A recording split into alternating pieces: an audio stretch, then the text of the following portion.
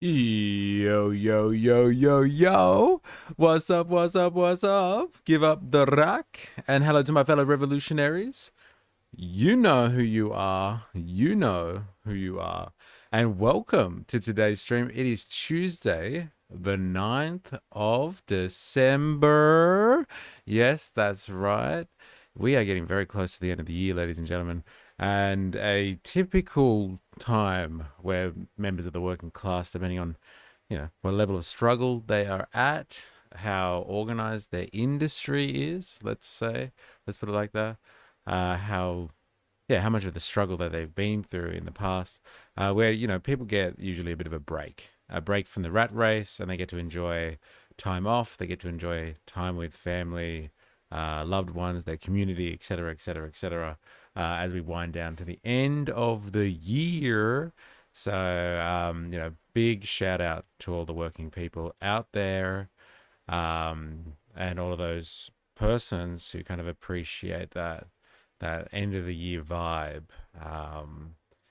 As a long working year kind of comes to a close. So give up the Christmas joy. There it is. Hello, Ninja Nurse. How are you going? I hope you are well. And if you are watching this now, if you're just lurking in the background today, if you can say hi, please do. Just so I know who's there. I like to get a bit of a roll call going. You know how it is, ladies and gentlemen. And, if you're watching this after the fact, then hello to you too. Now, if you're watching this on YouTube right now, that's you.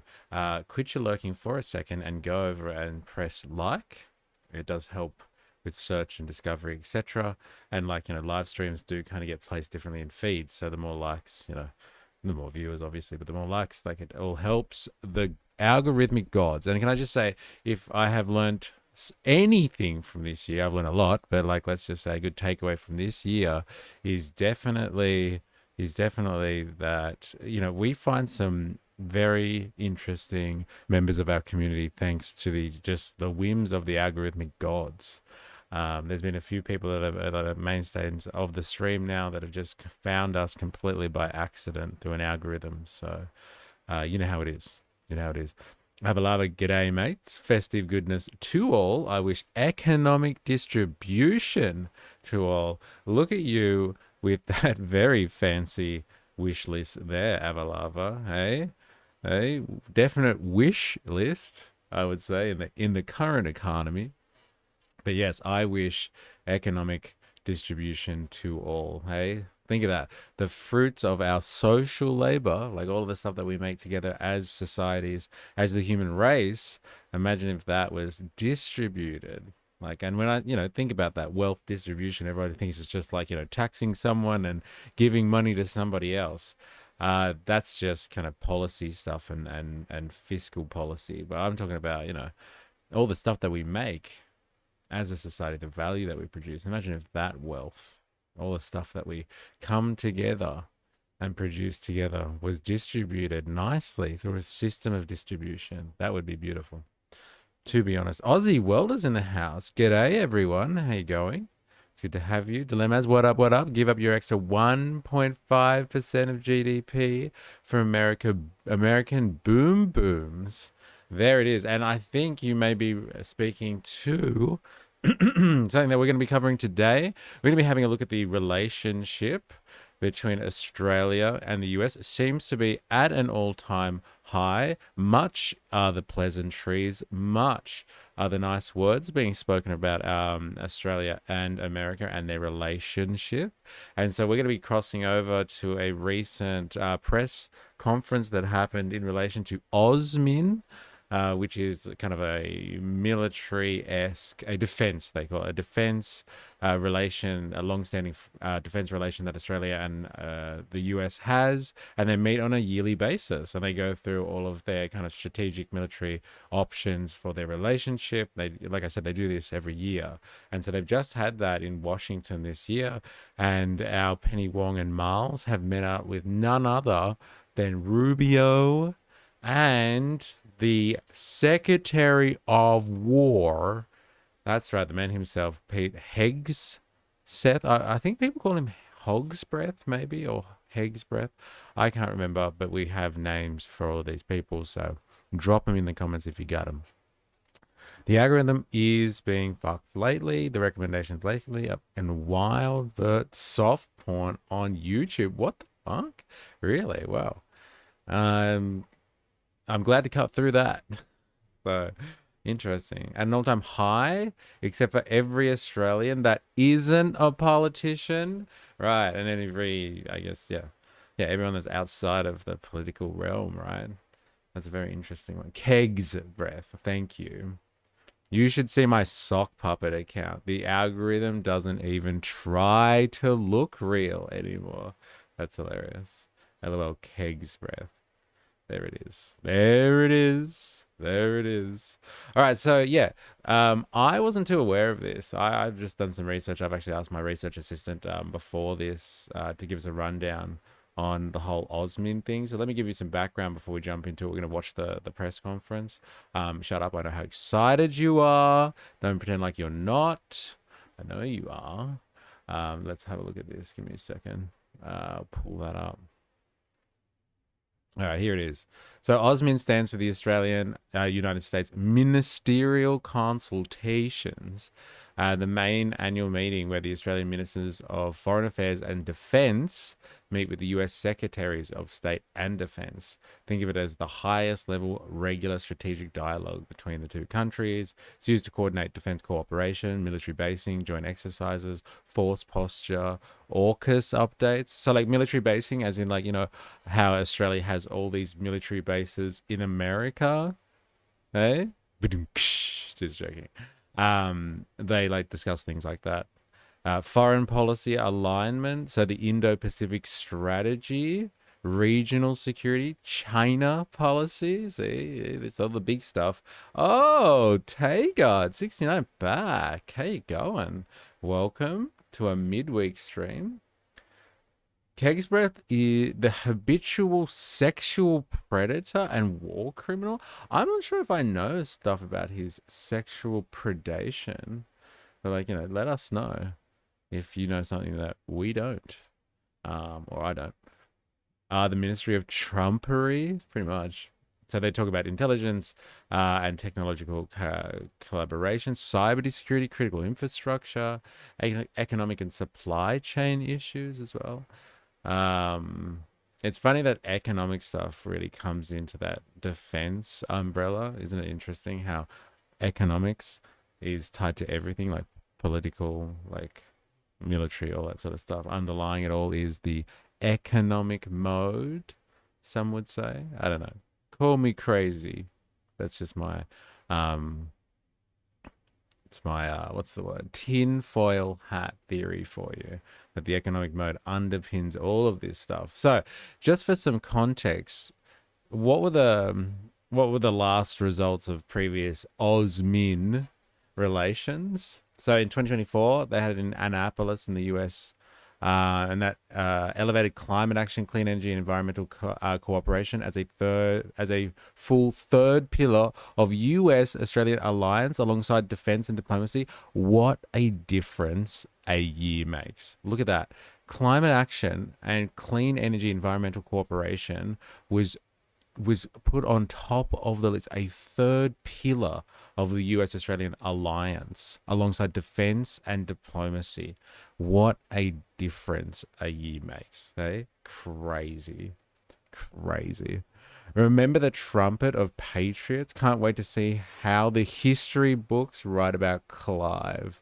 They probably won't be very complimentary. I guess we could all, we could say that. Can't make howitzers without a strong economy. There it is. And no industry or anything like that. Advanced defense industry integration. Australia added under the US's Defense Production Act, creating new opportunities for US investment in Australian critical minerals. There it is. Critical minerals are being talked about a lot. And it wasn't just because Albo and Trump met this time around. No. Critical minerals have been on the agenda for a while. Committed to deepening the joint development and co-production of advanced defense capabilities, including guided weapons, integration, air and missile defenses, hypersonic weapons, under the Southern Cross Integrated Flight Research Experiment. and broader cooperation under industrial defense innovation ecosystem. So that was 2024. What a fucking difference, right? Now we've had Project 2025 come out. We've got fucking CEO King Trump, and like the attack on alternative energy sources and climate action. That's a thing of the past. That was all Biden era nonsense. Bet you they didn't speak about that today. So this AUSMIN conference, I believe, just happened like hours ago.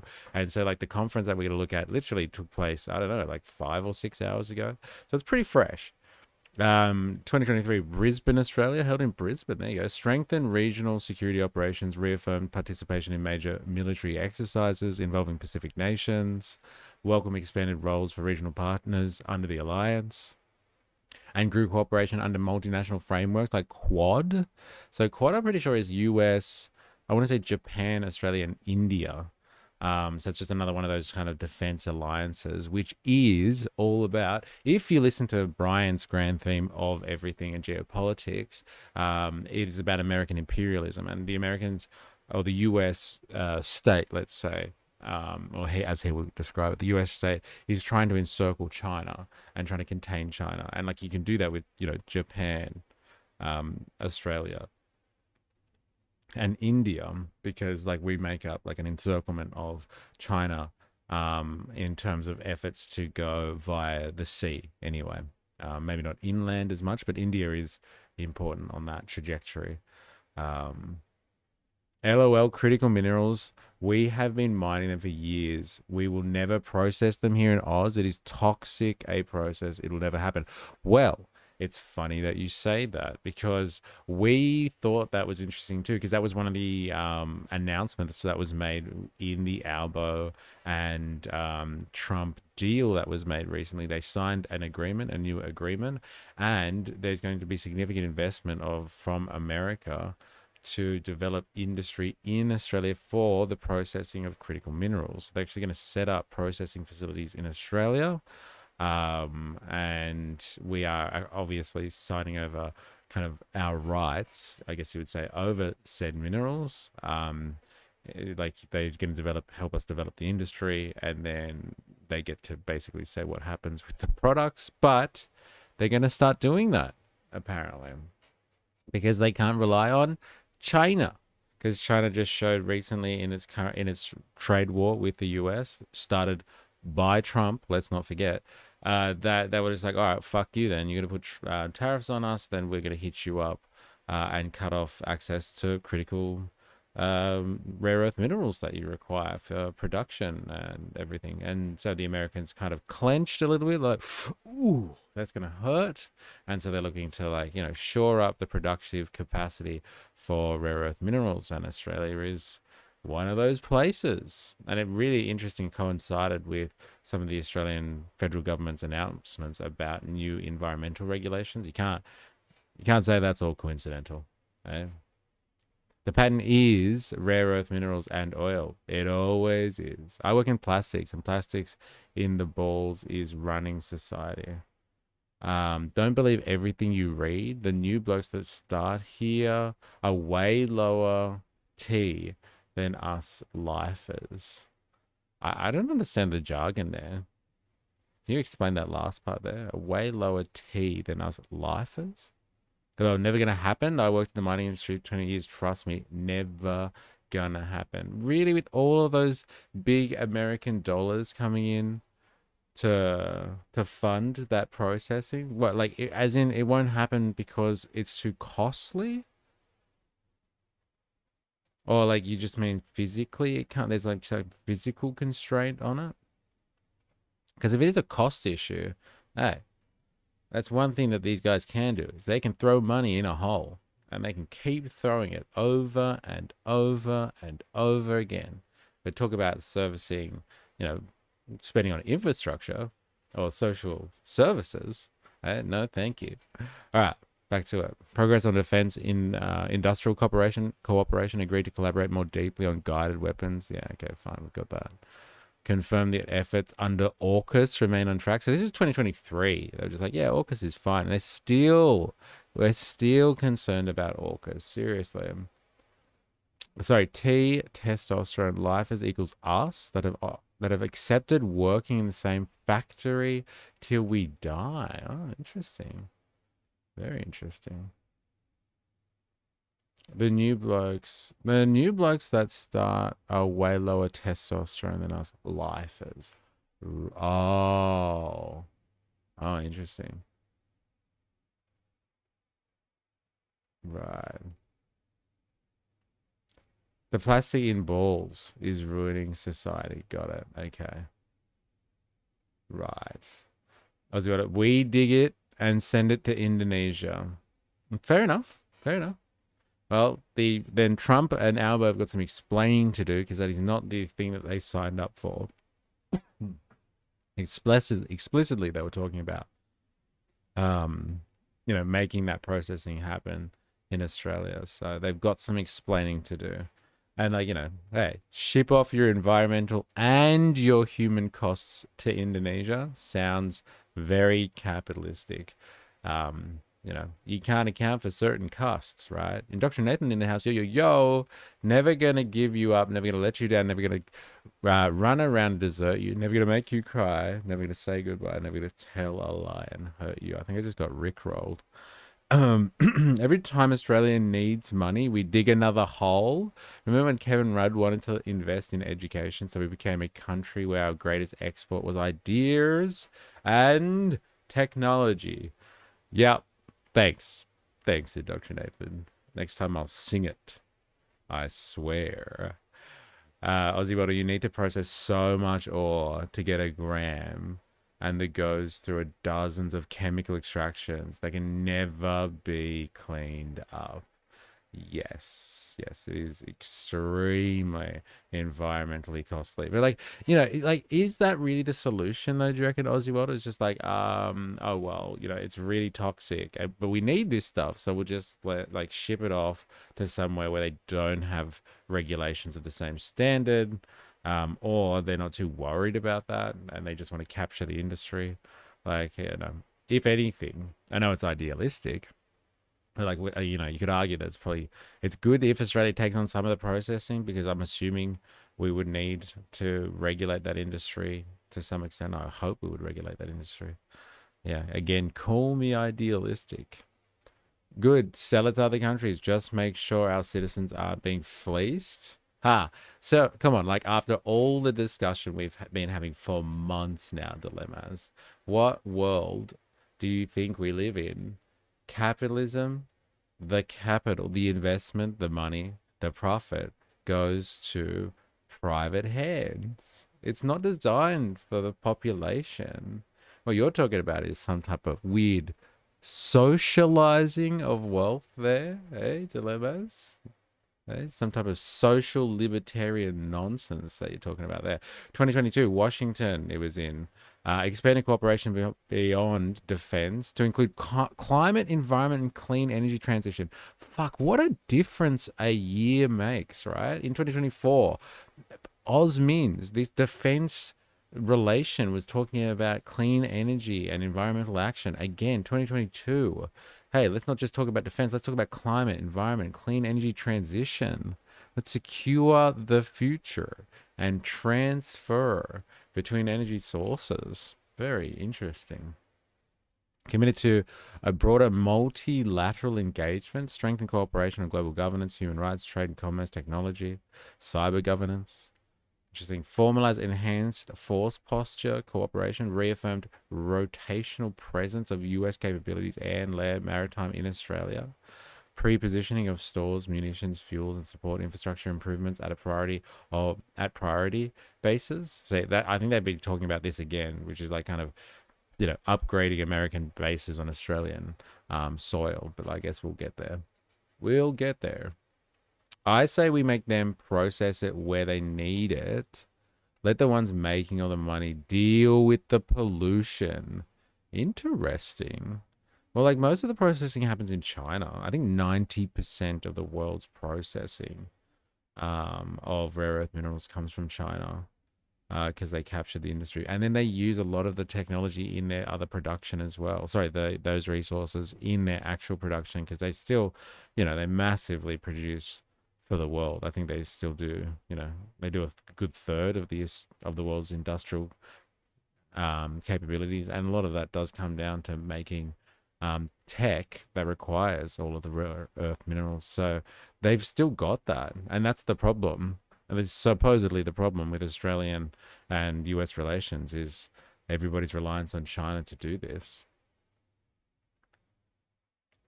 Hey, Renictarian here. You know my rhetoric. Yeah, but what you're talking about is socializing the stuff that we get in this country. So Australian citizens are not fleeced. That is pretty socialistic. I'm just saying. And like in the current system, if that's what you really care about, like us getting a fair whack of the sauce bottle, fair shake of the sauce bottle, it's not going to happen in this system. It's not designed that way. Look at what we do already. Eh? Australia is just a quarry. Like, it's a negative. Yes, we are a quarry, and we should be the wealthiest country in the world, like the other quarry countries. And lo and behold, we've been extorted. Eh? What type of system would do that? Interesting. So interesting. All right, let's get back to this one. 2021 marked the 70th anniversary of Australia's alliance and reaffirmed the Indo-Pacific as the central focus of this partnership. Yeah, committed to upholding shared values, democratic norms, human rights, rules-based international order amid global challenges, pandemic, climate, security threats. So much talk in the early 2020s between the two about like dealing with the effects of climate and transition technologies and energy technologies. Very interesting. Under the new three-way security pact, AUKUS confirmed the shared ambition to help Australia acquire conventionally armed nuclear-powered submarines. That happened in 2021. Oh, I forgot about that. That's when it all went down, with a commitment to work collaboratively on identifying the optimal pathway over the coming period. Pledged to deepen cooperations with allies and partners in the Indo-Pacific via the framework like Quad. And then 2020. So this is just a 5-year kind of summary of what AUSMINS has been about.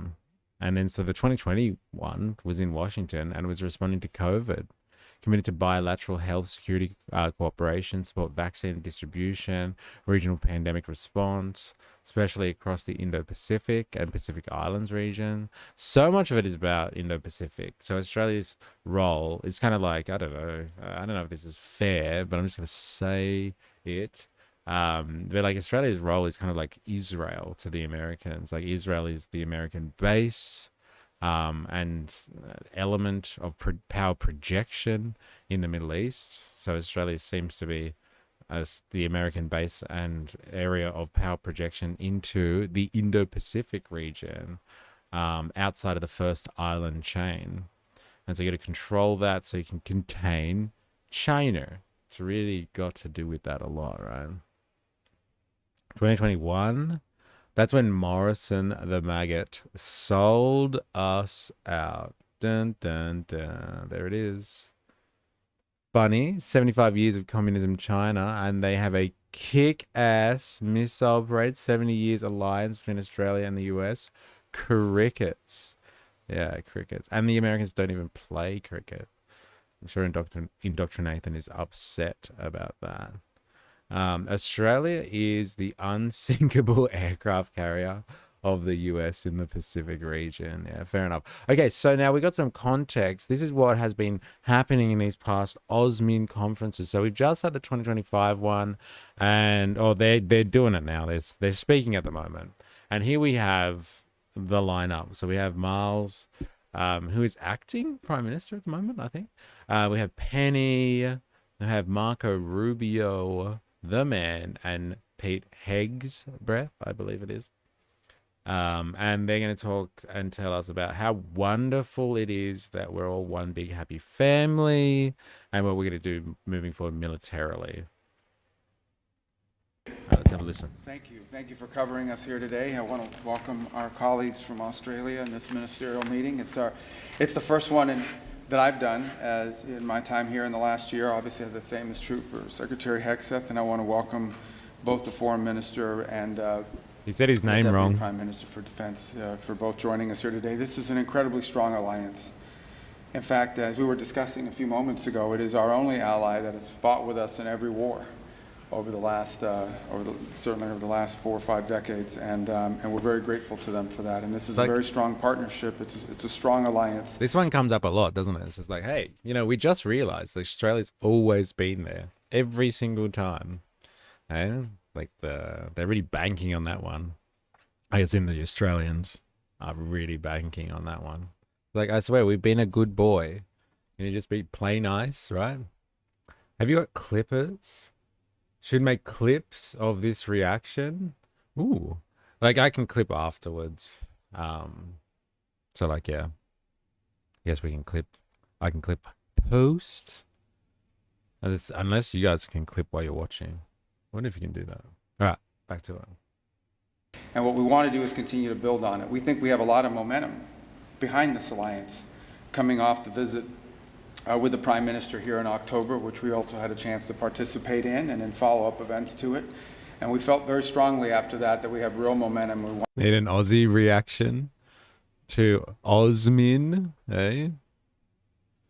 That'll go viral. How exciting. Yelled AUSMIN. I honestly believe Penny is muttering some scathing shit under her breath. She is female, she is queer, and she's competent. She's a triple threat to the Americans on this panel. That's actually pretty interesting. She is actually, isn't she? She is all of those things. Is she a migrant as well? I wonder. Great deal this US has said you and Japan have to deal with China on your, but you must only buy our weapons. What the fuck? So a great deal the US has said you and Japan have to deal with China on your own, but you must only buy our weapons, right? Who else is waiting for the defense stuff to be locked down, then Trump to turn around and throw the immigration in our faces to get us to boost defense spending? Okay, so she is a migrant as well. So she's female, she's queer, she's competent and a migrant. So like, yes, she must set some of these ideologues, these doctrinaires off a little bit, right?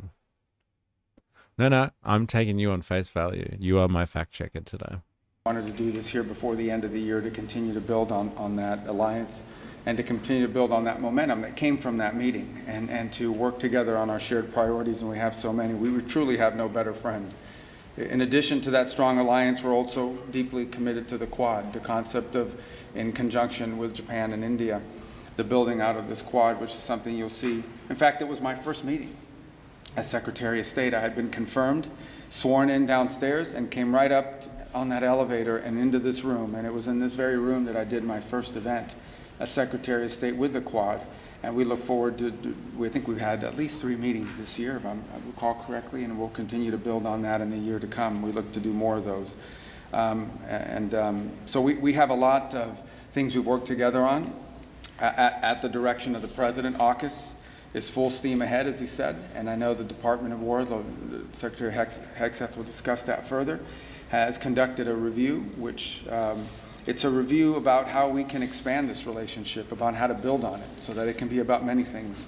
And I know we've also signed a landmark critical mineral framework agreement. This is something Like there's 2 things there. They're talking about like a review that's been undertaken. So there's been a review being undertaken that has been, I don't know, everyone's been on the edge about this in Australia. I don't know why. Like, who the hell cares? But everyone's been on the edge about this review of the AUKUS deal, and I believe that yes, people are trying to confirm whether or not America is really committed to the AUKUS deal. Like, hello, you wanted us to buy these subs off you, and so like reviewing what? But they've talked about reviewing it.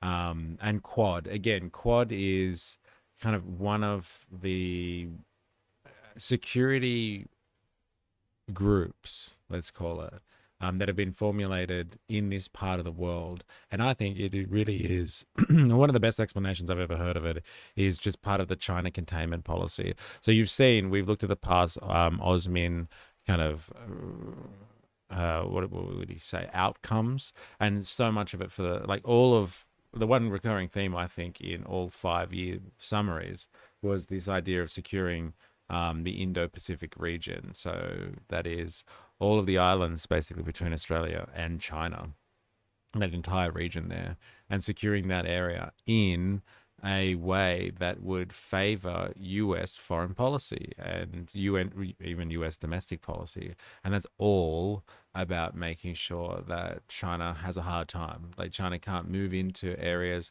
and have influence over those areas beyond what the Americans have influence over. And it's about like just keeping them within the mainland, basically. So they're always kind of, they're finding it hard to expand beyond their borders. So that's what Quad I think is about. And whenever you hear them talking about the Indo-Pacific, it's about containment policy stuff. I wouldn't be a reliable source if I wasn't open to scrutiny. There we go. Ninja is correct. Indoctrinathan has confirmed it. Well, now Indoctrinathan said it. It's, we know it's on the money. Is she competent though? I'm glad she hit all the DEI higher criteria. That was going to happen. The US will not even send out one of the 2 subs we pay to have here to see what this new Chinese patrol is doing off our shores again. We asked, but they said no. Yeah, that's interesting. That's what's going to happen. The US will not even send out one. It's interesting that you say that because that is baked into the agreement that like they will actually, we pay for everything, they'll develop it, but if they decide that they need it for their own purposes because they have a deficiency in subs or things, they won't give us the subs. It's crazy, man. Yeah, it's very interesting. They looked at the review, then they saw we are giving them 360 billion for subs. They don't have to deliver. I'm sure they are chuffed with that deal. US will be joining BRICS soon. You watch, man, that is probably the craziest prediction I have ever heard on this stream. Like, honestly, I think that takes the award for 2025's most outrageous prediction. If you were right, like, you should go and bet on that somewhere. Like, if you're right, my God, that's crazy. Tagard 69. Hope we don't have a war with the USA. Like us, like Australia fighting with the USA. I don't see that happening anytime soon. Like I think they do desperately need us as part of their China containment Indo-Pacific strategy. Maybe we should have invested 500 million in Papua New Guinea sea warfare capability rather than a rugby team. Never mind. Albo is a rabbit fan. Not like his money or anything. We will rely on their help with a sub while we dump the waste. Yeah. Let's be honest, if you look at the labor market, it's hard to convince me that Pauline Hanson isn't DEI hire based on her obviously intellectual disability. Savage. I was wondering where you're going with that. Interesting. Yo. What's up? How you going, 4AS? Welcome. Hope you're well. I know you're getting pumped by your capitalist overlords at the moment, so I hope you are surviving that. Thank God. I don't see it either, but it would be funny with how much we rely on them. Yes, it would. Yeah. And funny in like the, oh, man, that's unfortunate way. Like, look, in the situation, in like terms of our regional position and stuff, and based on trade, and we already talked earlier about like how military, you don't have military without economics. It would make sense to kind of align ourselves more with China than anyone else, and like just even like based on the region itself, like geographically, it makes sense. But no, we've been keeping it up for 70 years. Being a good boy, being a good dog. I'm going to have to keep being a good dog because that's the way to do it. Barnaby is that guy in the workplace that hangs around long enough and cries so he can get a promotion. We all have one of those. So everybody's worked in a workplace that has one of those. Oh, yeah. Pine Gap is essential to America's Pacific ambitions. America knows it, but Australia is too cucked to leverage it for the betterment of our people. Yeah, well, I think you're getting onto something there. We're too cucked. Our political establishment is too cucked to leverage it. Eh? We need some politicians with some backbone. Something we share in common, not just with Australia, but with many of our allies around the world, the desire to diversify supply chains, and the belief that in order for us to be able to do anything, whether it's defend our countries, defend our allies, or defend each other, but also to build our economies and to prosper as economies, we have to have critical mineral supplies and supply chains that are reliable and that are diverse and not overly invested in one place, where they could be used as leverage against us or our partners. See, this is what they're talking about. They're talking about critical minerals and China. Like they just said it. Like I don't know why they don't speak so. Just say what they're talking about. You have to read between the lines because like we don't want to be leveraged by China. China has all the fucking critical minerals processing, and we're fucking upset about that. We have to buy our shit off China to make weapons to fight against China. This is fucking stupid. It's really stupid. Why should we be doing this? And so they want to use what we have in terms of resources and invest in processing. Now, we have been told in the stream chat that this is fucking outrageous. It's not going to happen. But, you know, they said that they want to make sure it's reliable and secure. And is Indonesia secure enough? Eh? Or will they likely fold to Chinese pressure? But Australia, no, we won't. Did you see the new US national security strategy? Yes, I did. I've looked at parts of it, but like we're actually gonna read some of it in the stream this week. So, you know, stick around for that, Aussie Worlder. Maybe tomorrow, maybe Thursday, we'll actually read it. My prediction may not seem that far off after reading it. What, your outrageous prediction before about what was it? Oh, we'll be joining BRICS? Yeah, I don't know, man. I just can't get down with that. Like, honestly, like, I respect your opinion, but god damn, that's crazy. That's what you got out of the national security strategy. I'm gonna have to read that thing. That's crazy. And if that's where they're going, like, you know, you never predict what the Americans are gonna do, that's for sure. I believe America joining BRICS. Trump is transactional at his core. Yeah, but like, would BRICS accept him? Like, BRICS is really designed as an alternative system to US unilateralism. So like, when America just does shit because it can and pressures people economically and uses the dollar as the way to control the world, like BRICS is literally an alternative to the US dollar, it would seem, and the US kind of global neoliberal order. It'd be amazing. Like, honestly, it would be absolutely amazing if that happened. Let's keep in mind strategic planning has to be considered beyond the Trump administration. We don't want to mess up our relationship with the next administration because our decisions made with this one. Yeah, it's funny, you know, like that type of sentiment. Remember, we just read about the previous iterations of AUSMIN, and you know, 2024 and 2022, like some of the key takeaways were looking at climate issues as part of a main consideration and objective of AUSMIN, and like new transitioning to different technologies, different energy tech. And those were different. That was a different administration, different times, man. We are going to be a wedge issue between the US and China. And Nabo is going to try and hold out till Trump leaves office, then join Dictator Dan at the next China parade. That was great. I wonder if you were there when we watched that parade. That was a sick parade. And then I got done for copyright by a Chinese state media. Couldn't show it on YouTube. BRICS would become meaningless if the US joined. Yeah, that's like from my understanding of what BRICS is, like it's just really, it really wouldn't make sense if they did that. Best Johnny C voice. It does not make sense.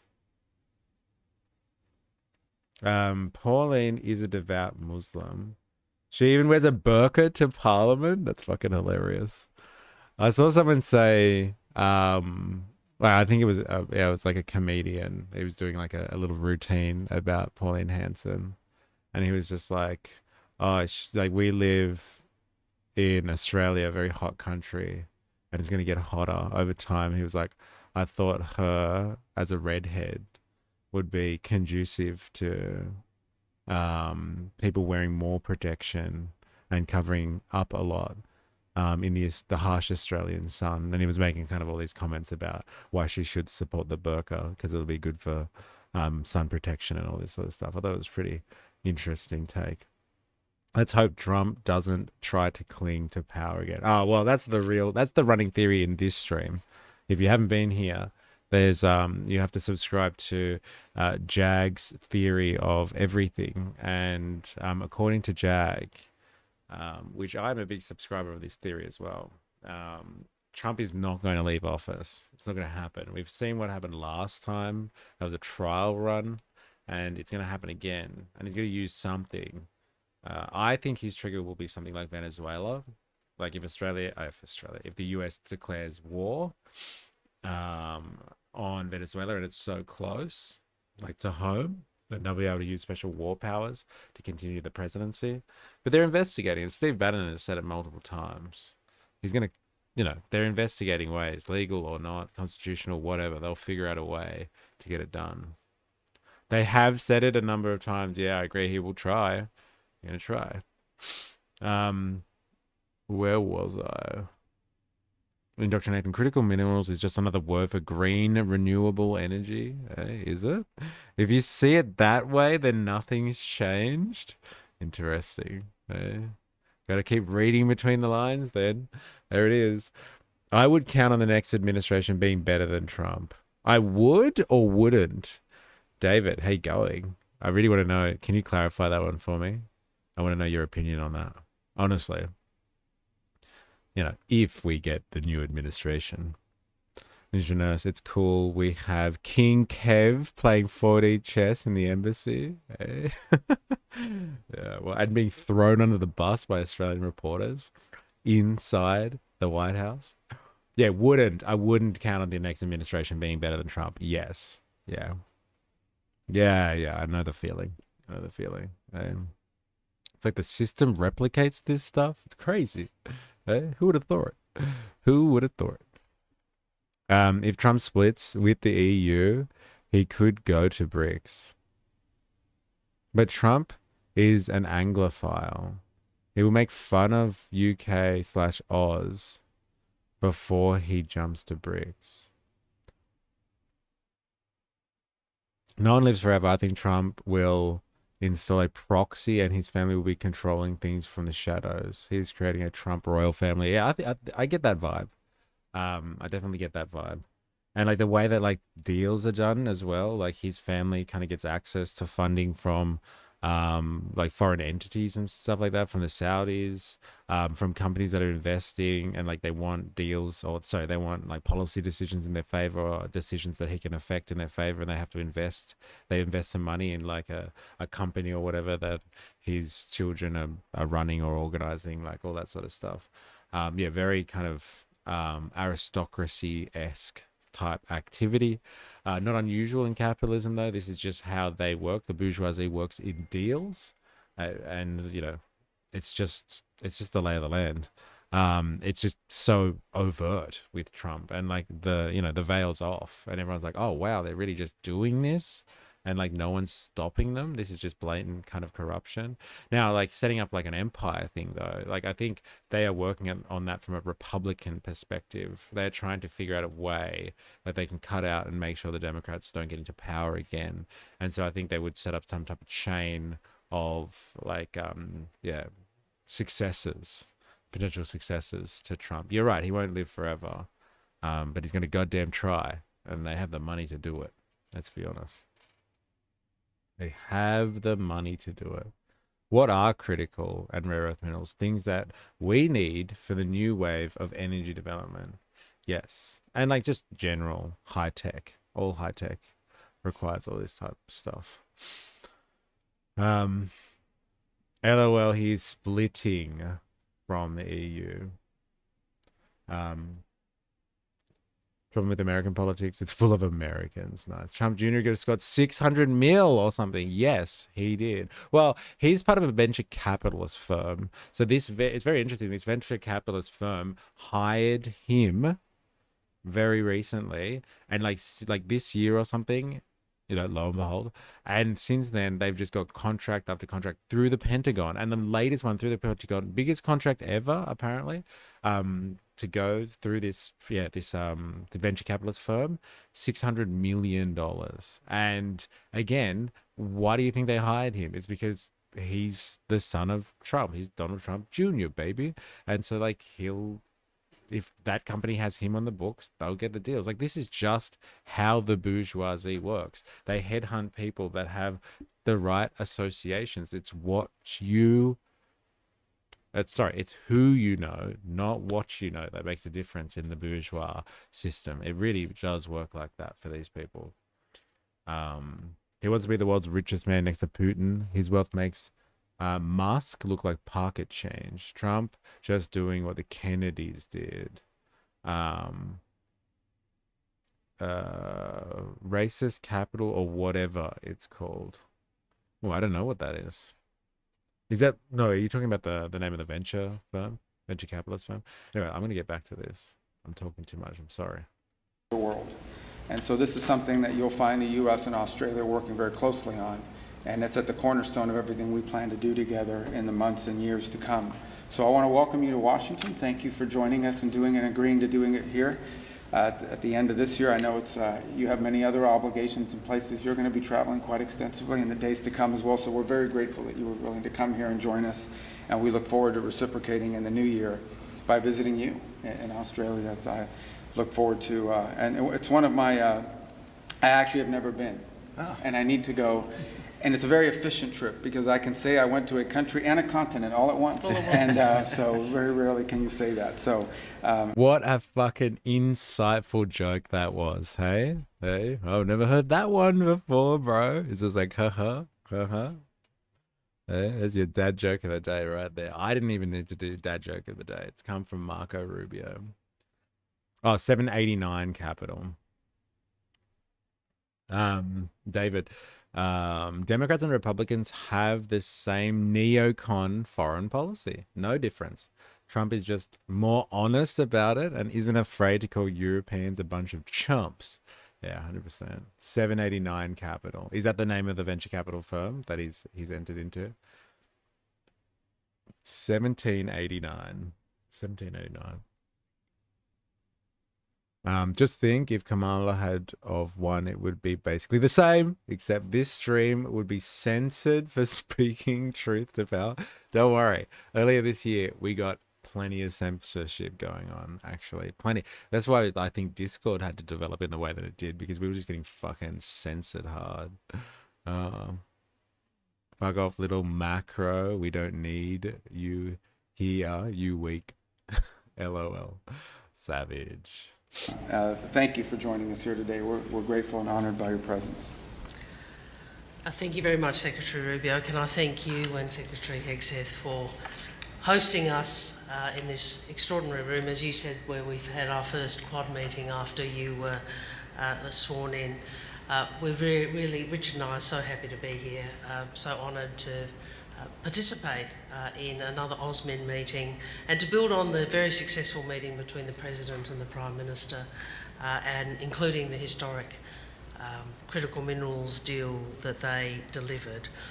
AUSMIN was established, that is this meeting was established under President Ronald Reagan and Prime Minister Bob Hawke. And in 1985, President Reagan spoke of our common defence of freedom from the First and Second World Wars and said, "All this has nurtured the bonds of friendship between our two peoples. Today, the United States and Australia as much as ever rely on each other."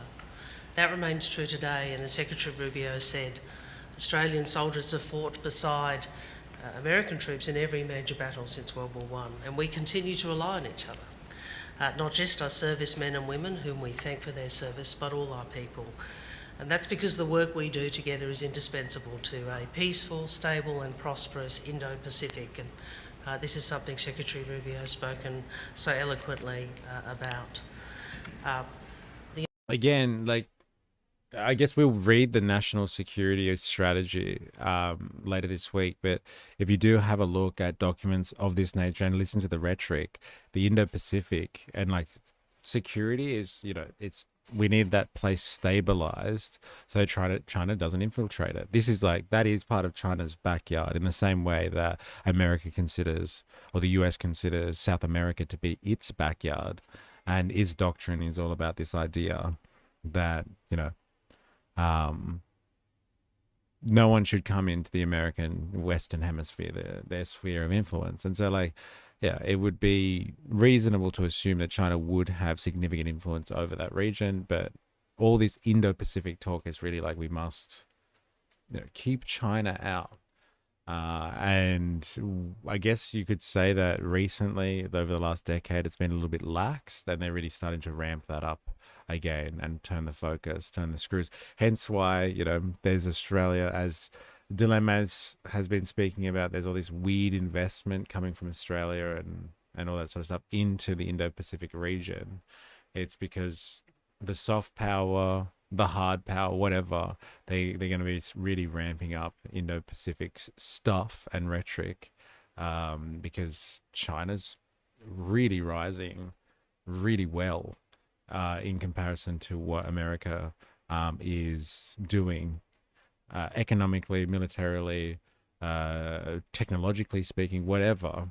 And so with that rise comes obviously the great influence. And American hegemony, its dominance really does rely on being able to kind of control the world through a mix of soft and hard power. Mostly these days through kind of soft power, I would say, or direct interference. They don't have kind of the same military dominance that they would have had, after World War II, where they could just literally go everywhere, send troops at something, and throw enough money at it and military personnel at it, and and do enough damage to destabilize regions. They do it kind of more covertly these days. But Indo-Pacific is going to be, it's going to be so hot. It's going to be the hottest region in the world. I would say it's going to be the new Middle East. That's my prediction on things. The Middle East is, I think the US is kind of like, been there, done that vibe with that whole scenario, that whole situation. And like they're really going to turn to, what to do with the China problem. China. That's my call of the day.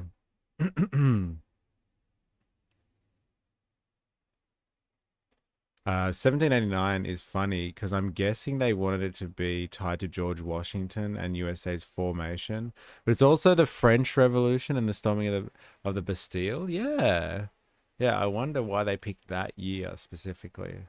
Because it's more, associated with the French Revolution, right? Of course, my point is the hypocrisy of our so-called leaders. Oh wait, sorry. Wait, I think I missed something. Just the tone of her voice is condescending. Is that right, Penny? Now tell Trump how you feel about Israel, Gaza. No. Oh, right. That's what I missed. Maybe if America didn't spend so much time investing in wokeness and exporting it to the world, they would be caught up with China. I don't know, man. That's a massive call. Like what they spent all of their energy on wokeness, and so like now they've lost to China.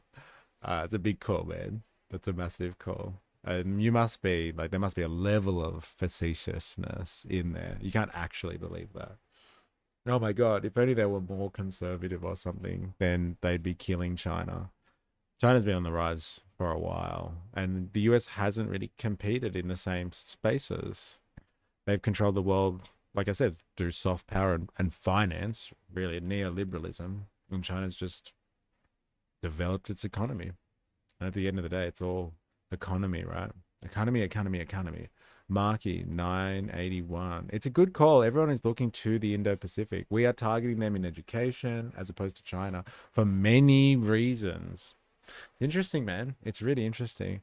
Marky, were you here yesterday as well? And we were talking about working class stuff. I wonder if you caught the video we looked at about the working class. We're gonna have a look at some working class stuff again later after we finish with this. Aussie Water, the French have been telling us all for decades the US cannot be trusted and will only help themselves. Okay. Oh, we got a kick person. Watch this, everyone. Let's read this. Oh, it's just one of those ones. It's not a real kick person. Don't worry about it. No, sorry. No, but you were here yesterday, though. And we were talking about the working class thing. We ended up speaking about the working class for a while yesterday. And we watched someone called Alice Capel and her take on the working class. But like, we're going to speak about it again later. So, you know, if you're around. Dilemmas, our politicians won't let Trump allow us to privatize our resources. We have all the cards in the Pacific region, but do nothing with our advantage. Yeah. Haha, one kick guy. Yeah, but it's just one of those like, hey man, you want subs? Like, yeah, it's bullshit. Big call, but I'm not wrong. How much of the military did they gut between COVID and DEI incentives? But yeah, but yes, also facetious. Okay, fine.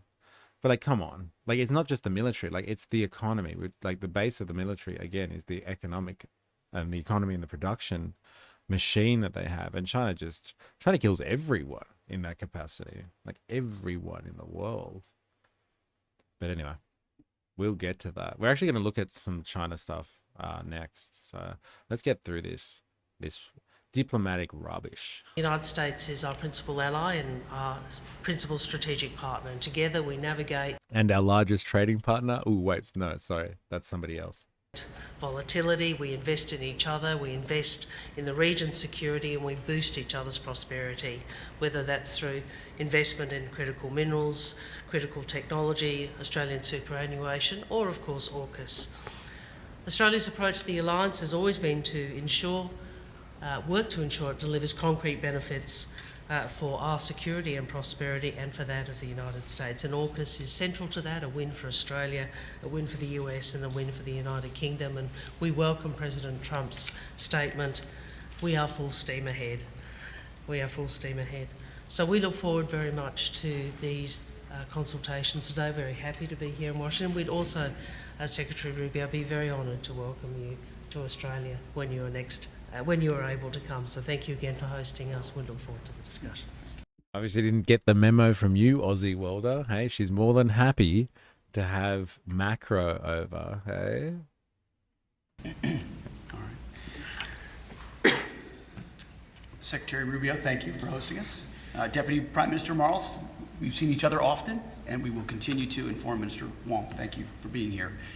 It was mentioned this is the 40th year of AUSMIN, 1985, and it's not lost on any of us the depth of the friendship our two countries have had and our militaries have had for quite some time. And it was Ronald Reagan who, just like the Trump administration, put a practical application to that partnership 40 years ago by ensuring that our leaders are meeting together regularly to stay on track in rowing in the same direction, because we share the same values, the same neighborhood, we're both Pacific nations, and our leadership's coming together on a regular basis is a reflection of that. So on the defense side, we're working on force posture, we're working on defense industrial cooperation. First on force posture initiatives, we're upgrading infrastructure on air bases in Queensland and the Northern Territory that allows for additional US bomber rotations. We're upgrading logistics and infrastructure in Darwin, so more US Marines can do rotational deployments and pre-positioning MV-22 Ospreys. This establishes new and resilient logistics networks across Australia. We're deepening our cooperation on the defense industrial base, cooperation on guided weapons production and lethal capabilities, 2-year roadmaps on Australia's guided weapons and explosive ordnance enterprise, groundbreaking cooperative actions on things like GMLRS, guided missile launch rocket systems and precision strike missiles, and we're working toward co-production and co-sustainment of hypersonic attack cruise missiles, co-sustainment, air-to-air missiles, cooperative programs across the board, including Mark 54 torpedoes. We're also building on the historic framework and critical minerals cooperation that's been mentioned already by President Trump and Prime Minister Albanese, signed in October. Critical minerals and rare earths are a huge part. Oh, a huge part of what? You dropped your name, and he's going to say it. He's going to say the green technology revolution. Is that what he's going to say? Hey, wait for it. Wait for it. Critical minerals and rare earths are a huge part of ensuring both countries can operate the way we need to in that region and around the world. And finally, as we Oh move, man, it's about military operations. Come on, seriously. All right, where was I? When Penny speaks, love her or loathe her, people listen. When Pauline Hanson speaks, it's tuned into a meme. It's turned into a meme. I cite her 25-cent bag rant about the cocaine meme. This keeps me up at night with laughing. Actually, you know what? I don't know this reference. You can have to send it to me, please. If you can, via Discord. I'd love to know what you're talking about there. Do we see this track both our countries are on? Are we within striking range of Venezuela? Or do we just refuel the bombers for them? LOL's not to save money, they're they do not work properly. We have decided to upgrade our FA-18s in-house. Oh, you guys are having a separate conversation, right? You can be fat, brown, trans, and use a drone these days. No one cares. Besides, PedSec wants to protect power through display, and fat troops don't have the same impact visually. Secretary of War loves TV makeup. Ooh-ah. Eh? Savage. Take that, Hegseth. as was mentioned, full steam ahead on AUKUS. We applaud Australia's upcoming delivery of an additional $1 billion to help expand U.S. submarine production capacity. We're strengthening AUKUS so that it works for America, for Australia, and for the UK. There's a lot we're going to do together in the months ahead. This meeting will be, as was laid out by President Trump, as I mentioned at Reagan just a couple days ago, these are practical, realistic ways that our two countries can come together to ensure that we provide peace through strength for both of our nations. The stronger we are together, the more we can deter the kinds of conflicts neither of us want to see, and this is a deepening of that partnership. Grateful to be here. Thank you. Well, Secretary Rubio, Secretary Hegseth, Marco Pete, on behalf of Penny and I, thank you very much for having us here in Washington today. It is a real pleasure to be here in the 40th anniversary of AUSMIN. Our relationship with the United States is the most important relationship. They really haven't said fucking anything, have they? All of them. They've just said the same thing. Like, I got this fucking summary on ChatGPT like an hour ago. They really haven't said anything. And no fatties in the Oz military? It's in the contract, eh? Man, all for these meetings. I don't know. He literally tried to put a makeup booth in the White House, LOL. Or he did already. I don't know. All for these meetings. You know? He's from the Fox network, right? They're all about that type of stuff. Fat troops is a requirement for Aussie troops. Our specialty is long-range recon. More fat means more time in the field without supplies. Oh, he did get one built at the Pentagon. That's crazy.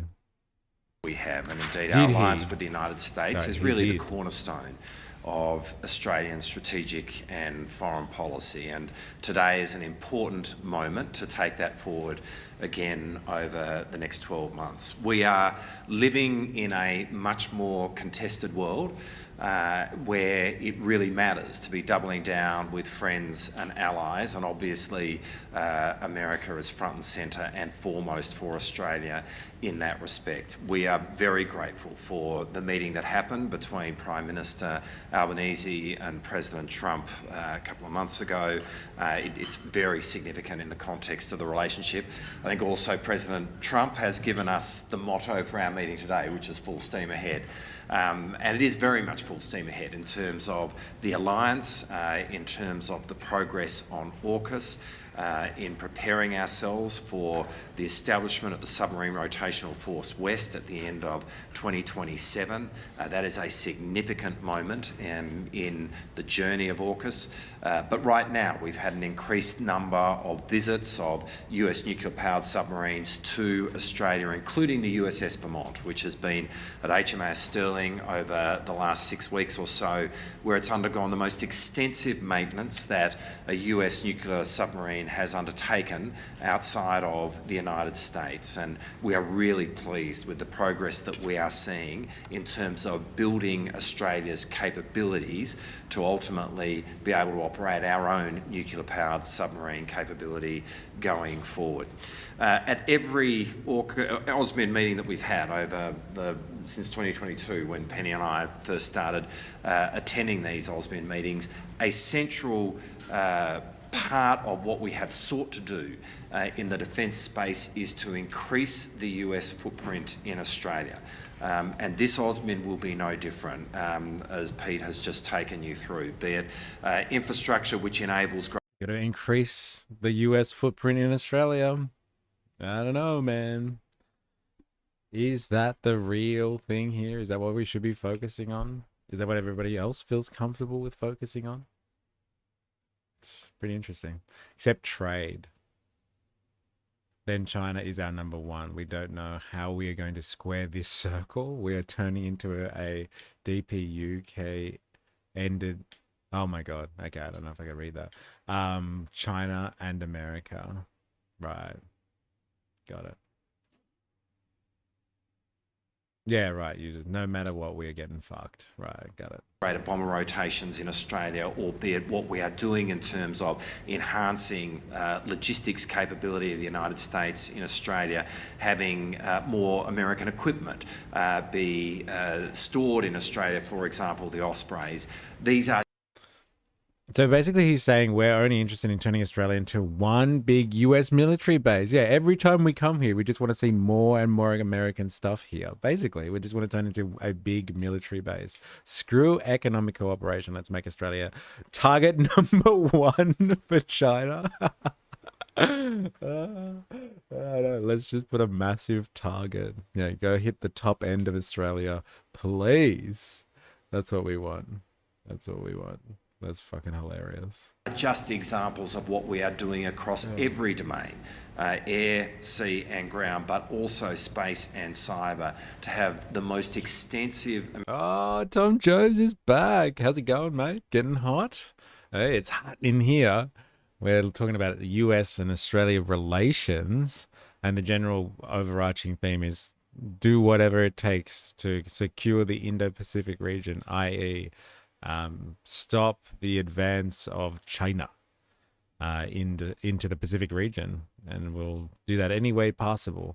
And, you know, interestingly, he's just kind of bragging about Australia's position in terms of its military relationship with the US is just, hey, let's just every year expand America's footprint in Australian territory. And they seem pretty proud of that, which is interesting. Very interesting. American force posture that we have seen in terms of the breadth of that in the Australian continent, and that is so important going forward to make very clear in our region that Australia and America stand side by side in working together to contribute to the peace and security of the Indo-Pacific. As we meet today, there are almost 900 Australian servicemen and women who are embedded in the United States Defence Forces across the US. Indeed, the deputy commanders of the US Army, the US Navy and the US Air Force in the Pacific are all now institutionally Australian. And that is an example of the degree to which our two countries work so closely together in respect of defence. Penny and I are really looking forward. No, it's just summertime is getting hot as. Yeah, fair enough. It's hot where I am as well today. I think in my part of Sydney, it's going to hit 35, I think, 36. It's hot. It's hot. And my computer can't take it either. So I got to keep an eye out for that. Got to keep it cool while I'm streaming. to taking our relationship and our alliance again forward in the meetings that we have today. We're working really well with this administration, and we are very excited about working with you, Marco and Pete, to take the alliance forward into the future. Thank you. Thank you very much. Thank you. Thank you. Right, so I think this was just the press conference that happened before they had their meeting, and so then they did have a meeting.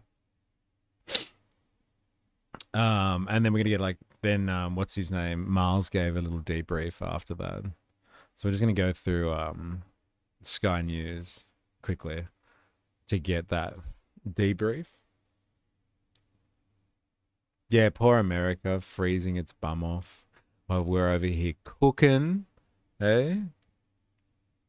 Watch how friendly USA is when we nationalize our resources and close Pine Gap. Hey, do you really see that happening? I don't know, man. Oh, actually, let's go to this one. Let's go to this one. Ninja Nurse, you put this in the stream chat. If you're watching this, you like what's going on, you know, come and, like, if you're watching this on YouTube, hit the like button first, subscribe if you haven't already. But come over and join us on Discord. We have a community over there, and we share propaganda with one another. So come and join that crew if you can. It's pretty fun, and we don't bite hard. But we all, share our propaganda. And, like, this is one of the examples of the propaganda that we share over there. And it's going to be funny, I'm told. So let's have a look at this one, shall we? So what's this?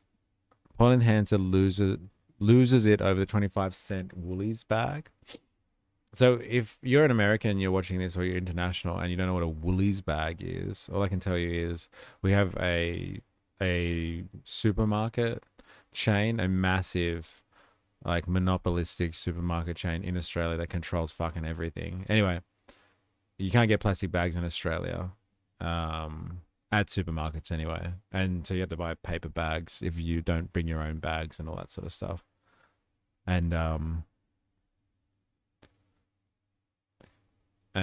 this is a response to the fact that you have to buy bags and they're 25 cents. Let's have a look. Guess what? I'm sure many of you are used to this. You buy these cheap rubbish bags that split and break on you all the time. I'm over it. I'm so angry about this. And 25 cents a bag. I'm sure many of you know how I feel about that. Of course, I had to buy it, didn't I? Because I'm in Canberra and I didn't carry my own bags with me. This is what you have to put up with. So for the cost of living, I'm telling Woolies and Coles, get your act together with the bags. You charge a fortune for it. Cost of living, people can't afford it, and it's ridiculous. I'm sure you're making a fortune out of it. Have a good day. Guess what? Oh, that's the one. Can you hear the Teams stuff going on in the background as well? So good. I don't like it. Yeah, I know, right? I was waiting for her. I'm pissed off when you turn my face about. I don't like it. So good. You laugh, but this is the exact kind of messaging that is drawing people to One Nation. Well, like, it is funny though, right? It's like, isn't it supposed to be funny though? She had to carry Barnaby's sandwich fresh lunch in it. That's so good. Yep, no plastic bags. Bring your own. Only a little hassle. I remember when they first brought it in, I was just like, fuck, man, what am I going to do with my life? I'm going to have to remember to bring bags when I go shopping. I remember the first few times it hit me. Hey? Play the riffs? What's the riffs? I don't know if I can have a look at this other stuff, though. I can never get onto Instagram here. I got 8 bags in my car. I'm ready. Yeah, so you have to be organized. It took me a while to get organized. Allah wants us to have plastic bags. So good. Tell him, Paul. Oh, that's hilarious. Oh, as in Pauline Pants Down. Oh, right. The song. I might play it later. I don't want to get a hit up for copyright just yet. I'd leave that to the end of the stream. All right. Now, where were we? Oh, here, Miles. Okay, so he's come out of the meeting and like maybe is going to tell us something. Because like that press conference there was a complete waste of time. They really all just said the same shit. We got to do this, critical minerals, Indo-Pacific. We're going to expand America's, what was it, operations and logistics on Australian soil. That was it. I wonder if they've actually come to anything else. So let's go live now to Washington, D.C. That is the Defence Minister, Richard Marles. He's there with Penny. It's funny, but it's a tabletop issue. I tune out when Albo and waffle on, but when Pauline points out the bags, I think, yeah, those bags annoy me as well. You get them, Pauline. Yeah, it's fair enough. Saving the environment, mate. Well, actually, I don't think she really talked poorly about the idea of the bags. She was just saying that it sucks that you pay 25 cents for them and they break.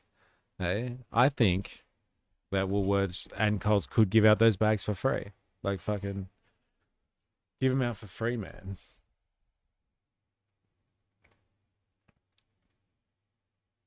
Can I watch that in Discord? Can you guys... And people are hoping, praying that I'm going to be the voice for them. And I couple this shit all the time and I'm sick of it.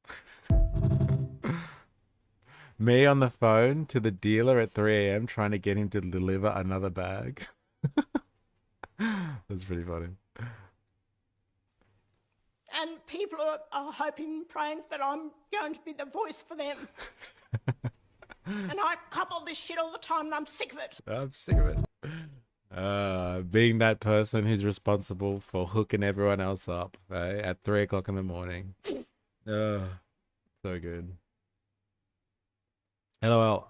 I hit this idiot in the head with a dim sim years ago, and she was going berserk trying to work out who threw it. About 20 of us in her shop in Ipswich. She is insane. No way. You threw a dim sim at the Pauline Hanson? That's incredible. Eh? What a claim to fame that is. She has no direction or plan. God forbid she gets elected. She is at every business meeting begging for funding. Why should someone like that lead? And Labor and Liberal have a plan. Tell me how the under 16 ban is anyway properly planned. Mining companies love her, I reckon.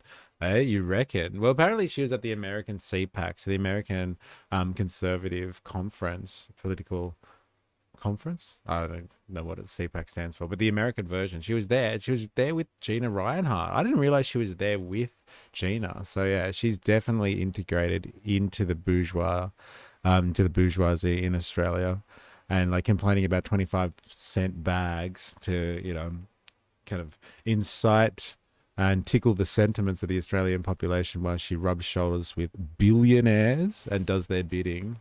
It's just the way of bourgeois politics. It just is. They do. They also love Labor and Liberal.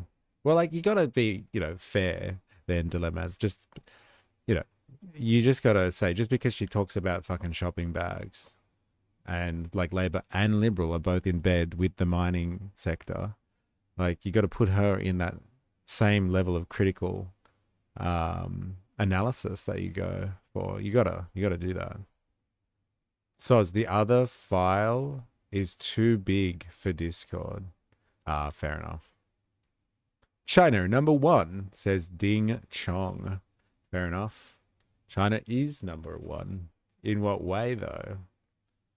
How many different ways can you measure that? The bush pig Jenna.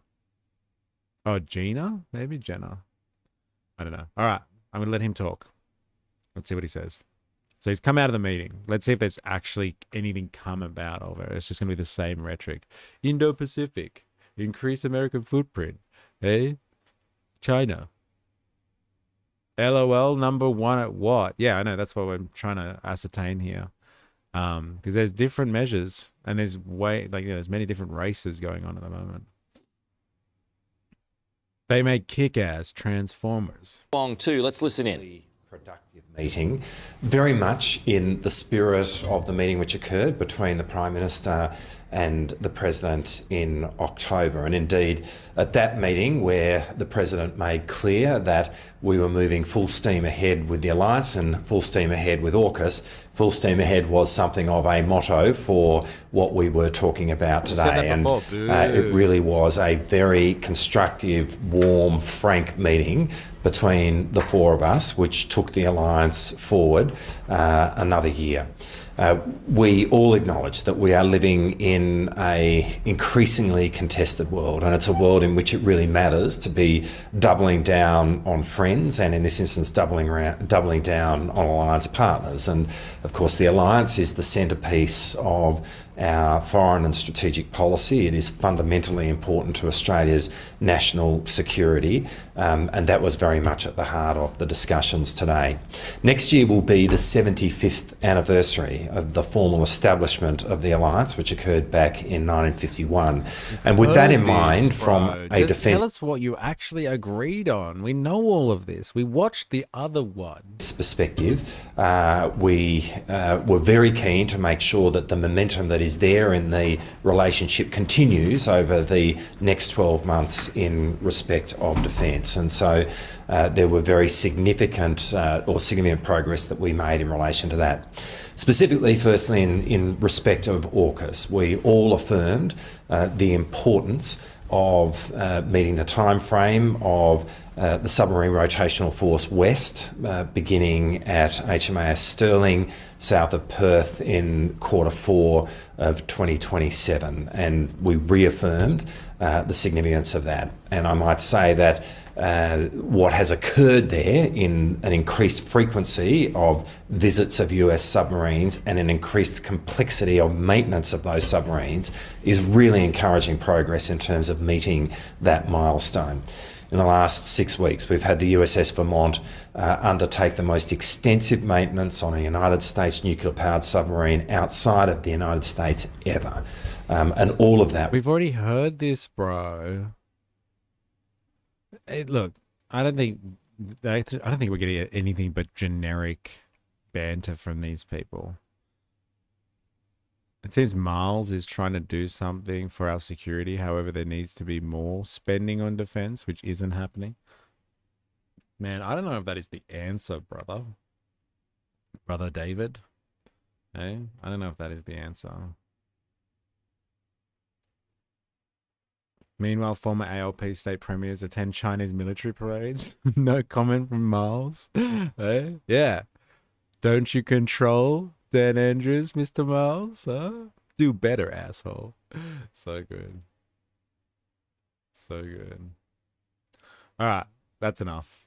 All right. So let's go on now then, shall we, to the second theme of today's live stream. We're actually going to have a look in the face of all this talk about containing China.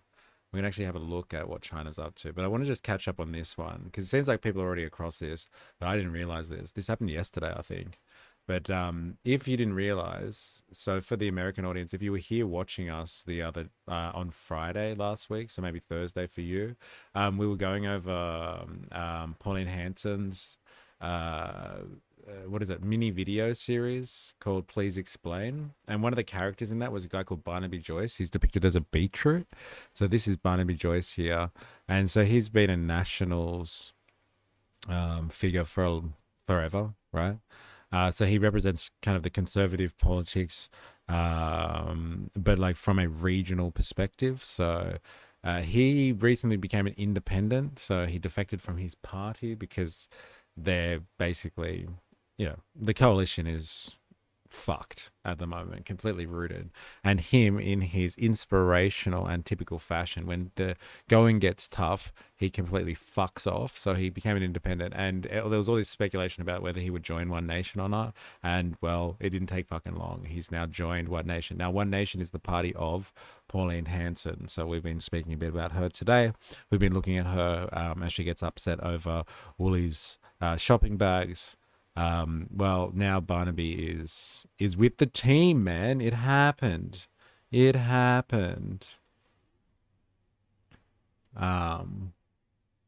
yeah, it's definitely people are converging around one nation at the moment. You can't ignore that. You definitely can't ignore that. All right, let's have a look here. So, former Deputy Prime Minister Barnaby Joyce has formally joined One Nation after weeks of speculation. The ex-Nationals MP was planning a defection. Mr. Joyce, once the leader of the Nationals, announced he was quitting the party in the final sitting weeks of the year. Mr. Joyce and One Nation leader Pauline Hanson appeared together on Tamworth Community Radio, where the pair confirmed he would join the party. There will be some hurt in this decision. I understand that, Mr. Joyce said. But working with people such as Pauline, I think I have a fellow traveller and a great respect for the work Pauline has done. We both love Gina Reinhardt, that's for sure. She has driven the political agenda. She has made us, when I was with the coalition, react to where she has gone. And that is incredibly positive thing. Senator Hanson said that she was emotional about Mr. Joyce joining and that she had respect for the New England MP. In a statement, Mr. Joyce added that he no longer felt that he could give his best with the Nationals. Australia has handed away rights we should have kept and taken up obligations we should have left at a price we cannot pay, Mr. Joyce said. We have eviscerated our energy platform on a ludicrous quest to change the weather. Hey, I love how they frame it. So good, man. So good. And we have increased the population through migration, and by doing so, remove the capacity for Australians to buy a home, have a family, and increase our population by our own means.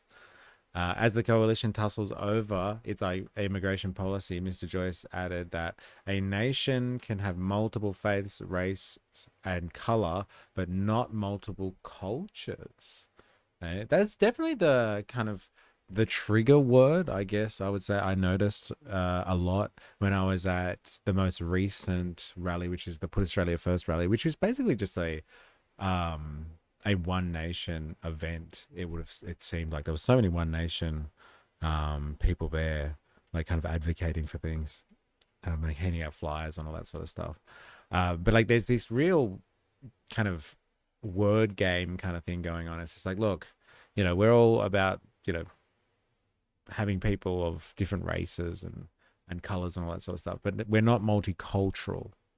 Multiculturalism is a myth, or multiculturalism is this you can't have multiple cultures. You need to have one unified culture. It's the Australian culture, and you can have many different types of people that make that up. Now, this is really interesting language, because if you remember, we watched the neo-Nazis take stage in front of New South Wales Parliament.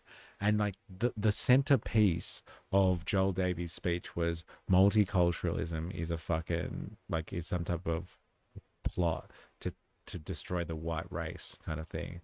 And he went on quite a bit about how multiculturalism is not actually about all these cultures living in harmony. It's actually when all these cultures vie for position within the political establishment, form parties, and then take over a country's political establishment and political structure, vying for their own cultural norms and representation, destroying the original culture of a country. And so multiculturalism is this plot by, I think he said the Jews, I think it was, to destroy, kind of take a country over from the inside out.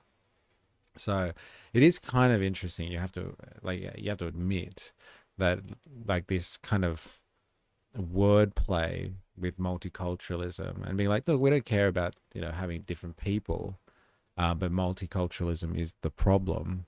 It's funny how that sentiment was really kind of being talked about by these groups, right? Separately, it would seem, but it's funny how they're looking at the same type of stuff.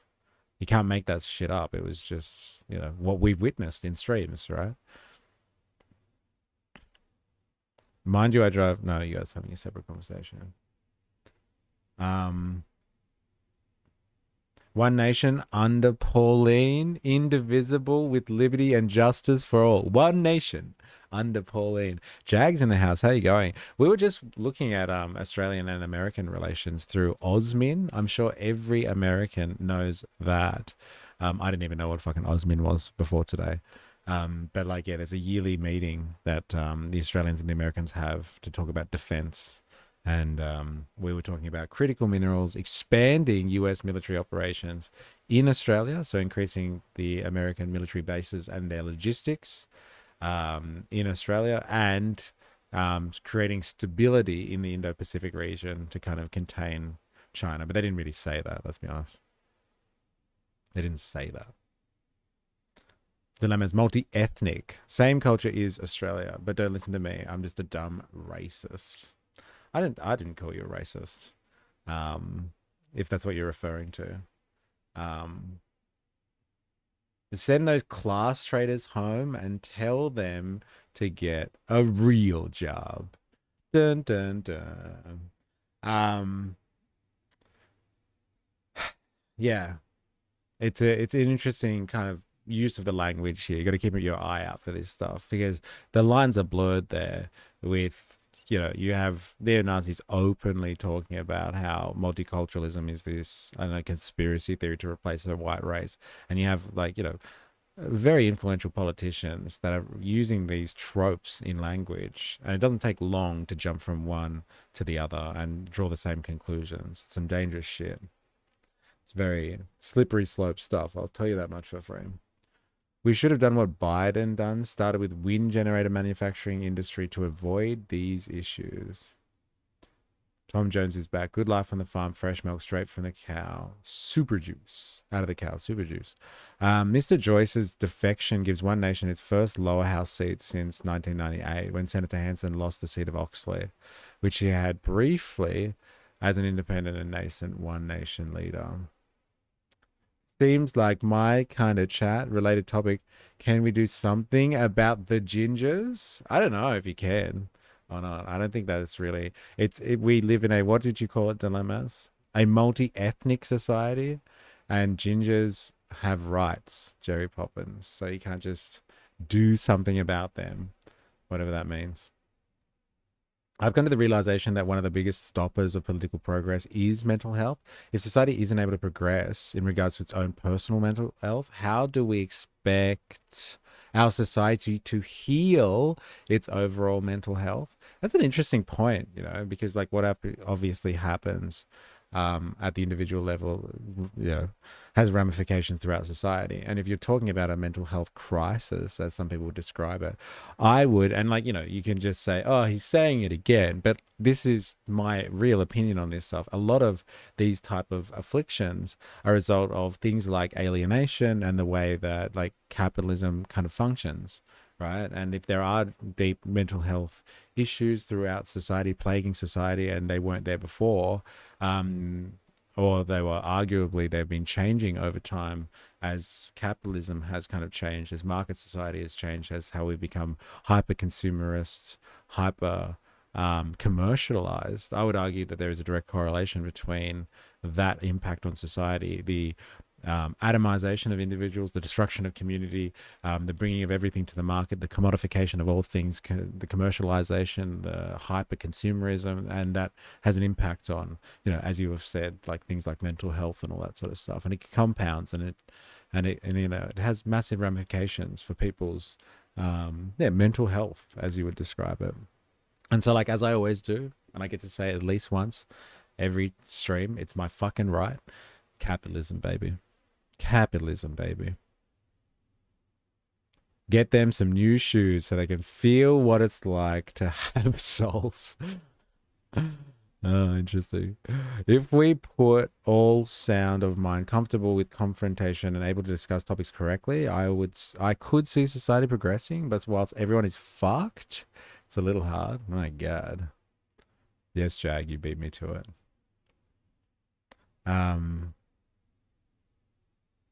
I'm not sure Sky is any type of source of info I wouldn't ever trust well if I ever knew trust, lol. Capitalism is a symptom of a mentally ill society. I think capitalism, no, what I'm arguing is capitalism has produced the level of mental health concerns that we have today. It's capitalism that has compromised the specific style of mental health issues that we're facing at the moment. If we lived in another style of society, we'd have different mental health concerns, but it is like the mental health crises, as people have described it, that we're experiencing at the moment is because of the type of society we live in, the type of, like I said, hyper-consumerist, commercialized society, atomized. We have really changed differently now. Like, I think, even ever since COVID, like, things have changed massively in terms of, people becoming more and more individualistic. And I don't mean just because they're thinking of themselves only and they're, hyper selfish or something, but they're cut off more and more from, like, real human connection. And so, like, that has an impact on all that sort of stuff. I think it does have an impact. Like, capitalism has a very specific impact, and capitalism in the 21st century, with social media, right, and the tech bros, like, the technology that we're using has such an impact on all that sort of stuff. It's undeniable. Are any mainstream media trustworthy anymore? They all have bias. With mental health, I've got personal family history with that. But if you have kids and you off yourself, you're a bitch, and I won't be convinced otherwise. Can we do a quick cover of the cover of the asbestos windmills? Or is this from Sky News? Is it? Capitalism produces mental illness, but the source. It is a mental illness. Greed in its purest form. Interesting. Yes, do the windmills. Another 80 people moved to One Nation. Is that the current tally that we've got going on here? Current tally. All right, anyway, we're going to leave Barnaby Joyce behind. He's joined One Nation now, and One Nation will grow stronger forever and ever. That's the rhetoric that's coming out of Sky News at the moment. So what is it? Asbestos windmills? Is it from Sky News as well? I get you. I'm sure it will be. Aussie World will be back soon. Just taking the dog for a quick walk. Thanks for joining. See you soon. Pretty dangerous on farms. Bulls running wild. I worked on hill country. Tough for tractor 4x4s. Yes, do the windmills. Okay. Asbestos found in Chinese-built windmills. I don't know how much of this I can digest. Honestly. No, fuck it. Let's go. That's got 17k views. Okay, let's do this one. It's 2 weeks old. For the past 12 months, we have all been paying. My uncle took his life in Iraq after seeing his men constantly die around him, and the army just gave him a Valium and told him to suck it up. Oh my God. Left 2 kids behind. Well, there you go, dilemmas. You can answer that one. Jagger's got a position for you there. And see how you respond to that one, dilemmas. Oh my God, this. Asbestos found in Chinese-built wind turbines. And it's this guy. What's this guy's name? James. Is that yeah. He's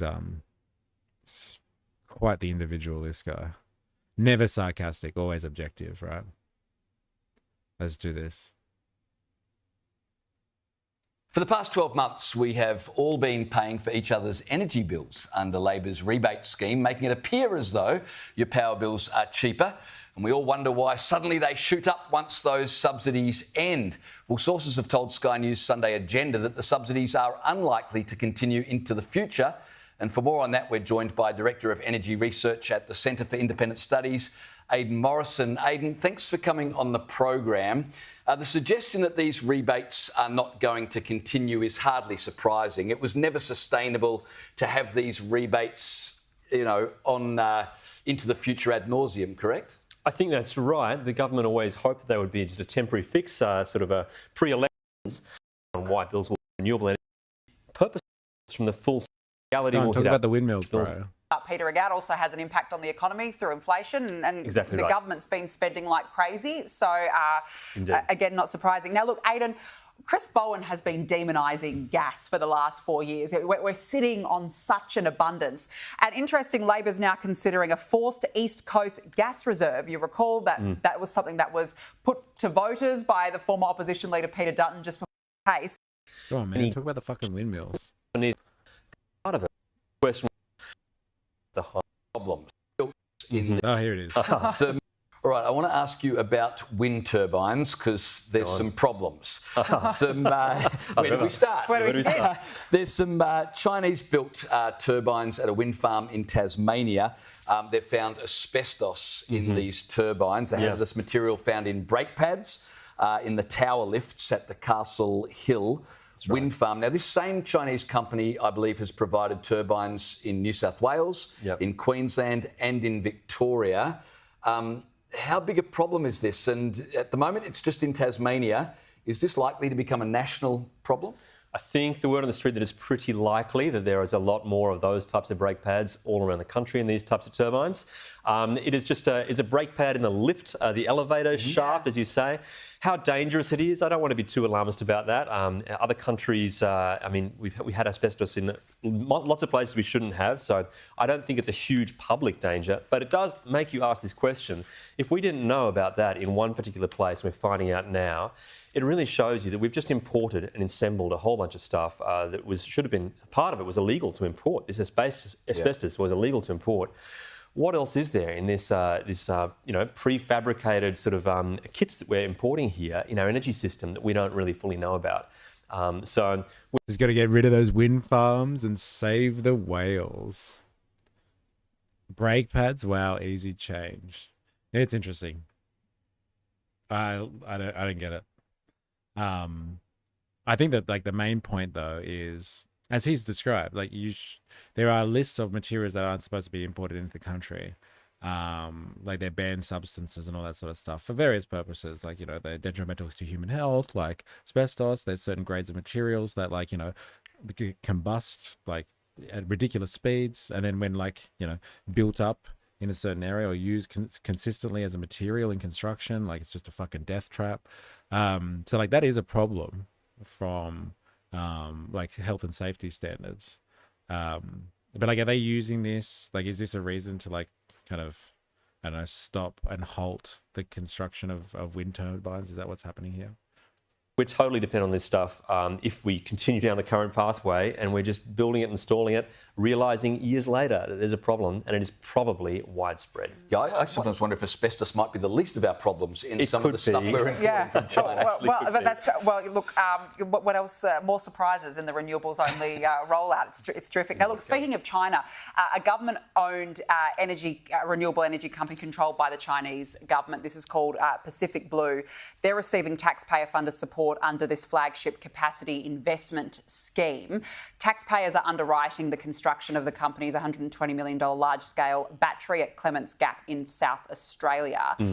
How concerned should we be about this, do you think, Aidan? Well, we should be at least as concerned as we should be about everything else that needs to be built. There's basically no private money that is flowing into building new wind turbines and new major battery systems that isn't underwritten somehow by either the federal government, a state government, or a deal that it's forced onto your bills, whether it makes good sense for the system or not. So everyone is doing this, but then it does raise this question: why should we have a state-backed company, the Chinese government no less, who have entered into the market Australia strategically to support? It's a retailer too. They're marketing themselves as a pro-renewables retailer.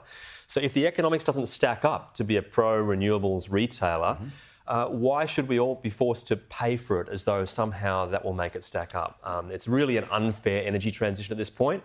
If a big foreign government has a strategic reason to be here, they should. It's not the first time we've talked about this one in the stream as well. Do you know how many fucking industries out there are underwritten, whatever the fuck that means, subsidized by the state, and they wouldn't have gone anywhere because the private industry are just like, fuck that.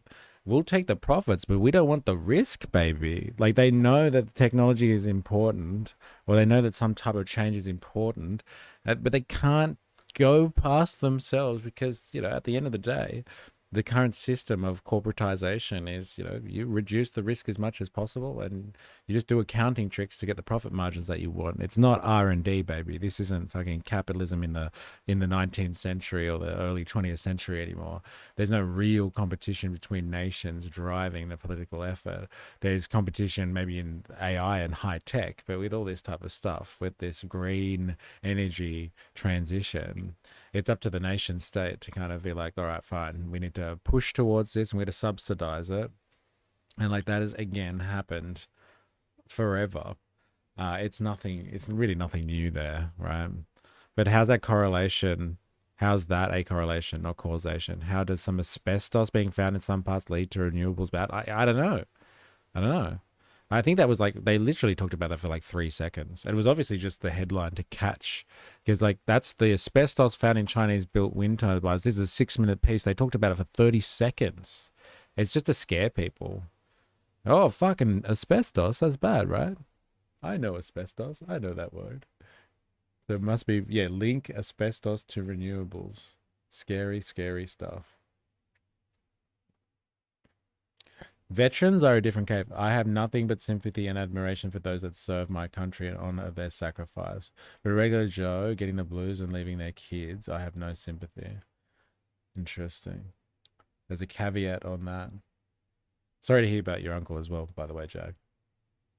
Brake pads, wow, easy change. Yeah, yeah, I thought it was like somehow built into the turbine itself. They're going to have to, bring them down, bring it down, bring it down. Chris Deason. During the height of the last building boom, asbestos was found in Chinese building products, mainly kitchen benchtops, thousands of high-rise kitchens. Crickets. There you go. There you go. There's no double standards out there, is there? How much child labor do you reckon China uses in Bangladesh? I bet it's not 0%. No, we were watching it yesterday, weren't we? Eh? We were definitely watching it yesterday. I think the good question is how much child labor does the world rely on in Bangladesh, right? Probably not 0%. We saw it yesterday. Check the product before contact someone messed up. David, asbestos is mostly banned here in the US, but brake pads for autos are a notable exception. Aftermarket asbestos containing brake pads are still wildly sold over here. Interesting. They have elevators inside? That's pretty flash. Agreed. Where is our political class pointing this out? Left, right, center. No one wants to crap on China relations. That's what happens when you have a big trading partner. All right. So maybe those wind turbines were meant to import to the US. Yeah, maybe they just manufacture generally. You want them? Yeah, buy them as is. And we'll see if anyone says anything. All right. Like I said, we're actually going to change course now. I'm going to have a look at some, so we've just listened to some China fear. Let's have a look at some stuff about, this stuff can scare you, though. Let's be honest. It's definitely scary for the working class, I would say. So let's have a look at some of the stuff that's actually happening in China at the moment, as opposed to just the fear mongering that comes out of the Australian press. This is an interesting one, and I think this has massive ramifications for world capitalism. I don't even know how to say it any other way than this, but it's just a good measure of where we are. In terms of a society, and I mean society, I mean as in the human race and how we deal with production. If you're not aware, China targets domestic demand. Trade surplus tops 1 billion. So for the first time, China has actually reached a trade surplus of $1 trillion. Okay, so that means the trade surplus kind of in the sense that they are now, well, not now, they've had a surplus for a while, but they've reached a point at which their trade is, they're sending more stuff, they're exporting more stuff to the world than importing it. But that balance, though, is $1 trillion. They export $1 trillion worth of goods to the world more than they import stuff. And so this is a significant turning point.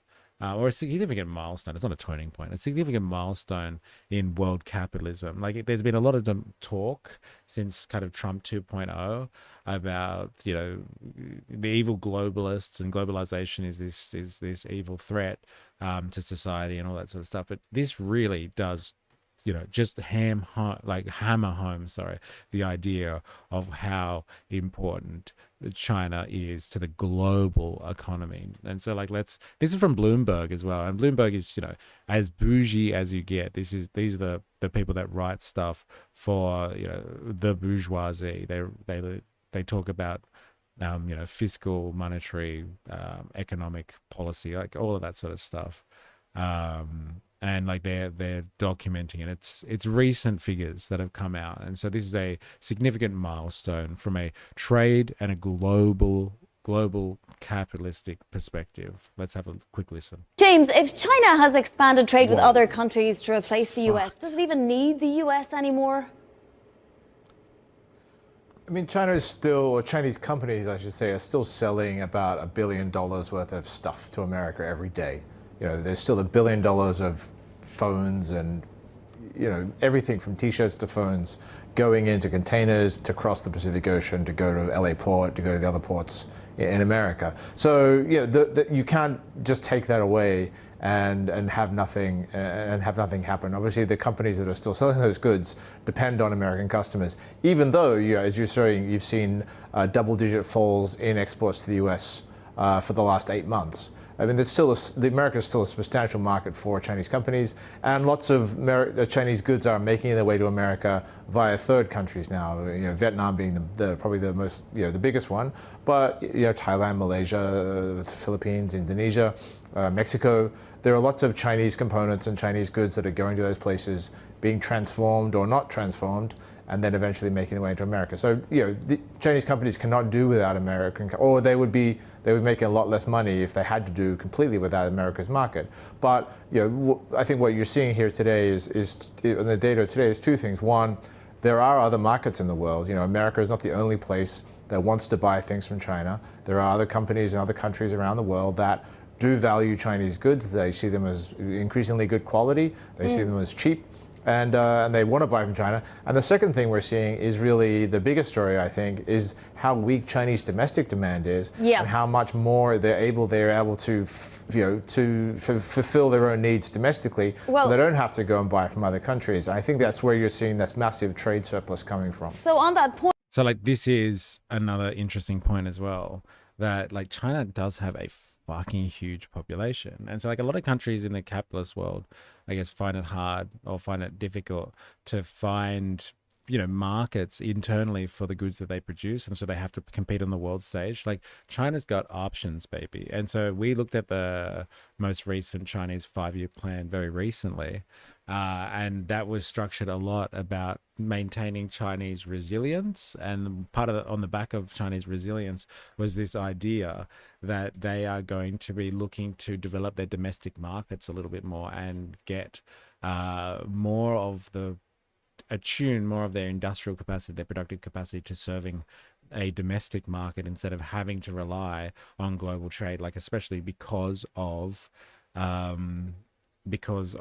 what's happened with the US. So let's just keep in mind here that China has just tipped the scales to the point of $1 trillion this year in exports over. So that's over what they import into the country, $1 trillion more in exports. And that's in the face of what's happened this year, which is non-stop trade war and destabilization to the world economy because of Trump 2.0. He's come in with a fucking sledgehammer and just smashed up the world economy so he can renegotiate trade deals with everyone, put tariff policy on the Chinese, and they're still reaping in $1 trillion after imports from the world economy, including still in trade with the US.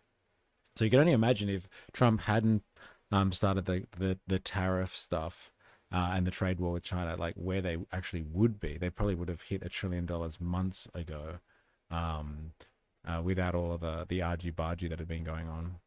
I don't have a fundamental issue with China hustle. I have an issue with bought-out Australia pollies that speak their mind and curate their speeches to appeal to the polls.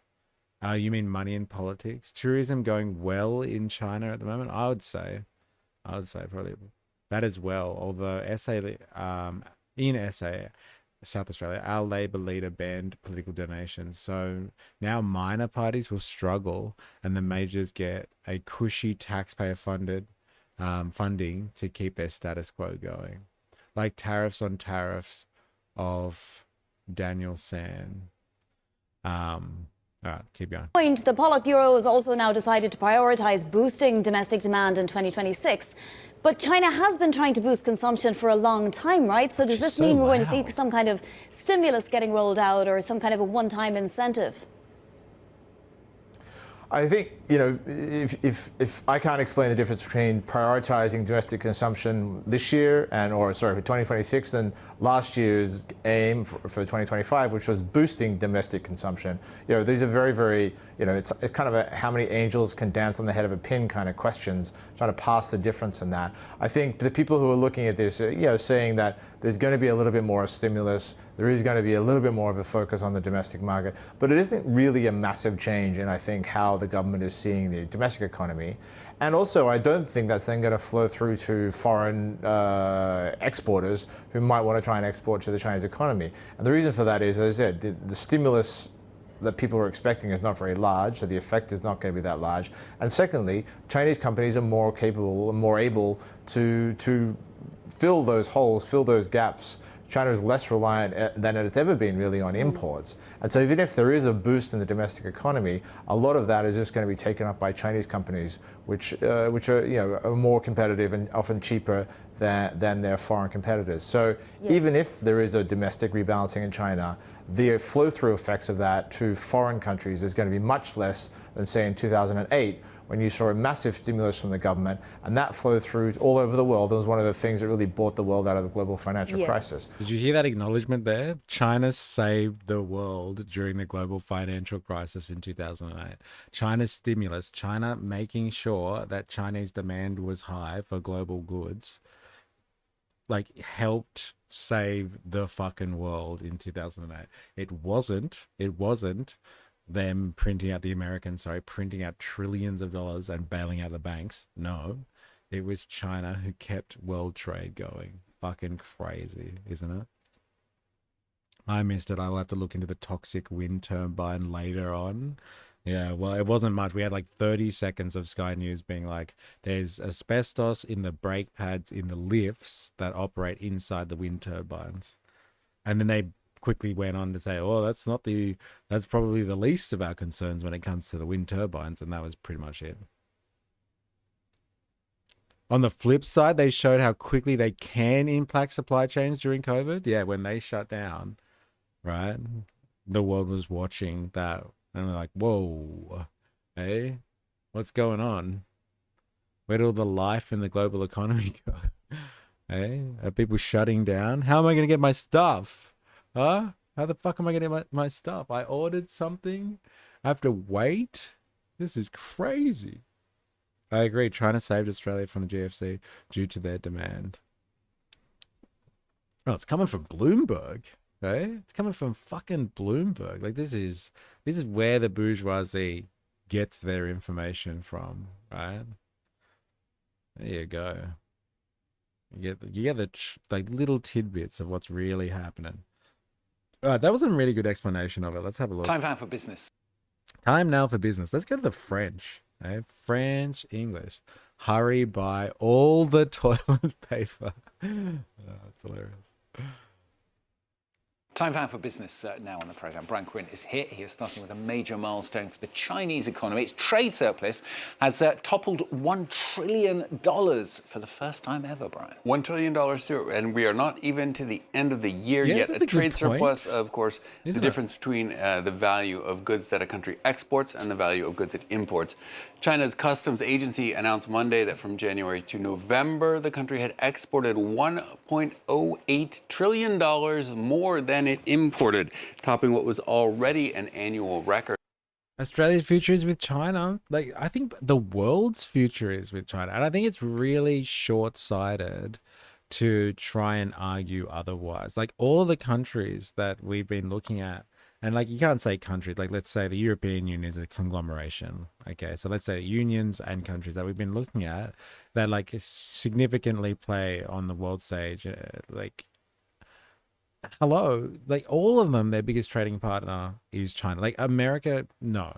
So America's biggest trading partner I want to say is Mexico, I believe. So like it's in their region, but outside of that, everyone does business with China, man.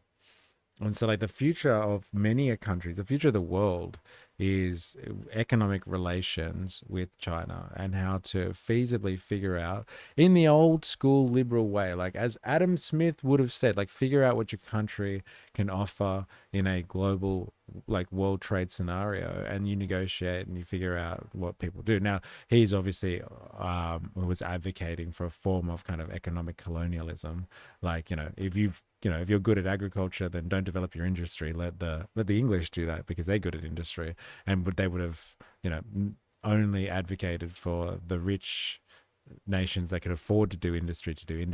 But like in the sense that you kind of figure out where your strengths are and negotiate economically, which is something that I think people here advocate for, especially dilemmas. Like if we have resources in this country, then we negotiate on the world stage or with China specifically and say, look, these are the resources that you want, this is what we've got, and then you figure out trade deals on that, and you get wins for the Australian people by trading on your own resources and your own capabilities, your own capital, as opposed to kind of other systems of negotiation where you're just like kind of held to account by some big bully on the world stage. But like in a world where kind of China, everyone is kind of dependent on China, and like it moves to a differentiation of the current system with kind of US hegemony, especially where all trade is specifically done through US dollar, or like a large majority of world trade done through US dollars. That splitting up of the power structure there, it puts a lot more power into China's hands, don't get me wrong, but there's a lot of people that will be negotiating at that table with China. Potentially a lot more room for diplomacy there. It just depends, I guess, how the Chinese kind of see that whole system. Like Australia has been punished before by China when it's come to like people making decisions that they didn't like. We've been hit up with tariffs on our goods being imported into China to kind of stop us from, to kind of show other countries like European countries and stuff like that China won't take offenses lightly. And so we have to be diplomatic about it. We definitely have to be diplomatic about all this stuff. Why are we meant to not like China anyway? Are they any worse than the sort of shit the US do to It's questionable. Well, I think it's just China fear based on American hegemonic kind of propaganda. America kind of keeps its position, like in terms of in charge of the world economy, through soft power, and soft power I think includes propaganda, especially in Australia. Like apart from the fact they have fucking army bases here, a lot of the power it has over Australia, like thought on the world and politics, is through soft power. So convincing a population that something is an important issue, and so like that's why there's always this fear of China. It's like, it's World War III kind of fear mongering kind of stuff. But like, is it real? Is there any evidence of it?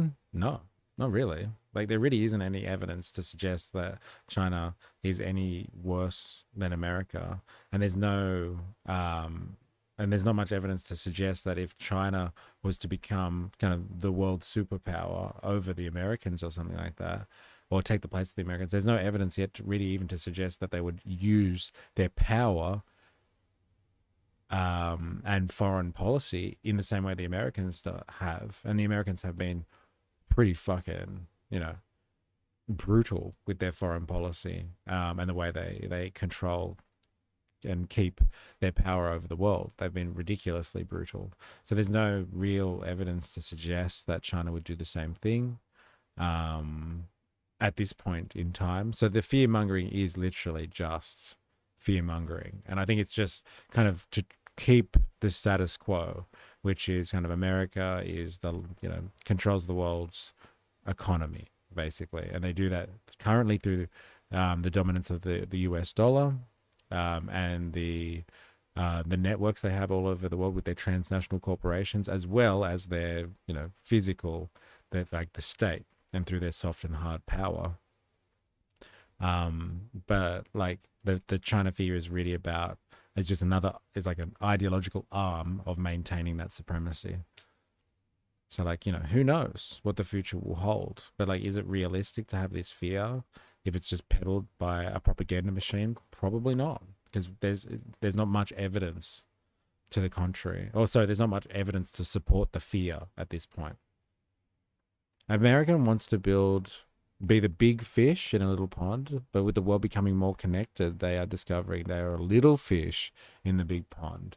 And so I think part of the China scare, yes, is part of the effort to help them retain big fish status.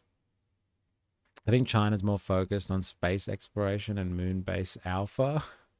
Fair enough. Yeah. Well, I think there's a big space race going on. I think we have to spend a lot of time going through the space race, to be honest. It's pretty interesting stuff, and that's like, the new frontier, right? For the entirety of last year. Now, that comes in spite of an ongoing trade war with the U.S. In late October, Washington and Beijing did call a truce after several rounds of escalating tariffs. Look at that. Look at that difference there. So Chinese exports went down 28% to the US. It went up. This year went up 15% to the EU and up 8% to ASEAN, which is all of the countries in basically Southeast Asia, or anything south of China, basically. Look at that.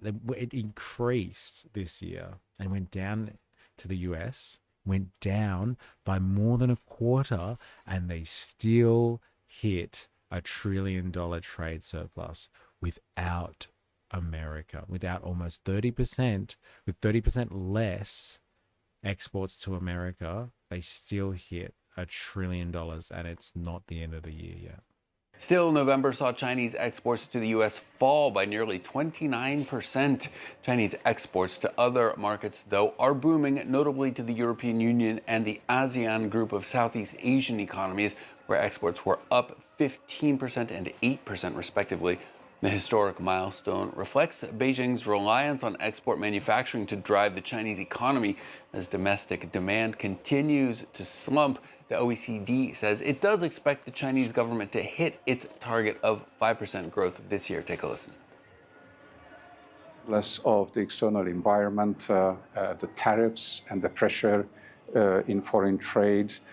China's economy performed well. China is in a transformation when it comes to the green and digital transformation. But China is also transforming its industry and the structuring industry. Well, trade surplus might be welcome news for China. Not such good news, though, for Europe, Brian. No, indeed. Europe is increasingly worried about Beijing's industrial policies like heavily subsidizing the construction and operations of manufacturing facilities and keeping China's currency, the yuan, consistently undervalued. Such practices have the effect of flooding foreign markets like Europe's with artificially cheap goods. Products like electric vehicles, solar energy equipment, and consumer electronics. China now. Funny, like this analysis is always there. They're just like, they warp their currency. Like they artificially warp their currency to keep it down.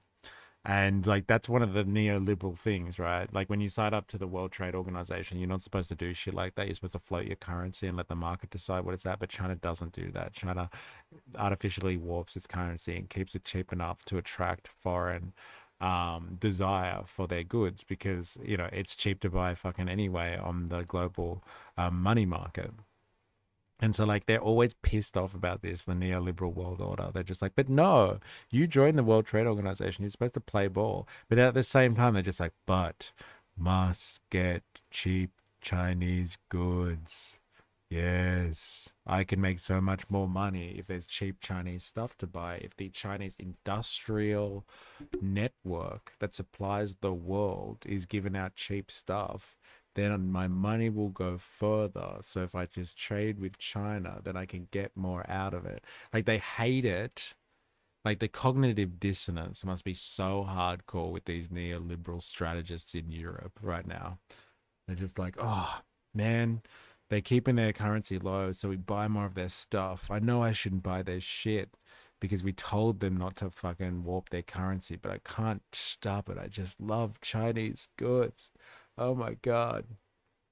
China manipulating its currency is the exact reason they were able to take over the US in manufacturing. Yeah, it's an intelligent play. If you understand how global capitalism works, right, then like that is just a fucking no-brainer. It's just like, okay, we need industry to produce value, and then that value is what is the basis for profit, not financial markets and speculation, but that's the basis for profit. How do you make sure that everybody buys our goods? Oh, we'll just make our currency attractive, and then people will buy shit from us because it'll make sense.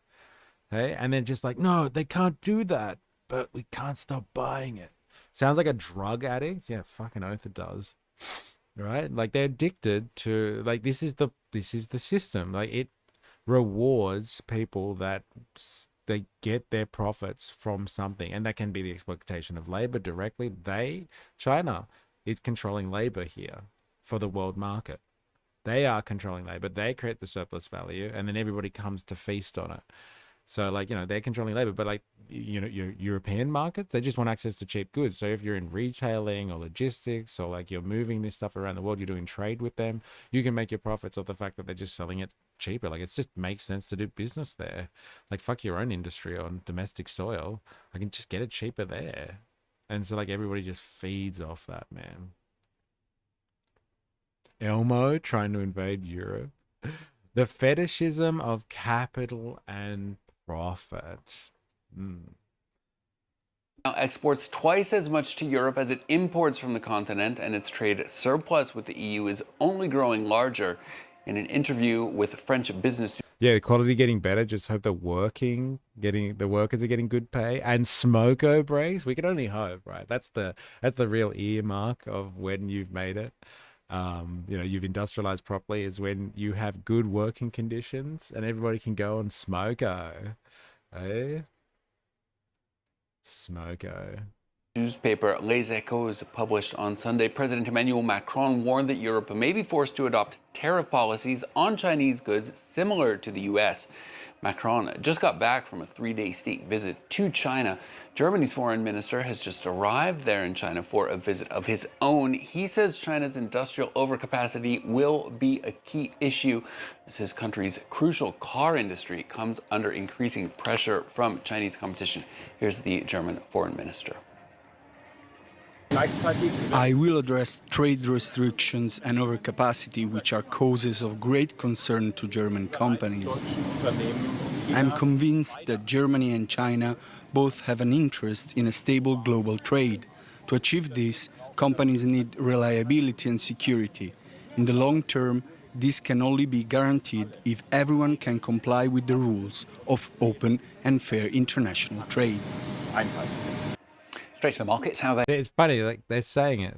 They're saying the thing. They're just like, but we need fair trade where everybody plays by the fucking rules of the World Trade Organization. And they know that China warps its currency to attract people, and they can't stop buying it. Like if they really wanted to, they could be like, no, China, you know the rules of the World Trade Organization. If you want to fucking do business with us globally, you got to put your currency on the market. Let it float properly, please.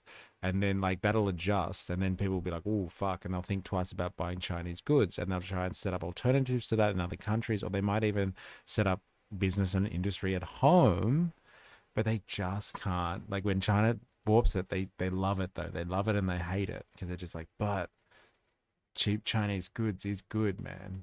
I love that shit. Hey, God, I love that stuff.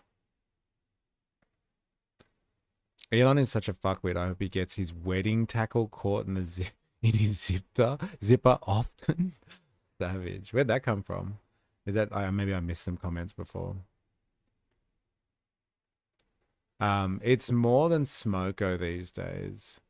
Now it's a 20-minute dunny dwelling session. Then 30 minutes later it's smoko. Fair trade, no tariffs. Bullshit. It's interesting how all this works, isn't it? Well, all they're discussing is like Europe doesn't have industrial capacity now. It doesn't have the capacity to feed its economy. It needs China. They're describing this kind of this relationship of dependence with China, but they're also like, they understand they don't play by the exact rules that the Westerners demand of them, which would have kept them in a position relegated to secondary significance to the Westerners. And so like China didn't play that game, and now they're incredibly important and have taken over the priority of Westerners, and they're complaining about it. And they're complaining that they don't have the industry to deal with like needs for their own economies. And so now they're going to have to like really negotiate hard with China and play ball with China. And they're worried about that. The world is worried. If the China fear has any kind of real material basis, it is just the fact that Western capital and finance capital mainly, so all that speculative bullshit, like they have a lot of money to burn. The Western capital has invested heavily in China over the last like 30-40 years, and all that money, instead of reinvesting into Western economies, it went to China because it was going to make more profits there off cheaper labor and control over the labor force in China. And so it's developed China, and now China is such a powerhouse that everyone's dependent on it. They've created this problem, and now they're fucking whinging about it. And it's too late now. Like they can't just turn around to their financial sectors and like their their private equity firms and all of the private companies that have all of this money to burn. They can't turn around and say, oh, well, you better just spend that money here and we'll re-industrialize our societies. China has become too good now, and they can't detach themselves from the China machine. And they could, but that'd take planning, and that would take, a good couple of decades at least. And no free market Western society, or just free market society generally, that doesn't have a planned economy could ever make that work. Like you'd have to have a government in power that has the ability to plan economics to be able to do that. And they're just having a big fucking whinge about it. Are these people complaining that planned economies are doing better than market economies? Pretty much. But they're caught in a juncture, or they're caught at a point where they are whinging about planned economies killing it and their dependence on planned economies, but they don't want to kind of facilitate that type of stuff themselves, or they can't. Like their ethos, their philosophy is that they said it like we want to play ball with China, but we've got to do it like a free market society. And free market society is no planning, let the private interests do whatever they want, they'll make the best decisions, and we do that in a liberal democratic framework. But it's always primarily let the free market decide, the business will make the best decisions. And so when left to their own devices, these businesses reinvest in stock markets and finance, or they take their capital and go invest it in places like China, because that's where they can make real profits. And so it's a catch-22. Every way they look at this, they're just addicted to China. And they're struggling to understand that. They're struggling to come to terms with it anyway. It's a bit like that for us. It's like sore loser logic. And that's where the West is at the moment. What a fall from grace that is. Planned economy works great when you're not concerned with the well-being of your workers. Again, it depends on your description there of the well-being of your workers. But what they're describing here is the fact that they're unable to compete with China. And so that's what we're feeling in the West at the moment. And that's the material basis for the fear as well. Wait, they played the game better than us? That's not supposed to happen. China investing in its infrastructure and society, America, corporate greed stealing everything. That's the dichotomy that we're dealing with here. Yeah, interesting. Up today, Brian. Well, Chinese indexes mixed on Monday as investors digest that latest trade data. In a statement released on Monday, the country's Central Leadership Committee vowed to try and boost the domestic economy next year in the face of international trade turmoil. The Nikkei in Tokyo, meanwhile, treading water as new data shows the Japanese economy shrank more than expected in the third quarter. Mumbai's Nifty 50, meanwhile, in the red, with shares of Indigo Airlines down nearly 10% as the Indian government says the company may face a reserve point. They're just going to talk about general finance. I think it's interesting to know this. That like, because there's a lot of talk as well about, and this comes up a lot in the Western media, about like China's going to crash, China's going to crash, China's going to crash, China's going to crash. And they've been saying this for like a decade now. Like China's risen too high, China's done this, China's done that. And like measuring China by kind of Western economic standards, it kind of seems outrageous because they have a planned economy and they control things and they don't just leave it up to the market. And if the market was doing this, the market would have crashed by now. And so it just doesn't make sense by Western economic standards. But like the usual rhetoric and the fear mongering about China from an economic standpoint is like they're about to crash. Like it's going to happen tomorrow kind of thing. And like you look at this, and despite the trade wars, they've upped their economic export capacity to the world. And this is not just like exporting finance, like exporting goods. They're exporting stuff to the world to the tune of $1 trillion. Trade surplus. Not just $1 trillion worth of shit, like surplus, like $1 trillion above the stuff they take in from the world market. They are well dominating in value production. Like this is what the Americans were doing at the end of like the Second World War. Their industrial capacity was huge because of their war machine. Europe was fucked and couldn't build anything, couldn't make anything anyway because it was so screwed. And so the Americans just was exporting everything to the world market. Like everything was American after World War II. Everybody was getting their stuff from America. And then they, moved over time as everyone else started to develop. And then they started financing everything. Now, China, in fairness, China has made this clear in its economic policies and its 5-year plan that it's actually going to try to move towards a financial model as well. It's going to try and move towards financing. And then higher order, higher value added industry. So let's have a look at some of the stuff they're doing in terms of higher value added industry. This stuff is fucking incredible, might I say. Like what they're working on at the moment.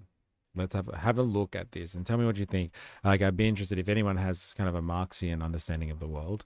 Like have a look at this shit and like how this changes the game. Like no, like it doesn't even change the game just for usual kind of the Chinese are killing it in productive capacity. This potentially changes the game for how capitalism is done. So let's have a look at this.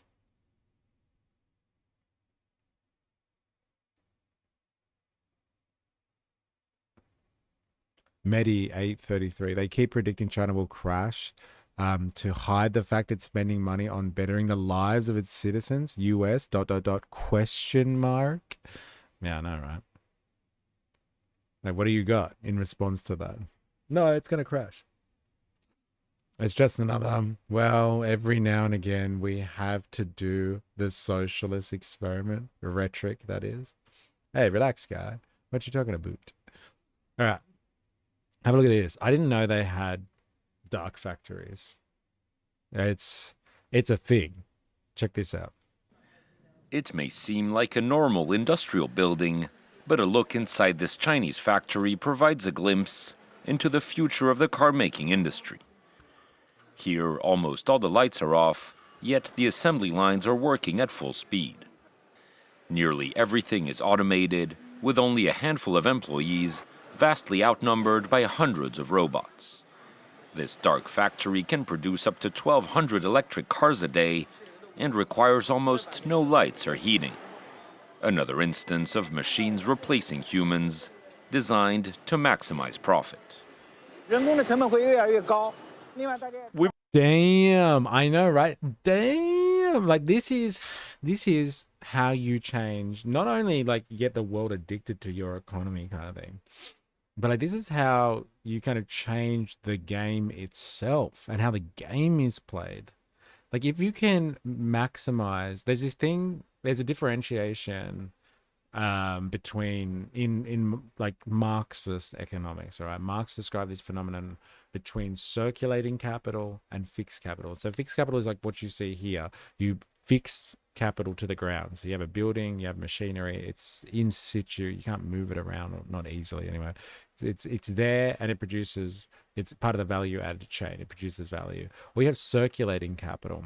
And circulating capital, is the stuff that moves. So like the metal that's in the cars that goes through this factory is the circulating capital. So it moves through the factory, it's turned into a car, and then it fucks off again into circulation. Labor is part of circulating capital. So if you pay for laborers, they circulate because you buy them on the market, they come through, they use their labor, they go home again. You might not see that same labor again, who knows? But they're part of the circulation. They're not fixed to the ground. You don't staple your laborers to the chair and keep them there like machines. Like, I'm sure that's probably happened in history before, but it's not really supposed to be like that. Now, what we're talking about here is China's investing in fixed capital. So it's like building a machine that just produces shit without really any labor input as well. There's a few fucking engineers in there. Or technicians, and every time a machine stops working, they go and check on it, make sure button green, make sure green light flashing, not red light flashing, and then they go back to, it's kind of like data centers. Like there's a couple of people that work in data centers, these massive, in like huge mega structures, and there's people that come in and just do some maintenance on it, and maybe do the garden out the front. And so that's what humans are being relegated to in terms of labor, is maintaining machines. And it's like before maintaining the machine was making sure the fucking, the conveyor belt was going and everything was working. It's not like that type of labor anymore, where they're producing value with the machine. These guys are just watching machines now. And like this is a new form of economy. And don't get me wrong, it's still capitalistic, but it's almost unrecognizable. This will change how, if they're just working on cars at the moment, this will change how the standard for how cars are made.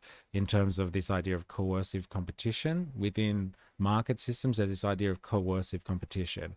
And so somebody sets the standard, the new standard, and like the new standard for making cars is zero labor costs. Zero labor costs. You just have to have the money up front to buy the machines and the warehouse and like all of the products that go into it, all of the other capital components that go into it. But you don't need to pay for labor. Yeah, fine. There's a bunch of technicians, right, that make sure the robots are still working. But like there's no labor inputs anymore. And so like unless the Western car manufacturers are doing this, the ones in like Korea, the ones in Japan are doing this, they're going to fall behind the curve. This is a massive economic game changer right here. It's fucking huge. China's already done it. China is building a factory complex the size of Delaware right now. One-man band. JIT manufacturing. Black cubes are taking over the world. 2001. A space odyssey tried to warn us. I'm sorry. I can't let you do that. Like, this is some crazy stuff, though. Like, this is just absolutely game-changing stuff. Let's have a look at JIT manufacturing. I haven't heard of JIT manufacturing.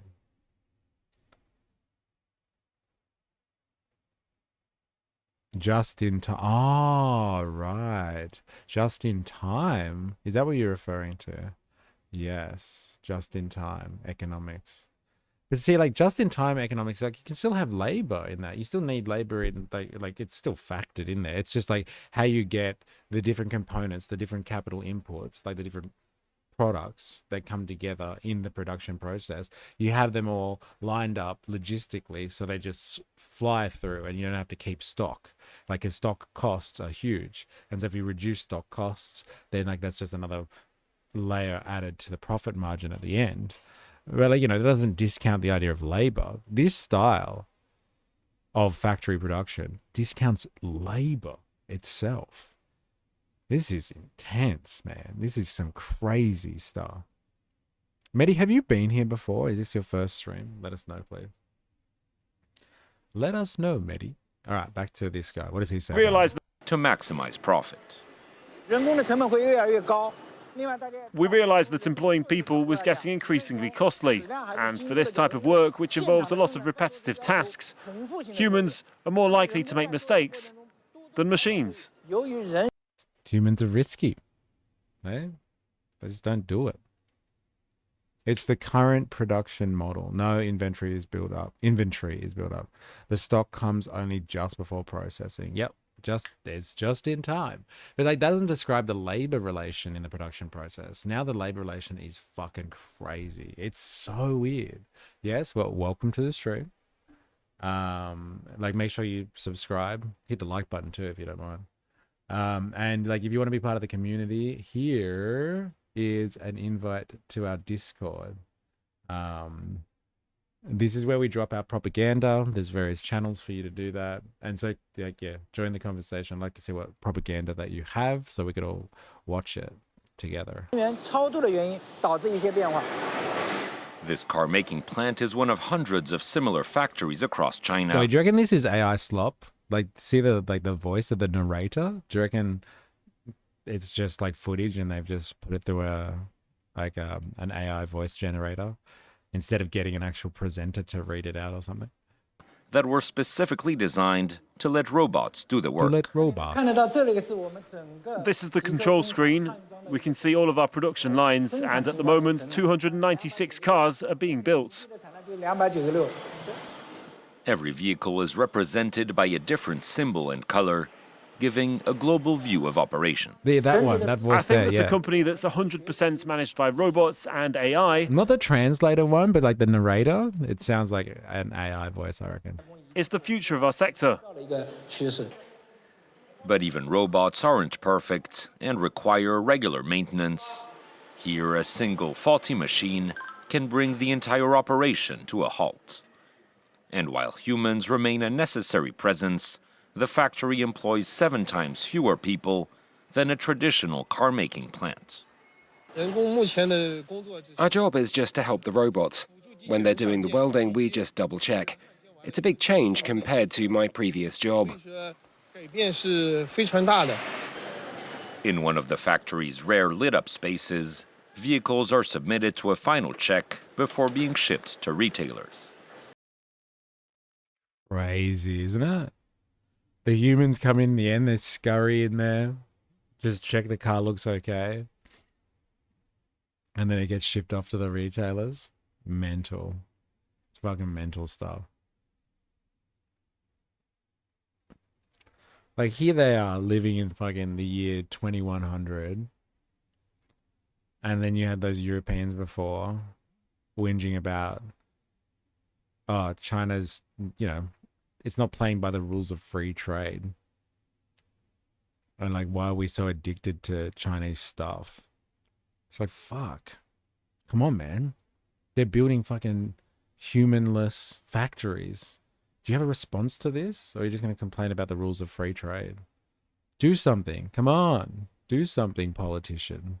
Do something, economic analyst. Do something, man. It's true, my work loses so many hours of production retooling for different jobs rather than running stock pallets for the next order. At least they're happy. Yeah. This is from RT. This is AI slop, I reckon. China just revealed a new type of factory to the work, the dark factory. This comes as American manufacturers struggle to compete with rising labor costs and outdated production systems. Chinese officials confirmed yesterday they're building 20 new fully automated factories within 2 years. These facilities 20 new fully automated facilities. Within how many years was it? They're building 20 new fully automated factories within 2 years. These facilities operate 24/7 without humans, lights or brakes using 24/7. 24/7. You can't compete with that shit. Like, once you get rid of humans, then like time is the only constraint. How many hours, how many minutes, how many seconds are there in a day? These factories don't stop, baby. They don't stop. Even the sun doesn't shine all the time. The wind doesn't blow. But the factories, they keep going. Yeah, I can't stand AI voice cringe. I know, right? They can't. All their theories are based on antiquated economic models. It would seem that way, wouldn't it, 4AS? It's crazy. Artificial intelligence and 5G connectivity. Ford's CEO warned this week that China's automated electric vehicles... Ford CEO's been talking about this. Warned this week that China's automated electric vehicle production poses an existential threat to global automakers. Vehicle production poses an existential threat to global automakers. The numbers reveal why American industry should worry right now. China installed 290,000 industrial robots in 2022 alone. That's more than half of all robots installed worldwide that year. But here's what makes this different from normal factory automation. These dark factories require 0 human workers inside the production floor. Xiaomi's new Beijing plant produces 1 smartphone every second without a single person on site. The facility runs in complete... Isn't that fucking crazy? Isn't that crazy? Was it a smartphone every second without a single human's labor input? Like, wasn't it the case that, like, that China had, or like there were factories for Foxconn or something like that. They were producing Apple smartphones, and they had factories with like 30,000 people in them or something like that. Like something crazy like that. Oh, what's this? Dilemmas, you put something in the stream chat ages ago. World War II. Did America dismantle the British Empire? Interesting. Commanding the narrative. All right.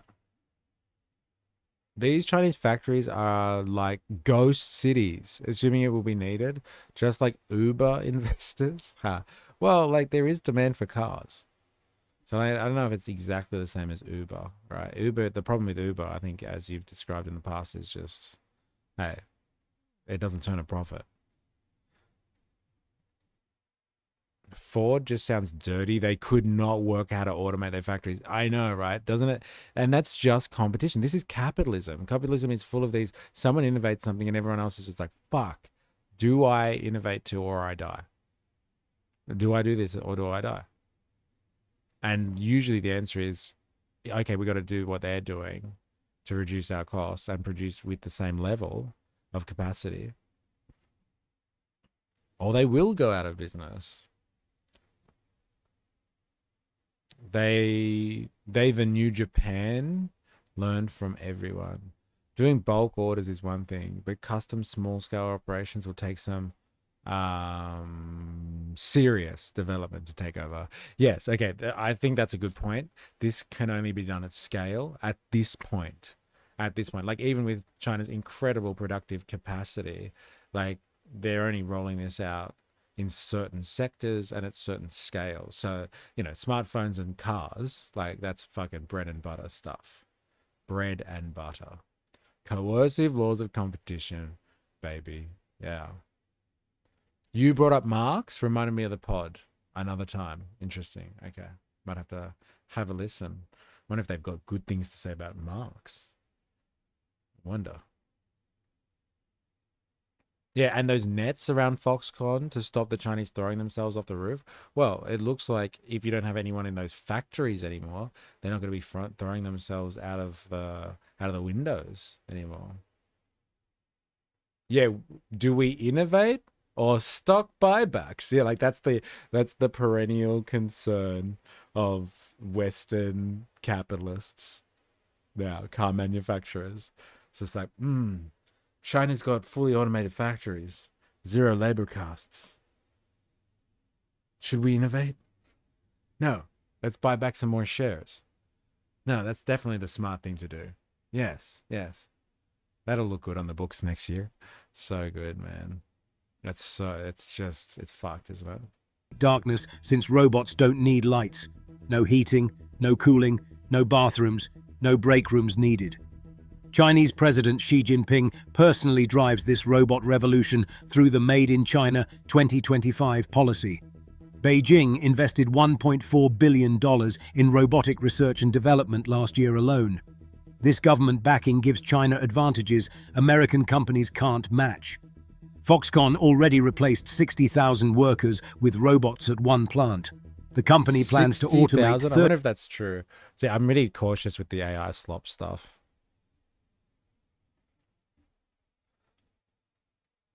Is it true that Foxconn had 60,000 employees at one site as they manufactured smartphones. Can you provide a source?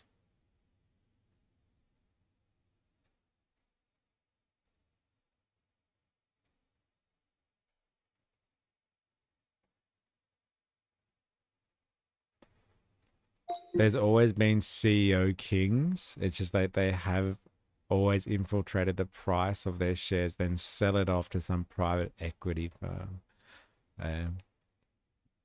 Good question. Short answer, yes. There are credible reports that Foxconn has had a single site with an order of tens of thousands of workers, in some cases reporting workforces number of 60,000. That's fucking mental. A Longhuan Science and Technology Park in Shenzhen was reported to employ hundreds of thousands of workers, with varying numbers such as 230 to 300,000, even 450,000 employees over a given time. More recently, the facility often under discussion for iPhone production is Shenzhou Science and Technology Park in Zhenzhou, Henan Province, China. According to a report 2023, its workforce was about 200,000. That's fucking mental.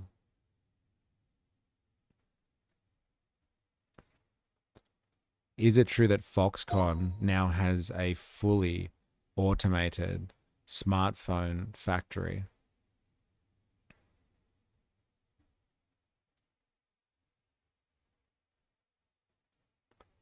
That produces a new smartphone every second?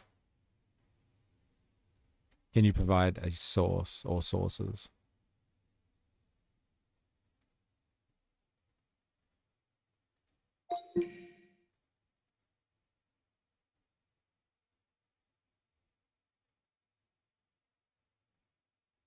Lights out efforts. See, they call them dark factories. It's all about lighting. Isn't that interesting? Foxconn has publicly described efforts to automate many of its factories using Foxbots, with a multi-phase plan to reduce reliance on human labor. Some Foxconn plants, notably in China, have moved parts of their operation into advanced automation phases. As recently as 2025, the company's leadership has reiterated ambitions to shift greater automation with generative AI and robotics. Smartphones are produced every 28.5 seconds at Foxconn, not every second. There you go, that's interesting. The claim is not proven. It's accurate to say Foxconn is moving towards heavy automation and has deployed many robots. However, the more dramatic claim that they are now fully automated Foxconn factory producing new smartphones every second does not hold up to scrutiny. I'm not sure dark factories have no connection to the Dark Enlightenment. That's fucking funny. That's pretty funny, actually, because if you have the Dark Enlightenment, which is the idea of getting away from any type of societal control over politics, and then you have the dark factory system coming where labor has no power anymore because it's got no investment in the process. It's just all done by machines. Then why would you have humans that have any need to be in politics? You just have a bunch of CEO kings that control all of the means of production. Neck minute, Ready Player One. Here comes dystopia. 30% of all operations by next year. BYD's dark replaced 60,000 workers with robots at one plant. The company plans to automate 30% of all operations by next year. Okay. BYD's dark aligns a bit more. 30% of all operations. Factories pump out electric vehicles around the clock. These facilities give Chinese automakers cost advantages that threaten American car companies directly. The International Federation of Robotics reports China's robot density reached 392 robots per 10,000 workers. That's nearly triple the global average of 141. American manufacturing employment faces immediate risks. Manufacturing expert Dr. Elena Rodriguez explains the threat clearly. Each dark factory eliminates hundreds to thousands of jobs permanently. American workers can't compete with machines that never sleep or take breaks. Treasury Secretary Scott Bessent must address this manufacturing crisis immediately. China's subsidized automation creates unfair trade advantages that violate international agreements. Defense Secretary Pete Hegseth should recognize the national security implications here. This is crazy, this AI slop. Oh, this is from the Wall Street. Oh, no, that's just the footage, I'd say. It's from the Wall Street Journal. And then you'll have no one to buy the goods that are manufactured. We need more NHEs, non-human enterprise. It's funny. All right. That's enough of the AI slop. Oh, I'm really delayed. Damn. I don't know why the camera keeps doing this. Ooh. That's a little bit better. Yeah, it's a little bit better. Is it just me? You seem to be out of sync. Yeah, I'm delayed. But like it kind of drops in and out. I think I'm just overworking. Like when it gets hot, like warm, the laptop, it just can't handle it. The weather, eh? It impacts things greatly. All right, let's have a look at. Let's have a look at this. Okay, this is another one. Let's check this out. Just to stay on the how amazing China is at the moment with its technological advancement. ITV News. I don't know what this is, like British maybe.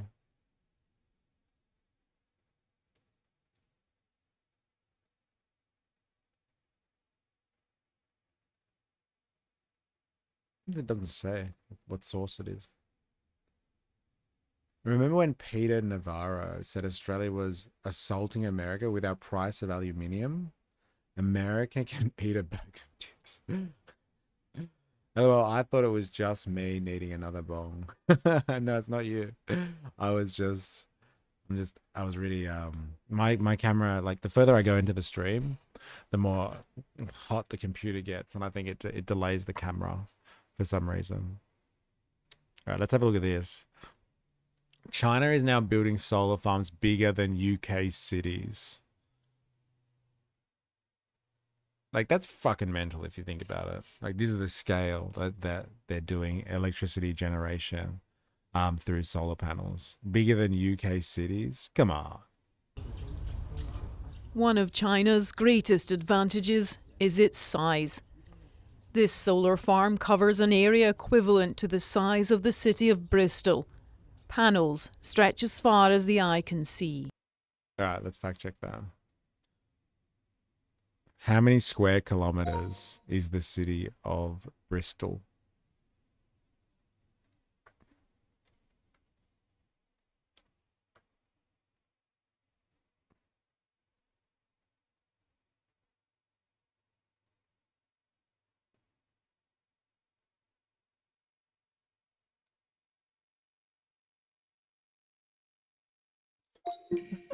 No worries, I have one just in case. Enjoy. The city of Bristol, England covers an area of 110 square kilometers, about 42 square miles for the Americans. 110 square kilometers. That's pretty fucking mental. 110 by 110. That's fucking huge. I'm hanging for a bowl. The Australian audience, so good. Having the ability to transform vast landscapes into green power plants has accelerated the country's output from renewables. For the first time this year, the combined capacity of wind and solar overtook coal, a target met 5 years ahead of schedule. China has become the first country in the world to install more than 1 million megawatts of solar power.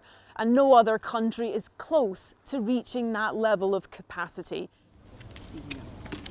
The solar facility we visited was constructed off the ground, so a goji berry plantation could be housed beneath the panels, giving the land a dual purpose.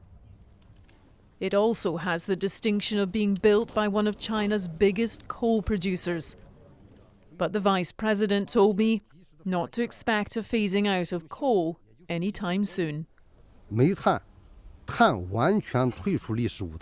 don't think coal or carbon will be completely phased out. However, we need to reduce the waste of carbon resources and improve its usage efficiency. This is the problem we need to solve. Polluted days like this in Beijing are becoming fewer, but not quite a thing of the past. The country still needs fossil fuels to meet its energy demands. So China remains the world's largest emitter of greenhouse gases. But it now also reigns supreme as the biggest producer of solar panels, electric vehicles, and wind turbines. This is a production base of China's leading wind turbine supplier. The country has shifted its manufacturing might from traditional industries to green technologies. It's not just turbine manufacturing that China dominates, it's the component parts too. Everything from the gearboxes to the mouldings in these massive machines comes from Chinese suppliers, as do the rare earths that make the magnets, which actually convert the mechanical energy into electricity. Goldwind has recently secured wind farm projects in oil-rich nations like Saudi Arabia and Oman. International Chairman Wu Kai says a huge expansion has happened in the last few years. Especially like the Southeast Asia, like Yunnan, Philippines, Laos, Thailand, and also actually there's a very eager to introduce the green energy like South Africa, and not only from the green scale the generation side, but also more and more the mining company, they want to improve their the green content. Whether by design or fortune, China appears to have aligned its environmental targets with its economic ambitions, a convergence that could help the whole world breathe a little easier. Debbie Edward, ITV News, Jiangsu Province. Fucking crazy. Really is mental stuff. Like the scale of this is just enormous. Absolutely unfathomable. Am I delayed again? Yeah, I think I am. No, that's a bit better. It's a little bit better. All right, we are going to shift gears significantly now. Like, I just wanted to have a look at that stuff and like a nerd out on China. And like how the West is kind of just complaining about it. It was like, do you want to do something though? Like, you're going to do something about it or just whinge? Actually, I should go back. I'll do that here. What are you going to do about it?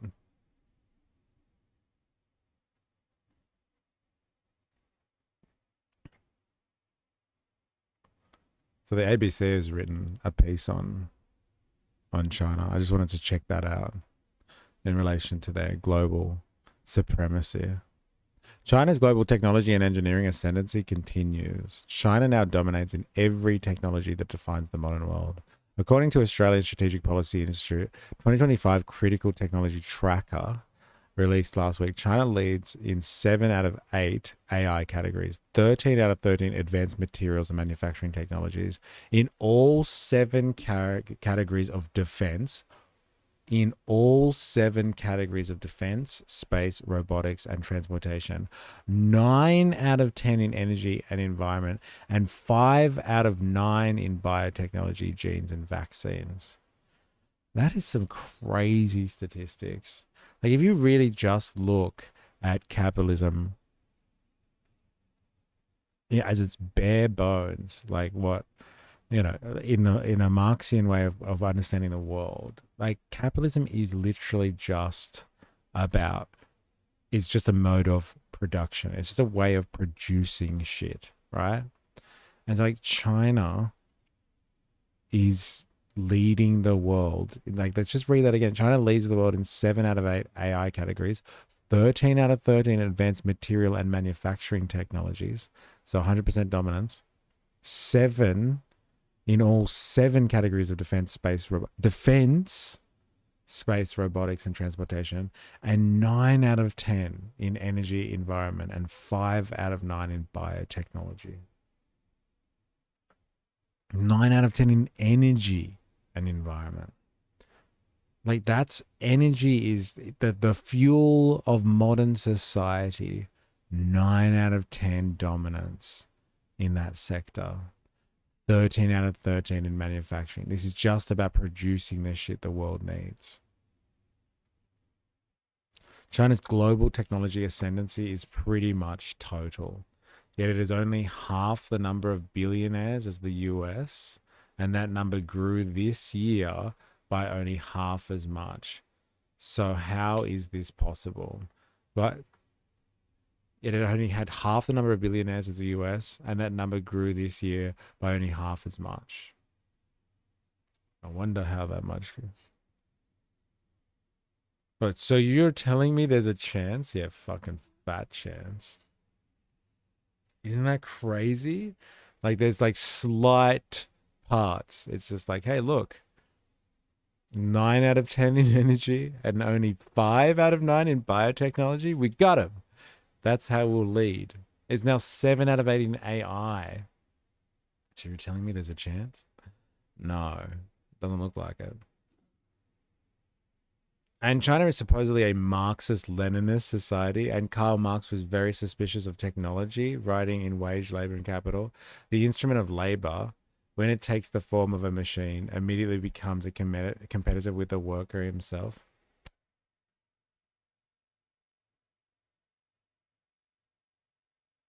It's just dumb. Like, it's just stupid. That is like, let's just cherry pick any quote out of context. And we'll make that work, right? We'll make that work for the analysis. They're a Marxist-Leninist society, okay, as they self-describe. Okay, let's just confirm that. Self-described Marxist-Leninist society.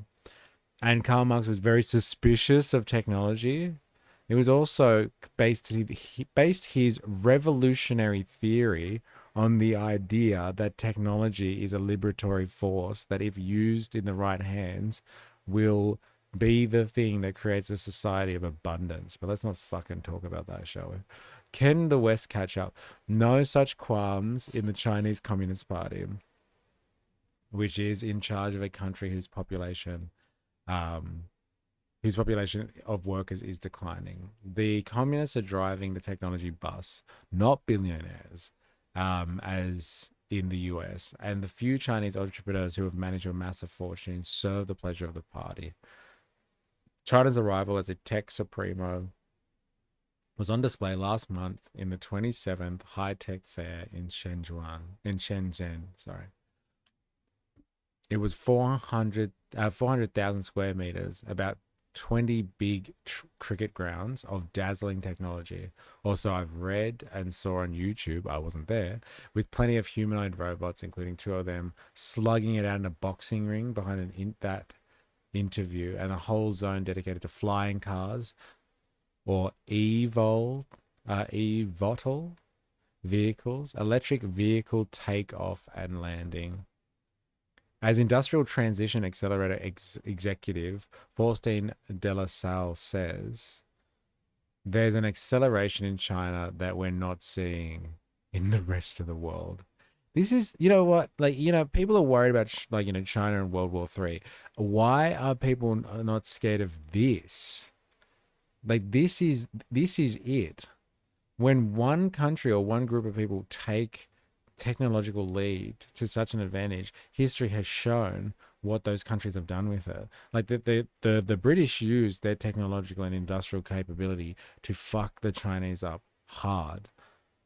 Like their industrial capacity was able to take on the entirety of China, like the empire of China, with like very, very little personnel because they had technological capacity. Now, I'm not suggesting that's what China is going to do, but like once somebody gets to the edge technologically, like it's game over, man. Like no, everybody else is just a child in comparison to the capacity of that society.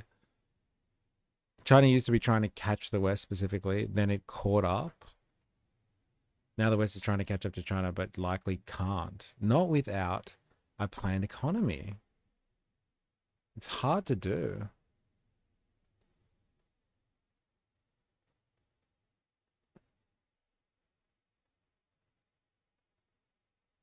All right, here's a random list of things I've seen lately. A mosquito-sized drone for surveillance operations. Oh my God. A mountain in Guizhou covered with solar panels. I think we've seen that.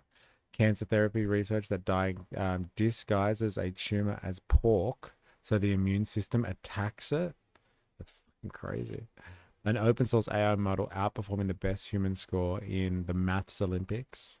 Humanoid robots being shipped to industrial customers, according to the company. A robot designed to clean hotel rooms and bathrooms.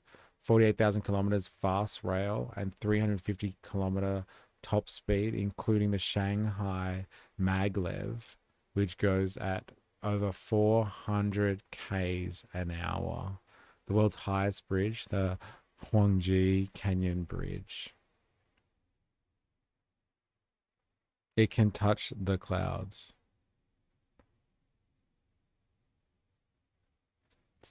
Damn.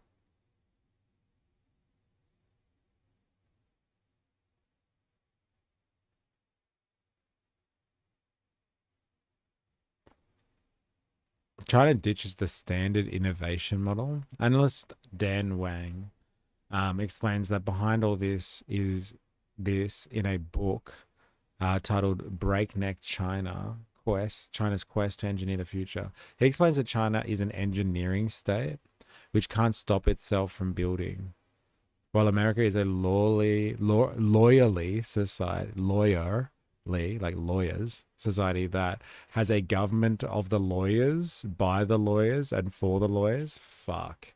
That is such a good description of bourgeois society. I've been developing my thoughts on this, that bourgeois society isn't particularly about the merchant as much as it is about the lawyer, and blocks everything it can, although Donald Trump is bulldozing regulations now. Now, the lawyer society isn't just about blocking development, though. It's about capturing value, like copyright law, owning ideas, owning things. As the United States lost its enthusiasm for engineers, China embraced engineering in all its dimensions. China's government spends hundreds of billions of dollars on what it calls a whole-of-nation industry policy, which began with Made in China 2025, unveiled 10 years ago, and morphed into the 14th five-year plan in 2020, committing US 1.4 trillion, 2.11 trillion Australian dollars over the next 5 years on new infrastructure. Are you listening to that? Here we are in the West living through austerity and neoliberalism, where we can't even talk about spending because we're all worried about debt traps. And the Chinese are committed to spending 2.11 trillion on new infrastructure, including 5G networks, smart cities, and industrial digitalization.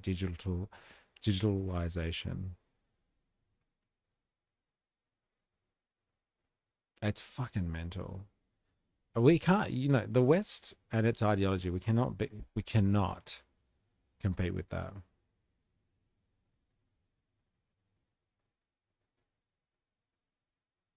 Blogger Noah Smith describes what a whole of nation meant in a post last week. Essentially, what China has done is to ditch the standard innovation model where government, academics, corporations, and finances all work independently towards their own goals, and replace it with a model where the government coordinates their interaction towards a single overarching goal from beginning to end. It's called fucking planned economy. Basically, the government now tries to take innovation from bean to bar, as the chocolate shops say. It tries to identify a technological goal, say becoming nationally self-sufficient in robotics, and then works backwards to figure out what breakthrough it needs in order to reach the goal. Then it tries to fund the basic and applied research to create those breakthroughs. Transfer the breakthroughs to the appropriate companies, help the companies create new products, then help the companies commercialize and scale those products. The government works backwards from the goal of heaven's sake. Backwards from the goal for heaven's sake, and then directs the basic research and funds the companies to create products and then to commercialize. Now that's what I call industry policy. No wonder they're ahead. Australia's national AI plan. Fuck, do you remember reading that thing? What a waste of our time that was. This approach has also led to China's having a monopoly in critical minerals and rare earths needed for modern technology, giving it powerful geopolitical clout now being wielded.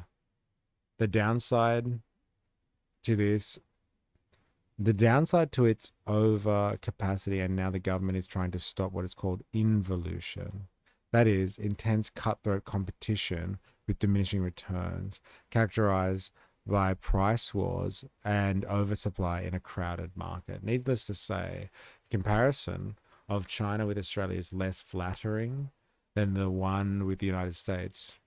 We're not e-cycling on the same velodrome. Last week, the Labor government launched its National AI Plan, which is more of a brochure than a serious plan. Yeah, pretty much. The main purpose of it seems to not have the 10 guardrails around AI that the previous Science and Industry Minister, Ed Husic, was talking about. Instead, it will be $30 million for an AI safety institute, which is fine, except I'm reading, If Anyone Builds It, Everyone Dies, the book by Eliza Yudkowsky, and Nate Soares about the consequences of machine superintelligence that is currently going viral, and which convincingly argues the case expressed by that rather arresting title.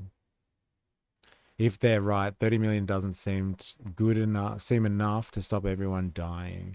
Yeah, so like that's the thing about AI safety, right? If somebody produces a super intelligence that, has a life of its own and takes over the world kind of thing, we're all screwed. Or if that builds a super intelligence that's capable of, leaving everyone behind. This is the thing that I was talking about before. Once people develop a certain level of technology, like the UK, for example, when they or the British Empire, let's call it, when they developed industrial capacity and were able to take over the entire Chinese empire, which overpopulated, out-resourced them to significant capacity, and with a handful of people were able to take over the entirety of China, or like a large portion of China, and hold them to ransom. It might not even be through their development of some sophisticated weapon. It could just be the fact that they build some type of artificial intelligence that is able to unleash cybersecurity kind of attacks on the global community that no one can stop because of its technological sophistication, and like the entire world will kind of be beholden to that technology that is controlled by a certain group, and that would be let's say the Chinese People's Party, like the Communist Party. And so like it could be just that, a technological innovation that gives them the edge on everyone all over the place through a digitized means. And so, yeah, our national AI plan, it was hard reading. That was horrible.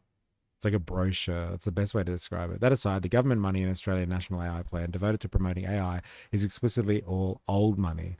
460 million of existing funding already available or committed to AI and related initiatives. Also, that's over an unstated multiple of years, not one. The Chinese government has spent US $65 billion directly supporting the development of AI in China in 2025 alone. Now, look, obviously the economies are at different scales and stuff like that, but like honestly, though, you can't, like, the planned economy model versus like free market capitalism that we're used to. I don't know if you can. British used not as it's not so secret weapon on China called opium. Yeah, I know. Yeah. Yeah, that too. Like that was the economic pull, but like they had technological means that really dominated China. They dominated the world, right? You know, with certain technologies. Hello, we have concepts of an AI plan. Yeah, I know. That's pretty much what it was, right? Concept of a concept. At least we got to live at a time before dial-up. Kids these days will never know. That's fucking hilarious. All right, we're gonna have a quick break, and then we're gonna come back and like talk about like defining the working class like we were yesterday, just to shake it up a bit. If you've been hanging out today, thank you very much. Dilemmas. Tom Jones is back. Aussie welder. Tagard back in the house too. Ninja Nurse. Ding Chong.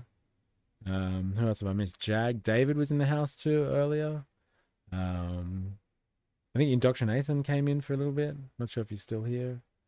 What else we got here? Jerry Poppins was in for a little bit. KK was online. Who else we got here? Anyone? 4IS was in the house. Anyone else? Anyone else? Anyone that I've missed? Yeah, thanks for interacting. Medi was around for a little bit too. Not sure if Medi's still here. But yeah, thanks for chilling out and interacting. And yeah, we're gonna have a quick break, and then we'll be back with some more. Hopefully my fucking camera sorts itself out. All right, don't go anywhere. See you soon.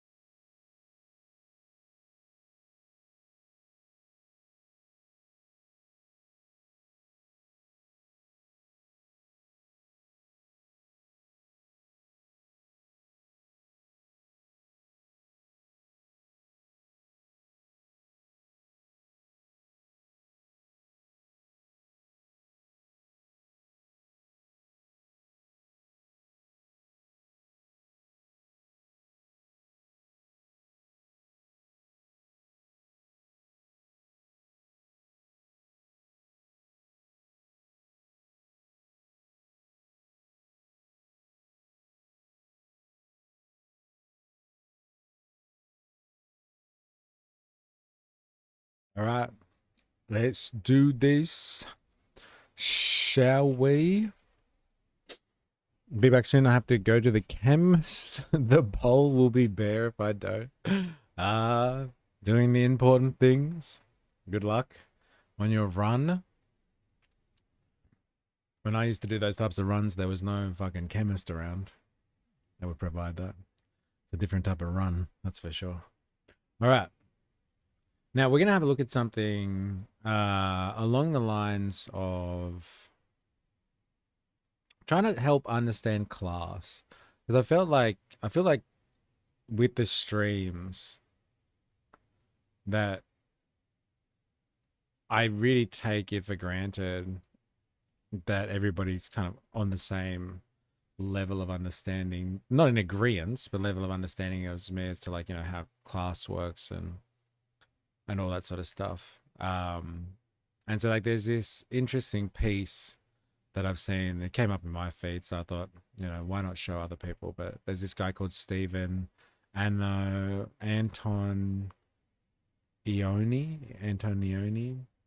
and he's written he's made a piece of content called "Society Lied to Us. We're all wage slaves. I can prove it." And he's come at it at an angle using wage slaves like terminology, which is kind of anti-capitalist rhetoric. But he's done it in a way that kind of explains it in a layman sense, so like without all the Marxist rhetoric or without all the leftist or anti-capitalist rhetoric. And so he kind of takes his time to try and explain that. So like I thought maybe we could watch this and see what it takes to do kind of an analysis of what wage slavery is and how the system really works without diving into the Marxist rhetoric and stuff. This will be interesting, Kate. She's a bit warm today.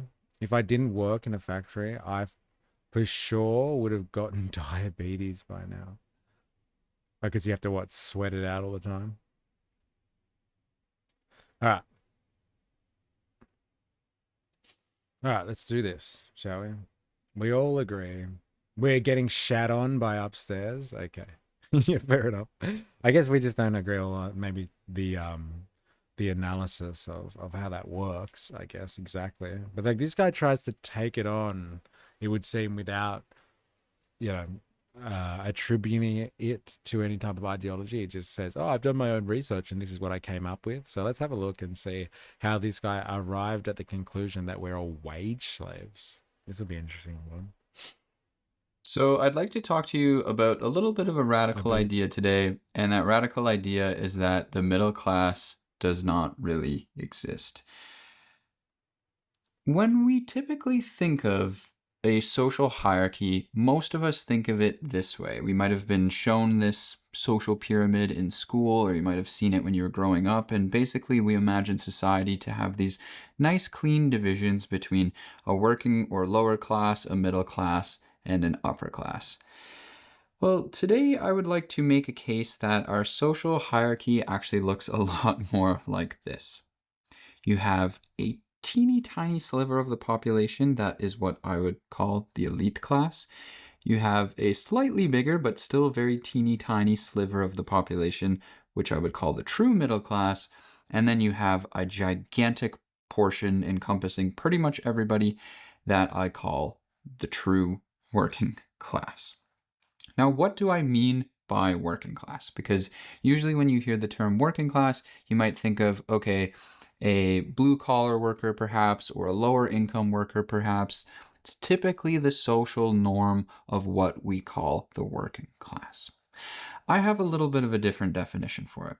What I call the working class is just simply anyone who must sell their labor to survive. In other words, anyone who...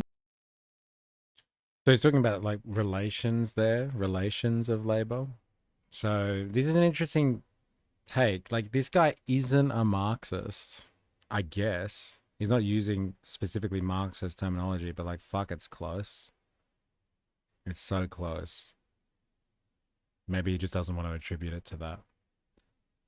That's a pretty leftist take though, right? Anyone who sells their labor to survive is working class. Yes. But like, it's even more than that. in a sense. But like I guess he's going to go there. But it's interesting because like there's this idea, right? That's funny. There's this idea that class is like an identity. And so we talked about this yesterday. And it's like, oh, if you drive a Rolls Royce, then you can't be working class, even if, you know, you work, I don't know, in Macca's and make minimum wage, because you drive a Rolls Royce. That's not what working class people do. And so like there's this idea that class is like kind of identity. So if you're working class because you've got a fucking trade, I guess, then that makes you working class because you're a plumber, as opposed to someone who, I don't know, works in an office and gets paid like a fifth of what the plumber gets paid, but they're not working class because, you know, they're white collar. And there's all these kind of identifiable, identity-based like tropes and signifiers that are used to tell if someone's working class or not. Now that is kind of all cultural. So it's culture stuff. It's like, oh, culturally, or in where I've grown up or where I've been, this is what working class people have looked like. But that changes from nation to nation, region to region, locally specific. And so those cultural identifiers of what working class are only really things that might have been identifiable or solid in a very particular point in time, in a very particular location. And outside of that, they lose any value of helping explain the situation. So class, I would describe class in a similar way to what this guy does, in terms of how you relate to the economic process itself. And so working class people are typically people that sell their labor to survive. And so you could be like, arguably, just think about what the ramifications of, like, he's drawn a nice little McDonald's employee here. But like, think of the ramifications of that. Recently, Meta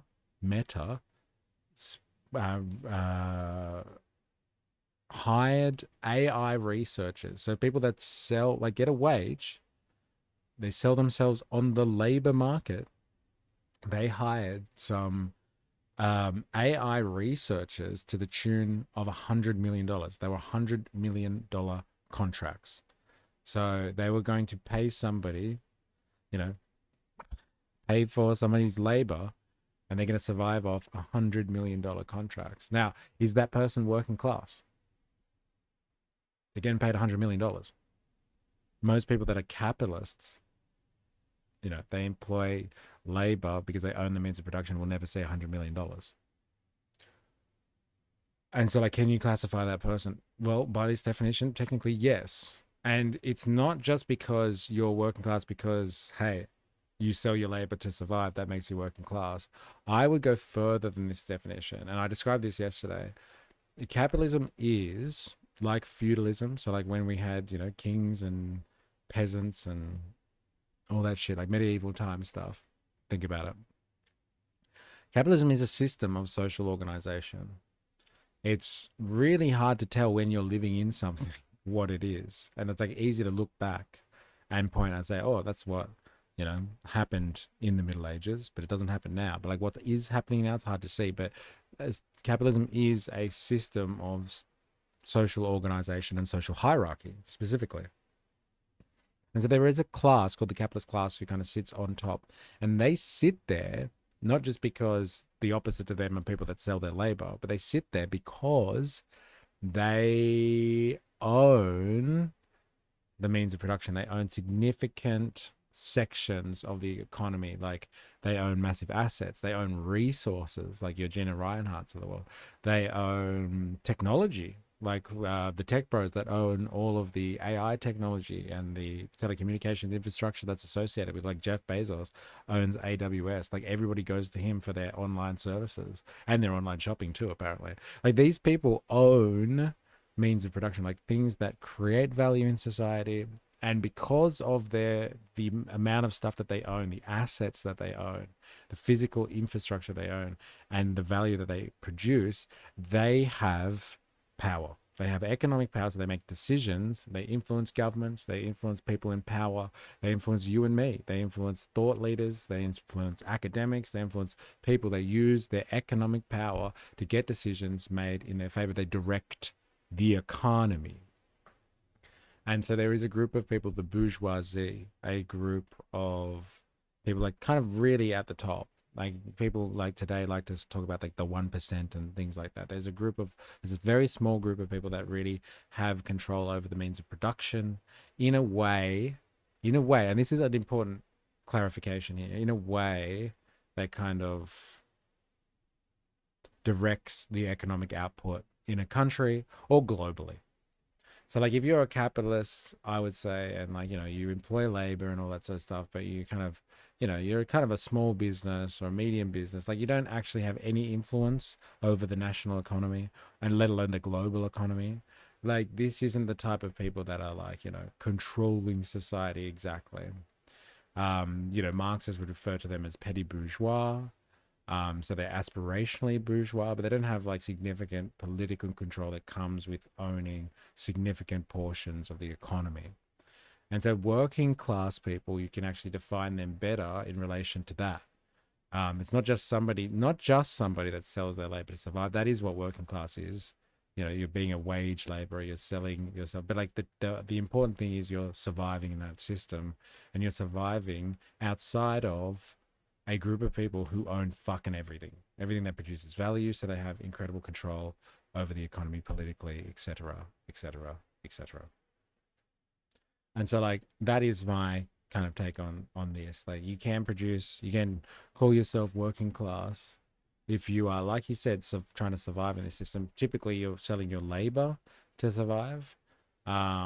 It's kind of the way that it should work. But importantly, you are not associated with the ownership. You don't own the means of producing the stuff that capitalism survives off. You don't have any control of that. And yeah, you don't have any say in that.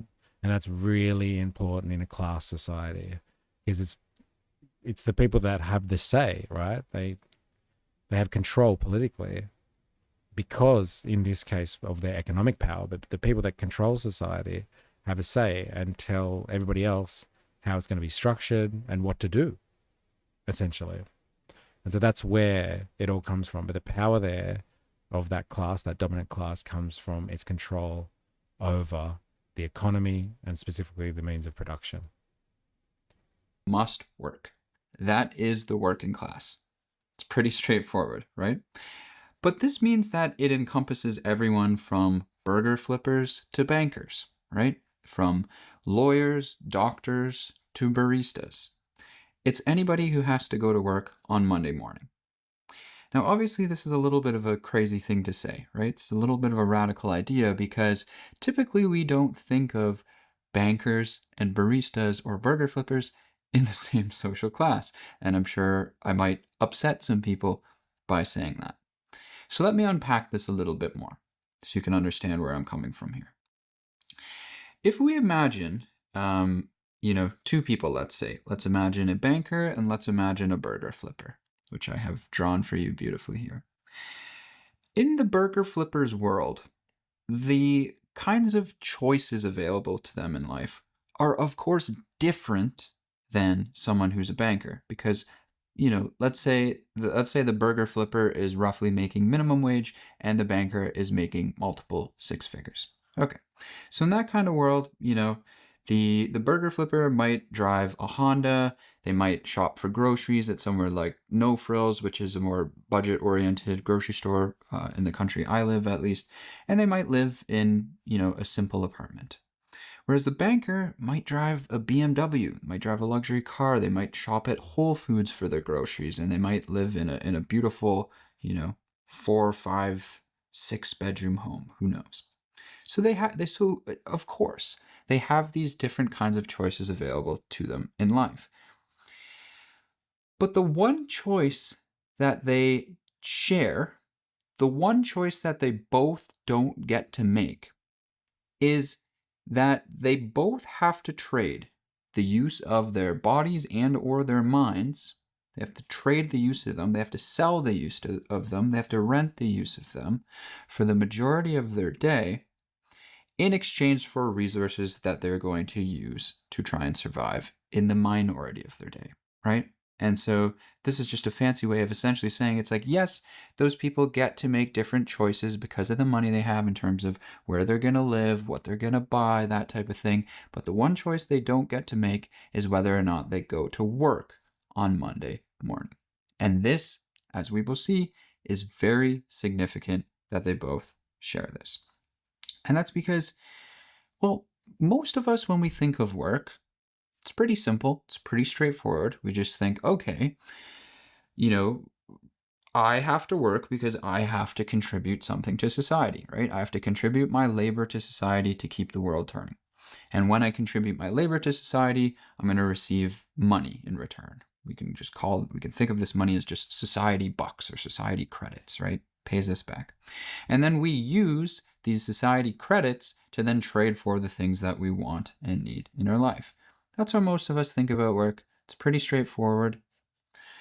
But I would suggest to you that there's a lot more going on.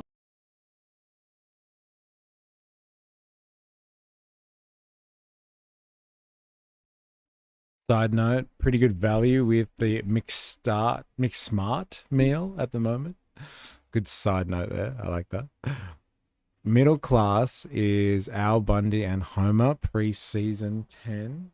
But my house is only one story and I can't afford food.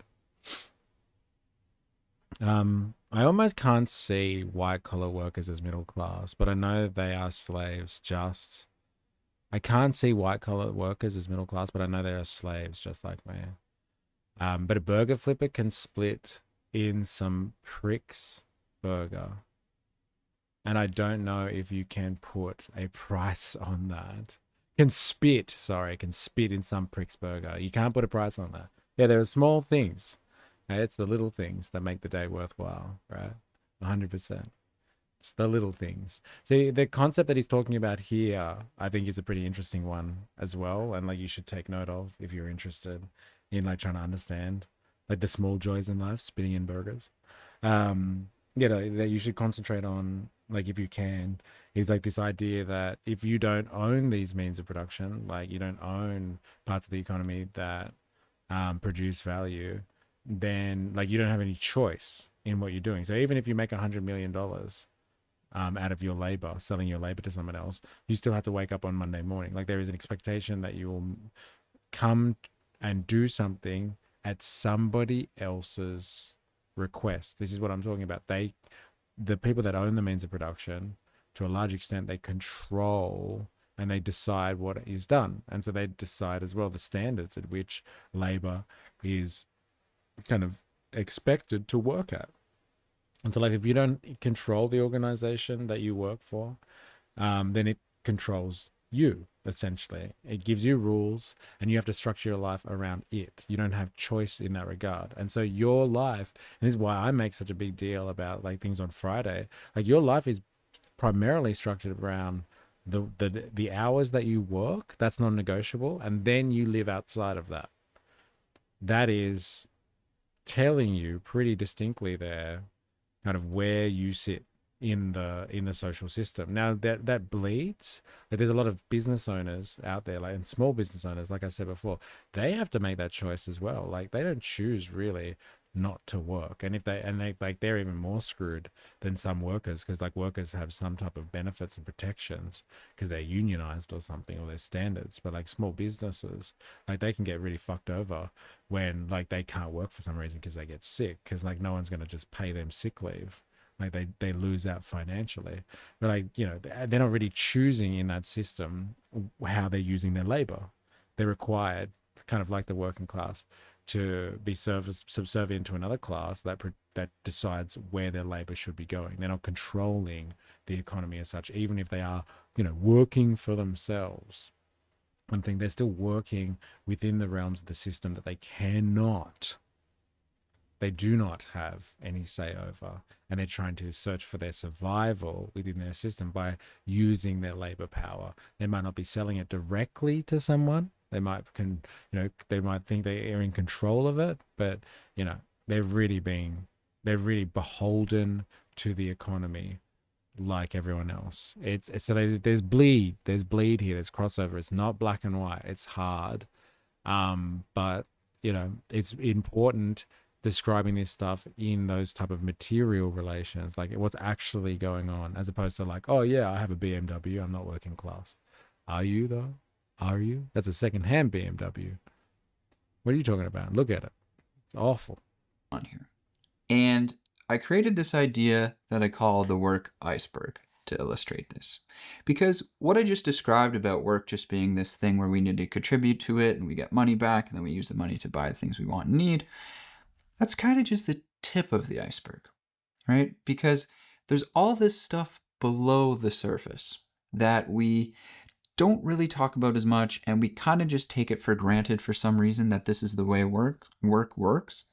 But what's really under the surface of this iceberg is the fact that to work, especially to be employed by someone else, especially in large corporate environments, let's say, means giving up control of all of these really essential parts of your being, such as when you must wake up, how you must dress, where you must be, what you must do, who you must speak to, how you must speak to them, what cultures and beliefs you have to conform to, when and for how long you can take breaks, and when you can stop and go home for the day. In other words, the bottom of this iceberg illustrates the fact that work controls the vast majority of your life, because all this stuff that work controls about you, well, it controls that about you for the majority of your day, the majority of the days of the week, across the majority of your adult life. And this control doesn't only apply to burger flippers, it also applies to bankers. That's why I describe all of these people who are subject to this kind of control as the working class. And if you want to know, sorry, my baby's just yelling. You might hear him in the background a little bit. If you want to know more about, thinking and seeing work and under this different light, I've actually been putting together a playlist called How Work Works. So if this is interesting to you, you might consider checking that out.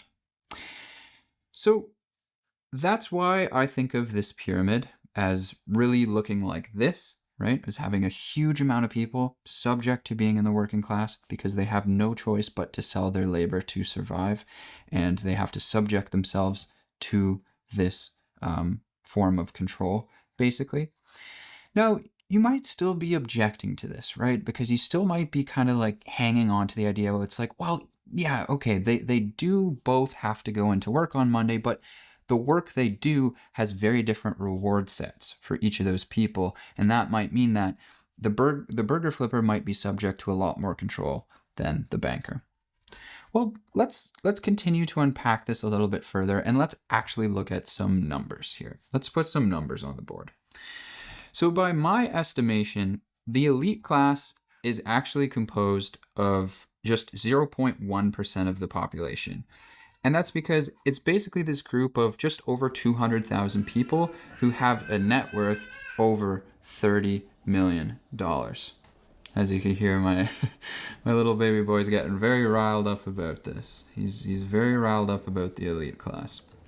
So the cutoff to be in the elite class is $30 million. Now, I'm assuming he's taking this, I don't know, from an American perspective, I guess.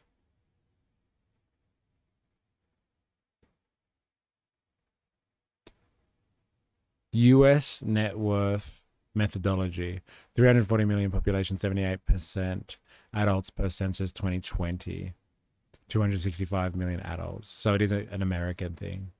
The baby is a true revolutionary. Yeah, getting pissed off when he talks about the 1%, the 0.01%, actually.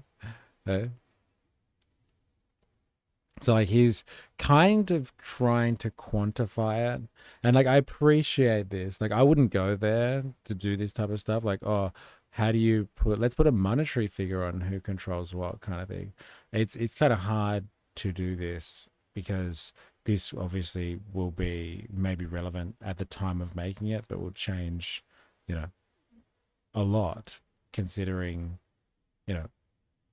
the the economy at any point in time, because like this thing is like the monetary description of wealth is truly fluid, and who knows what wealth people at the top really do have with all of their fancy like accounting tricks and all that sort of stuff and tax evasion. Let's just call it what it is. It's hard to actually put monetary figures on all this type of stuff, but like I appreciate the exercise. The exercise is important because it kind of gives something for people to visualize. It's like, oh well, see this, group of people up here have access to this amount of income and wealth, and so like this puts them in a stratification of society that's like beyond the reach of everybody else, but it also gives them the associated benefit of being at the top in a power structure, and so they get to make all the decisions. And as he was saying before, like, they make decisions in a way that affects everything you do, like what when you spend your time, how you spend your time in your life, what you wear, what you talk about, what you think about, what you're, who you're allowed to associate with. These are big ramifications here, and it's stuff that's clouded in our current society, but like, oh, that's just normal. Like, I go to work and like, I can't say what I want because I'll lose my job. And it's just like, okay, well, that's fine, but like, you are being controlled there. Somebody's telling you what to do. And like that might even happen again, like if we use the case of like small businesses and medium businesses and stuff, like they don't set those ideas either. Like, these business owners they can't just rock up everywhere in their underwear or something like that and talk a certain way. If they want to do business within the economy, they've got to meet a certain standard, and that standard is set by the big players who decide what's acceptable decorum and business activity. So like there is control over what and how people function and relate to each other. And this is the distinction between classes. Somebody sets the rules and the acceptable standards, and everybody else fits into that economically. Baby hates the man-made horrors of capital. Yeah. Toddlers don't believe in socialism.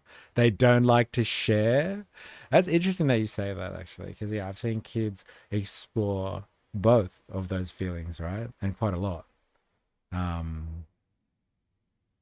Like, it's doing incredible acts of selfishness, but also incredible acts of kindness and sharing. They explore both of those features pretty well. But it is a difficult thing to come to terms with, watching them share. But again, I've seen, the same surprising traits in the opposite flow. On the opposite direction, sorry. Net worth in excessive. Then we have the true middle class, which makes up just about 1% of the population of about 2.4 million people. And these are people who have a net worth between $5 million and $30 million. Everyone else falls in the working class, which is about 99% of the population, and that's going to be anyone who has a net worth below $5 million, essentially. And the vast majority of people have a net worth below $1 million. See, like, this is why I said this stuff is difficult before, because I gave an example of, the AI researchers working for Meta who get paid $100 million, and that puts them in his calculations easily within the top, the top 2 tiers of the elite class. But like, they don't control anything.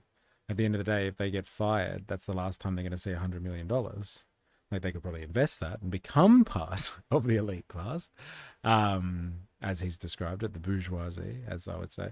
But like, while they're in the employ of somebody else, they're not in control of the economy, and they're just trading themselves on a labor market, a fucking exclusive one, but they're still working.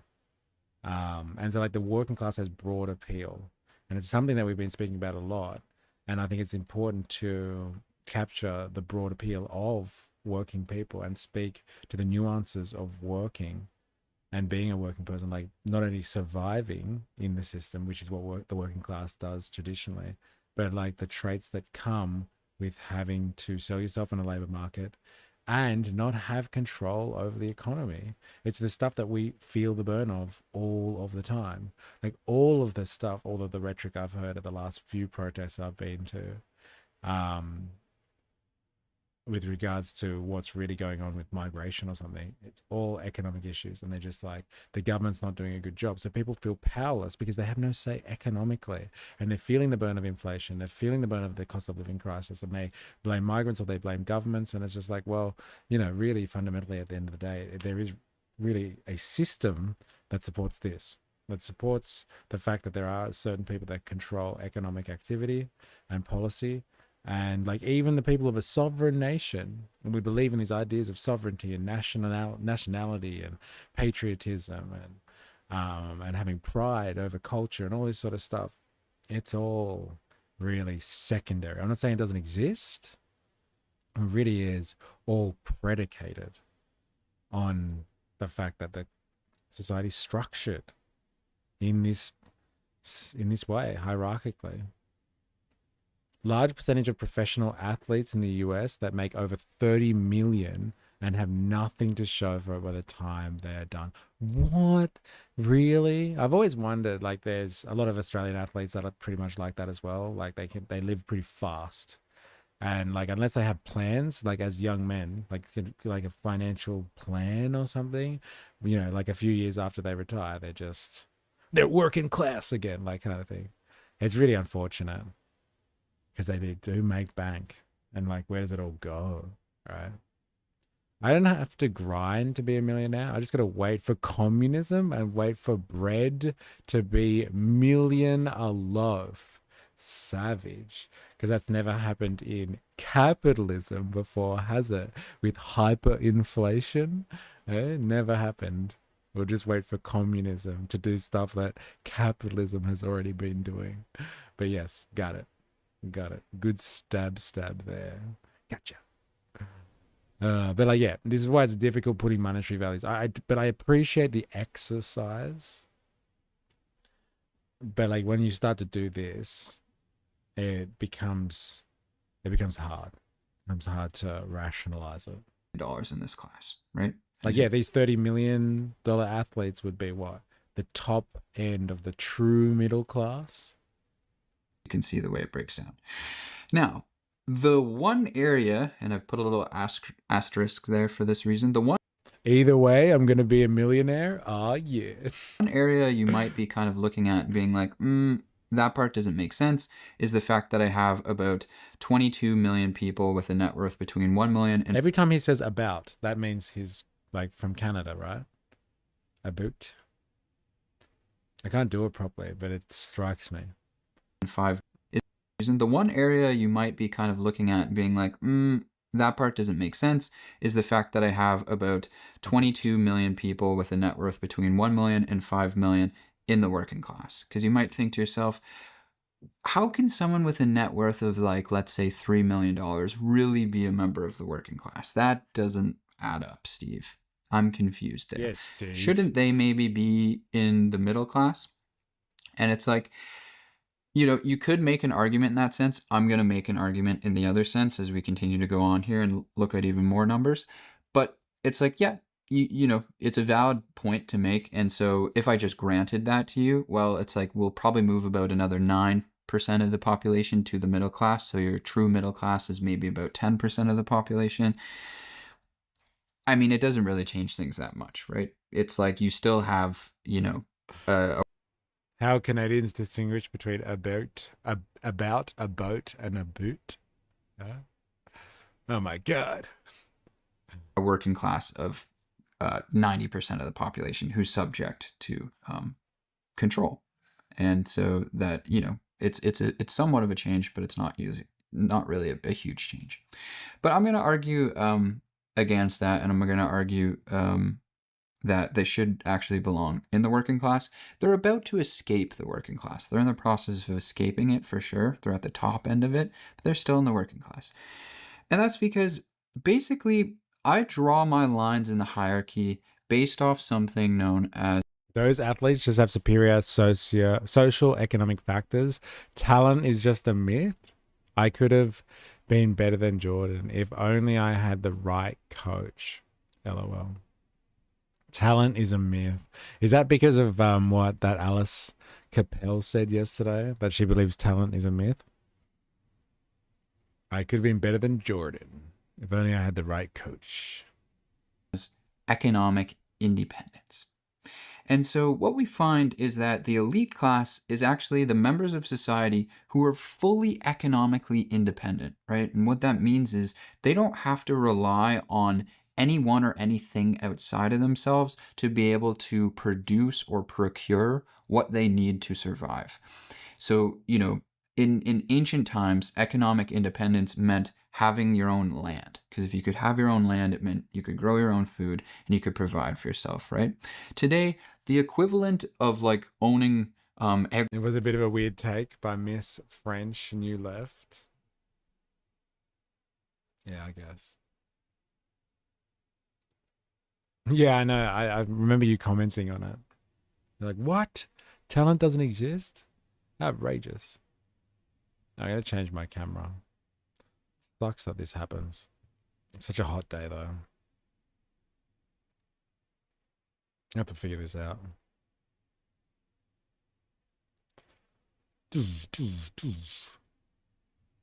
Oh, wrong way.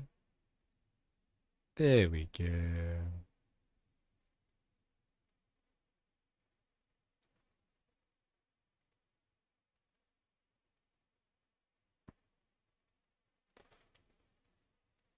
Let's just work with that, shall we?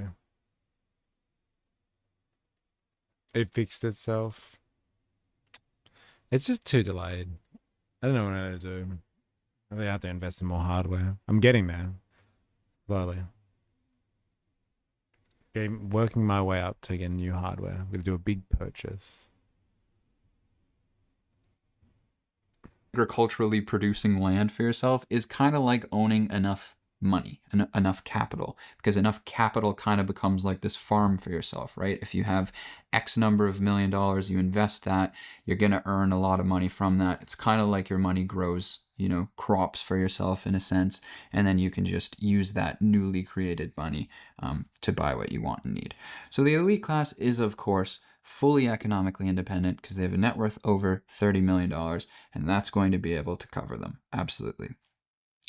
But the unique thing that the elite class also has is they also have the power to command other people. And this is very important because this type of social hierarchy is a dominance and command hierarchy. The elite class is kind of in charge of everybody else. They're in charge of the capital of society, which means they're essentially in charge of allocating that, which means they're in charge of allocating the resources of society, which means they're essentially in charge of everybody.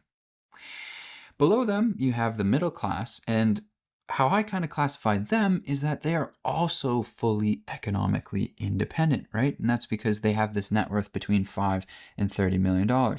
So they're also definitely going to be fully economically independent. But the thing that the middle class does not have is they do not have the power to control other people. They do not have the power to command large amounts of the population. And we'll see why in just a second. I think that's an interesting distinction. So what he's talking about here is the elites not only fully independent because they, control their own finances, but they control people. This middle rim there, it's an interesting description of the middle class because the middle class is usually just people think, these leftovers in society that are pretty wealthy and well-to-do, but they're not working. They're not struggling to survive kind of thing. And so like everybody functionally sees themselves as middle class because nobody wants to be working class because like working class is being associated with being poor, and so everybody thinks they're middle class, and so there is that warps our perception in society because if everybody thinks they're middle class and there's just like an extreme of rich people on top and then just like a poor group of poor people at the bottom, then like society's pretty much working because everyone's pretty wealthy in the big middle. There's some shit that goes up on top that we're not great and happy about, but there's just a few people, and there's poor people. Well, sometimes life sucks and shit happens, so it justifies a lot thinking that there's this large middle class of people. But I don't think it really you can really have a middle class as such. But it's interesting that they're dependent, so they're not selling their labor on the labor market, but they don't have control over the economy. That's an interesting point. or a middle class. It's very interesting, actually. I don't know. I would have grouped middle and working here. Yeah. Yeah, because of that distinction. I think primarily being if the elite are this group of people that do command over others, I think even if you're in the middle, as he's saying, they don't have any command over others, but they're financially independent, they're still being commanded themselves. They're being commanded by a ruling class, let's call it the bourgeoisie. They're still in command of them economically. They're still beholden to whatever decisions that they make in the economy. They're just still bound by that, even if they just have a nice existence, basically they're saying. But if they're not directing, they're being directed, whether directly, whether they're actually in the employ or they're in a society that's influenced by that. It's the owner classes versus everyone else. Yeah, it's a good distinction. The elite, much like politics, is just the person you hated at school suddenly making up the rules you live your life by. Interesting. Yeah, look, he has legs. Those are good descriptions. It's nice to see this opposed to the way he broke it down financially. He's trying to split them. But I would say, if I was to put a middle class in somewhere, you'd have more in terms of its social relations, I would say. So it does not command others. I don't know if that's really true. I would say you have an elite class who commands the economy, and then you can have a middle class of persons that basically manage the economy on behalf of the elites. And so that's almost like your professional managerial class, your technocrats. So the elites will, in this day and age, I think, they will hand over their function of managing the working people of the world and hand it over to a middle group of people professional managerial class and technocrats to kind of manage the economy on their behalf. But they get to call the shots, but they don't do the work in terms of organizing the economy.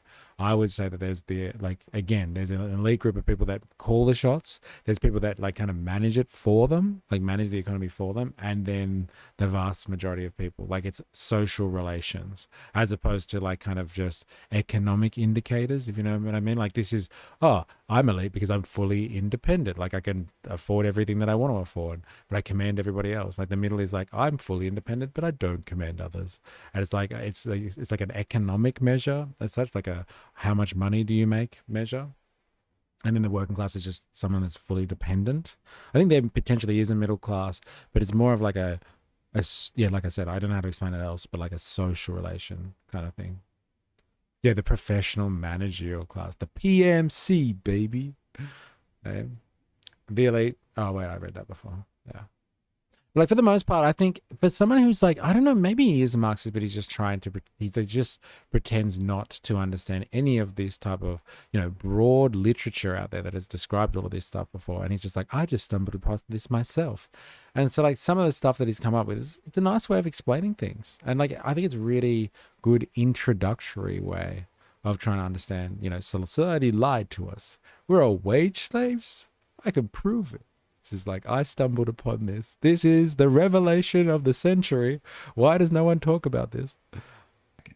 Then finally, the working class, the characteristics they have is that they are economically dependent, right? They do not have the power to provide for themselves.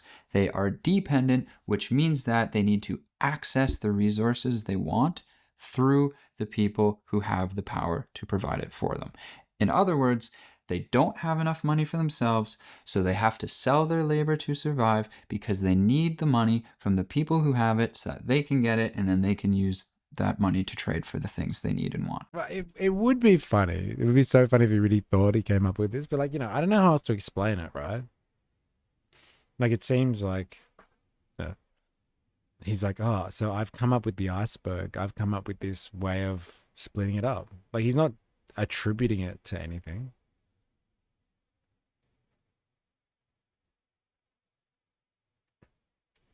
Yeah, he's not saying I read this or read that. Maybe he'll do it later.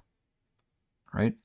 So in other words, you have a huge at least 90% of the population is subject to economic dependence, which forces them into labor, right?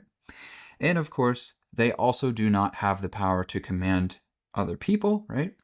Which means they certainly do not have the power to command themselves. And so their lives are largely outside of their control because they have to give up control of their bodies and or minds for the majority of the day, majority of the days of the week, across the majority of their adult lives.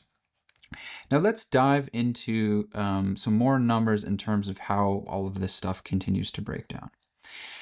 So for the elite class to actually be fully economically independent, the way I classify that is they have a net worth that is in excess of a lifetime annual subsistence. Okay, so let's break that down. So a lifetime annual subsistence, the way I calculate that is, we'll flip to the next page quickly here and then we'll go back. I calculate basically based off MIT's living wage calculator. As a general rule of thumb, you could say a minimum annual subsistence would be about $30,000. Obviously, there's a huge fluctuation depending on... I have arrived. Matt Bond in the house. How you going? We are learning about how this, I don't know, financial advisor, I think he is, and that's what he says on his channel anyway, has stumbled upon class theory and like sees working as wage slavery, and he's going through and explaining how wage slavery kind of works. So it's an interesting piece. I'll tell you that much for free. Yeah. No labor required on that one. That's a freebie. On like where you live and stuff like that. But I think we can, so that we don't have to overcomplicate things too much, if we're just looking for a very, very general minimum annual subsistence income for one single person, it's probably about $30,000. And remember, this is minimum, right? It's minimum. This would just get you the bare necessities. So that's $30,000. Now, a lifetime annual subsistence, what we're doing is we're essentially applying this formula here, which is like a cost of freedom calculation. It's the exact same calculation you would do to calculate your own retirement, because retirement calculations are just a cost of freedom calculation, right? And it's like all you're calculating is how much money would I need to never work again, right? Most people just calculate that super far out into the future in their 50s or 60s because they're like, that's probably when I'll have enough money to never work again. That's all retirement is, right? That's it. It's just when will I have enough money to never work again? So it's a cost of freedom calculation. Fucking scathing way of looking at it as well, isn't it? Like that's what retirement is. Just when I can afford not to have to work again. As opposed to like setting up a social institution where, hey, you've worked hard all of your life, so thanks for your contribution to society. You can retire now because you've reached a certain age. And like, how about you fucking enjoy life? No. It's definitely not about that. Structuring our society in a way that acknowledges people's contribution to the economy and allows them a free pass on having to do more fucking work. No, it's more like, hey, if you can't afford to pay to play, then fucking tough, you're gonna have to keep working. And so, yeah, really, if you think about it, if anyone is tossing up the idea of retirement, they're basically like, will I be able to continue my existence at this desired level? Do I have enough money to do so? An unfortunate way of looking at it, but it's pretty bang on in that sense, right? We're just calculating that as if the person were going to be free today, right? And so that works out to be about $3 million when we consider things like 2% inflation, and if a person had a life expectancy of around 80 years, and they were like a postgraduate student who was just starting work after 22, basically. So all of that is to say, the elite class is fully economically independent because they definitely exceed that $3 million threshold for a lifetime annual subsistence, right? In other words, they have enough money that they would never have to work another day in their life. according to meeting the bare necessities at least. And of course, the elite class has much, much, much more than that. And the other unique characteristic that we just discussed about the elite class is they also have the power to command other human beings. Right. That is a good freedom indicator, isn't it? I would love to not have to work again. Yeah, it's pretty nice. It's a nice concept anyway. Like, imagine setting up a society where that was possible. A society where we didn't ensure or devise a structure in which labor, the sale of labor, is critical in order to keep everyone kind of going, while like a small minority of people kind of hoard and control everything, and there's still just enough for everybody else to live off. A society in that way, where we kind of, worked it in more of a collective fashion. So there wasn't such a small group of people that sucked up a majority of the resources. And we could kind of use the value we do create a little bit more wisely. Yeah, I don't need much. I'm happy. Yeah.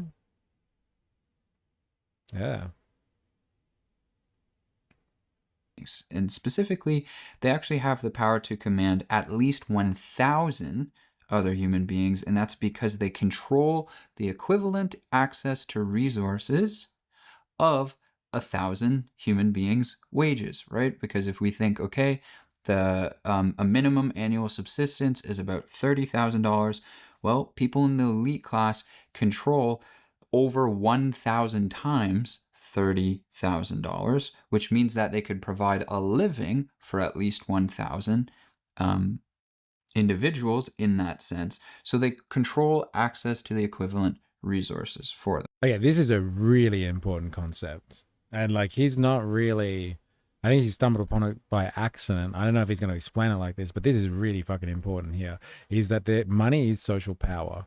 And like, social power, we'll get to that in a second, but in a society like this, you could argue that what work is an assurance that you'll, get money, basically. So like, if you trade your time, you're doing so because you believe that you're going to get some money in order to be able to function in society. And so people take on kind of debts and all that sort of stuff. They buy a house or a mortgage, or, buy stuff that they might not have money for now, but they'll take it on. And in that system, which a lot of us are tangled up in, what is really happening there is, if you take on a debt and you have to pay it back, you're assuring that you're going to have to work to earn money in order to pay off that debt. And so every day you go to get access to money, or, in order to pay off kind of that debt. And so there's like an assurity there in a system like this, that like, if you are needing to spend money because you've got in debt, or you just need to pay to play kind of thing, that you're always going to be coming back to get access to money, because that's just the way that society works. I've got debts, I've got bills, there's cost of living kind of thing. And so you always need to get access to work. And so work really is like a way kind of allowing people to have access. It's an assurity that people are going to keep on coming back to the system, because they want that token, that style, that money, in order to be able to get into the system. Now, in terms of money as social power, then if somebody has heaps of money, they can then buy people to put them into action. So like, if people are caught in a cycle where they need to get money in order to play, pay to play, or pay off their debts, they require access to it at all times. And that is the vast majority of people, whether you're a wage laborer or not, the vast majority of it, they need access to money just to subsidize their existence. Then the system is set up in a sense that means that money is not just a promise on future labor, like you're going to keep on coming back to get more labor in the system, but money is social power too, because if you have money, you can get other people to do shit for you. And so it's like a trade-off kind of thing. Like, the more money you accumulate, as he's describing here, the more money you accumulate, technically, the more means you have in controlling groups of people. So social power and money do kind of relate in that sense. Like he was been talking a lot about like command, like you can command other people to do stuff, but like money equates to social power in the sense that, yeah, you know, if people on average are about $30,000 a year to maintain, they need about 30K, maybe 50K, maybe 70K, depending on what culture you're living in. In Australia, I think it's really the minimum is like 70K to be able to live a comfortable existence. People will do stuff to get access to that. So if you have like, you know, if you have 10 times 70K a year, you can employ 10 people. And so that you have social power, then you can direct their actions, you have command over them, etc., etc., etc. So it's like an interesting phenomenon he stumbled across here. I wonder if he describes it like that. Work is just hunting, but with extra steps. That's an interesting, but yeah, from the perspective of the person that is looking for it, as opposed to the person that is offering it. For the person that is offering the work, it is just like slavery, but with extra steps, right? Which is the point of his video here. Right? And that's typically the way that actually breaks down is just that they end up employing thousands of individuals, right? They give jobs to thousands of individuals. So they have the power to command others. Now, in the elite class, they also have a net worth in excess of a lifetime annual subsistence, right? So they have a net worth in excess of $3 million, so they're fully independent, but they do not have the power to command other human beings in the same way the elite class does, because they do not have a net worth that is in excess of 1,000 times the annual subsistence of others. They do not have a net worth in excess of $30 million. Right? It's interesting how he's broken that down. Like he said, okay, at a certain point, if you're controlling 1,000 workers, you are commanding the economy, not just the direct people that are in your sphere of influence, but you're commanding the economy as a whole. So once you reach 1,000 employees, you really are having an effect on the economy. So if you can command the economy, not just, you know, if I command the economy, not just like individuals directly related to me, then you are directing society as such. If you're directing society, you're in a dominant position or a ruling class. It's interesting he's put it at 1,000. I wonder if he just plucked that out of the air, or he's kind of looked at some research and like the distinction between what is, you know, considered I don't know, a medium-sized business and a large-scale business. I wonder. The elite is just the tribal chief. LOL, I clear 70K a year. Yeah, well, look, last I heard, I don't know if this is accurate then, I don't know, but I thought Australians, in Australia, like, you know, you really need 70K to live. It's crazy, like, if he's talking about an American context, 30K is the absolute minimum to get your subsistence in America. That's, like, such a difference, man. Such a difference. Matt Bond, I'd say hunting is a little different. It's meditative. You also choose when you want to do it. And if you do it right, you only need to hunt once a week. Yeah, there's very different systems of exploitation there, right? Or necessary labor, let's call it. That's not everywhere in America. Yeah, I guess it depends where you are, right? The cost of living in different parts would be different. So I'm assuming in something like New York, it'll be like 70K or something like that. High cost of living, right? Evil socialist mayors in charge that are going to destroy capitalism from the inside out, driving up the cost of living. And that'll put up the bare subsistence level, I'd say. We have the working class, which is, of course, dependent because they do not have a net worth that is in excess of a lifetime annual subsistence for the most part, and they absolutely do not have the power to command 1,000 other human beings. So they're dependent, which means they can't even command themselves, so they definitely can't command other people.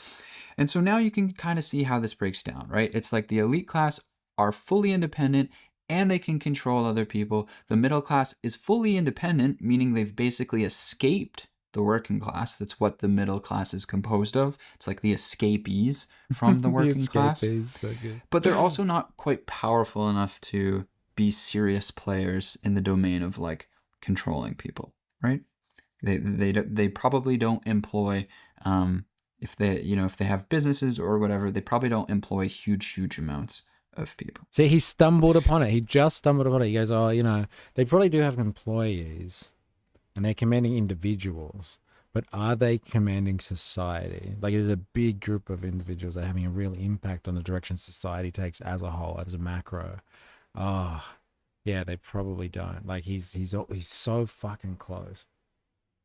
You don't choose to do it when your family is hungry, though. What? Hunting? Yeah, fair enough.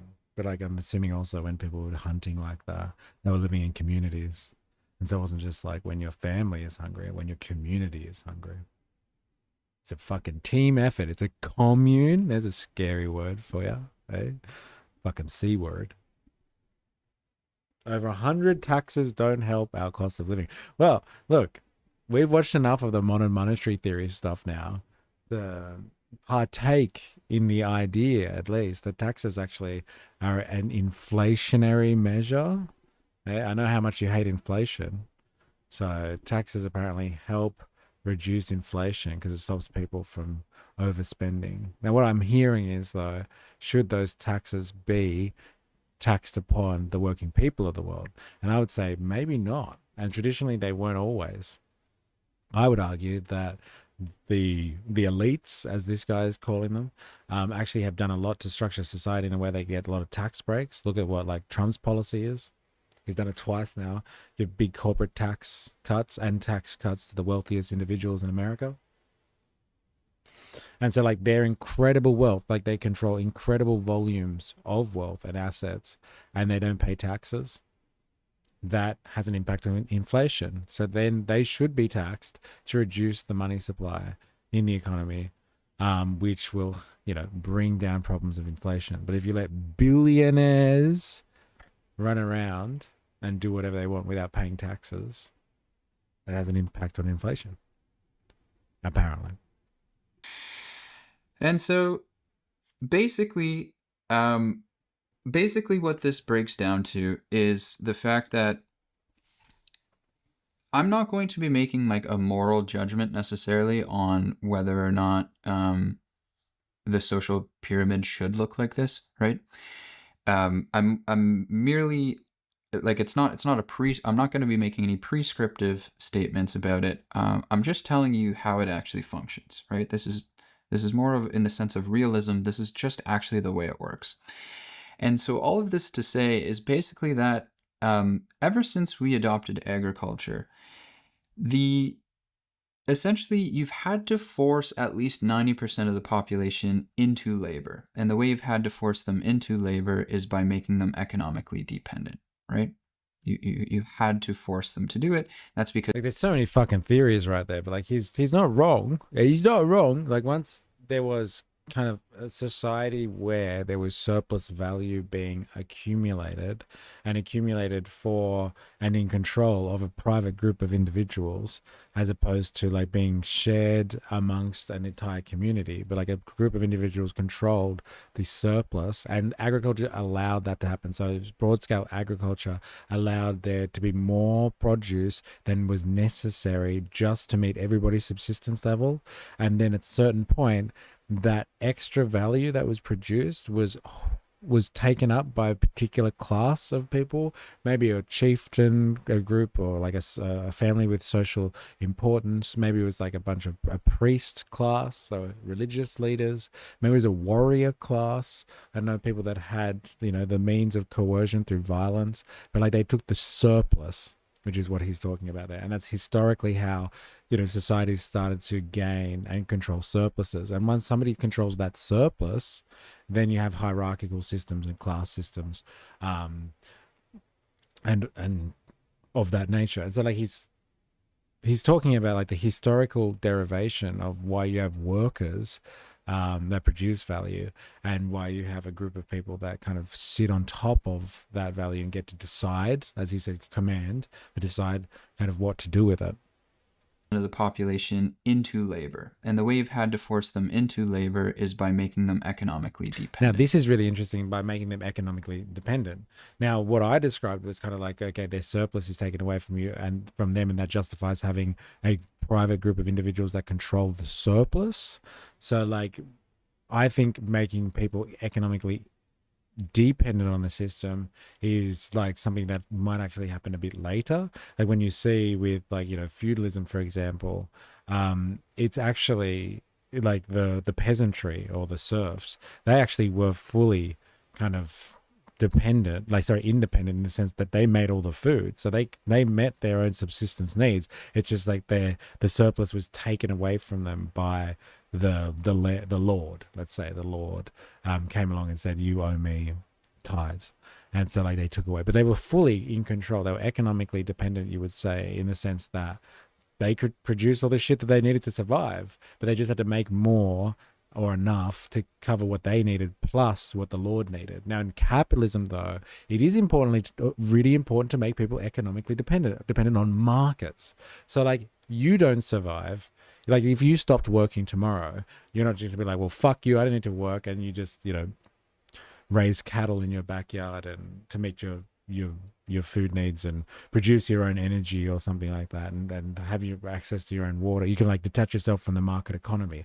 No, not at all. For wage labor to exist in the first place, you need to have a market system as well that's developed enough to support people like paying to play, which is very interesting. So like what he's describing is, I think, better suited, not always the case, but better suited to the idea of capitalism, a market society where, okay, you work, but the reason you're working is because, yeah, you are economically dependent on the market system, produce the shit that you need so you can subsist. So when I finish work, I go to the shops and I, you know, buy food that I need, buy the clothes that I need. I go to the market to find a house to live in, like to find shelter, etc., etc., etc. But like you don't really have wage laborers unless you make them economically dependent. Like when the French went into, I want to say Mauritius, I think it was. Like there was a group, there was like all these people out there that kind of lived subsistence, like as subsistence farmers, let's say. They lived in villages and they were able to live off the land. I don't know if they were directly farmers, but like, yeah, let's say they lived off the land, right? And so when they wanted to colonize that area, like they wanted access not only to the resources, but they wanted labor, wanted laborers to like get access, like to work the resources so they could extract that and send it back to, you know, Paris, basically. And the people there didn't give a shit because they were on the land and they were living in villages and they were self-sufficient.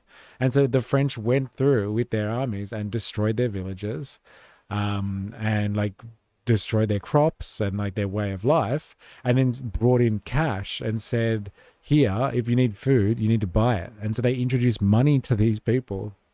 And then so the people needed the money in order to buy stuff at markets and things like that because they couldn't subsist anymore. And then once the money ran out, they were like, oh shit, what do I do now? Oh, I better go work. And so they would work for the French to get money so they could buy shit and survive. And so part of the theory of colonialization is not just the fact that, you know, people were going around and, you know, with European superiority to kind of take over Western cultures and civilize the world. It was actually to open up the world's labor forces to the market. It was actually to open up those places to the market generally, like to open their resources up to the market and like provide more markets for other people to dump goods onto. But like they had to get the labor, they had to get people of the world dependent on the wage labor system. And you went around colonizing people and getting them ready to be wage workers, or as he appropriately says, wage slaves. You have all these self-sufficient people out there that are just like, fuck you, I don't need to work. And you're like, damn, how do we get people to work then? I know, we'll destroy their existence and then they'll have to work for us.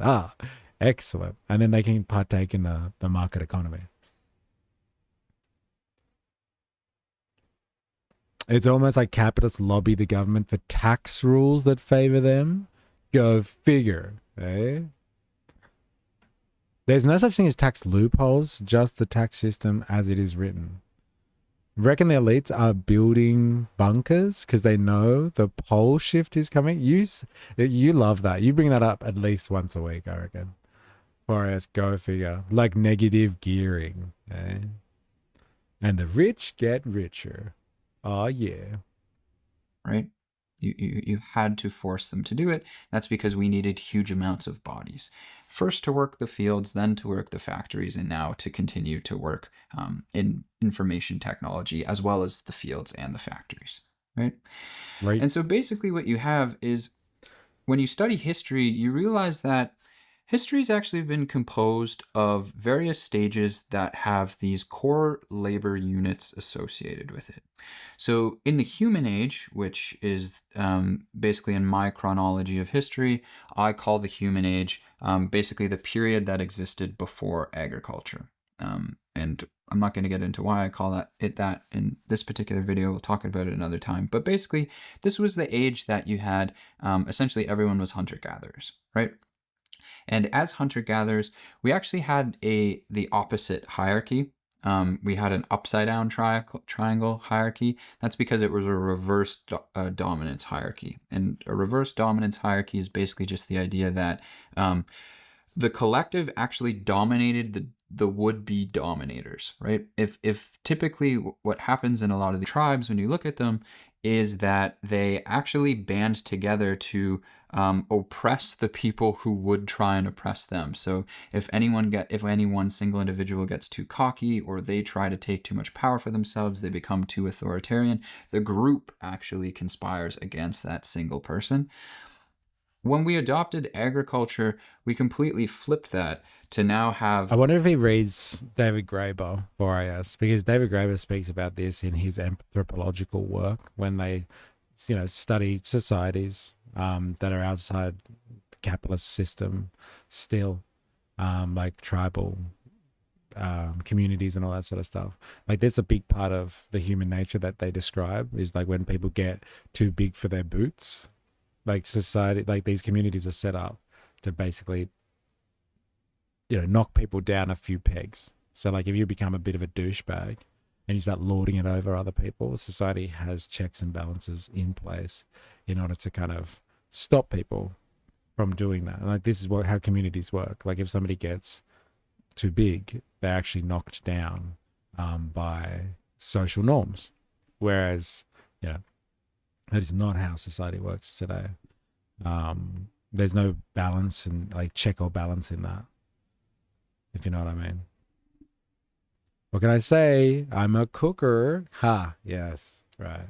Cooking up something based. Am I right? Anyone?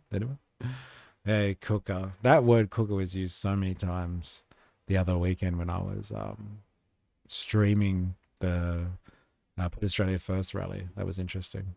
Now, look, I think this has been rather interesting. I'll try and remember the timestamp there. We're 21 minutes in. We're pretty much halfway through, okay, with this guy. So we will do this in another afters and continue, because I think this is actually quite interesting. Like, he's breaking it down. He's doing his best, this guy. And like he's hit the nail on the head with some stuff. I just don't think all of the stars align exactly, but it's pretty decent effort, especially if he's completely detached from any social theory or social sciences and he's just come up with this by himself, just absolutely stumbled upon it. But like I think it's worth having more of an analysis on this stuff, just to break apart some assumptions maybe in there, and like get some more guidance on it. But like, yeah, I'm going to leave it there. But thank you everyone for joining. And thank you for interacting and chilling out today. If you're watching this after the fact as well, thank you for coming along. If you haven't already, hit the like button on YouTube. And I will see you all tomorrow. We are we're here for another hump day. We're halfway through the week tomorrow, and we'll celebrate that then. But yeah, thanks for joining, and I will see you all on the morrow, same time, same place. And until next time, please remember, I am, you are, we are. The mystery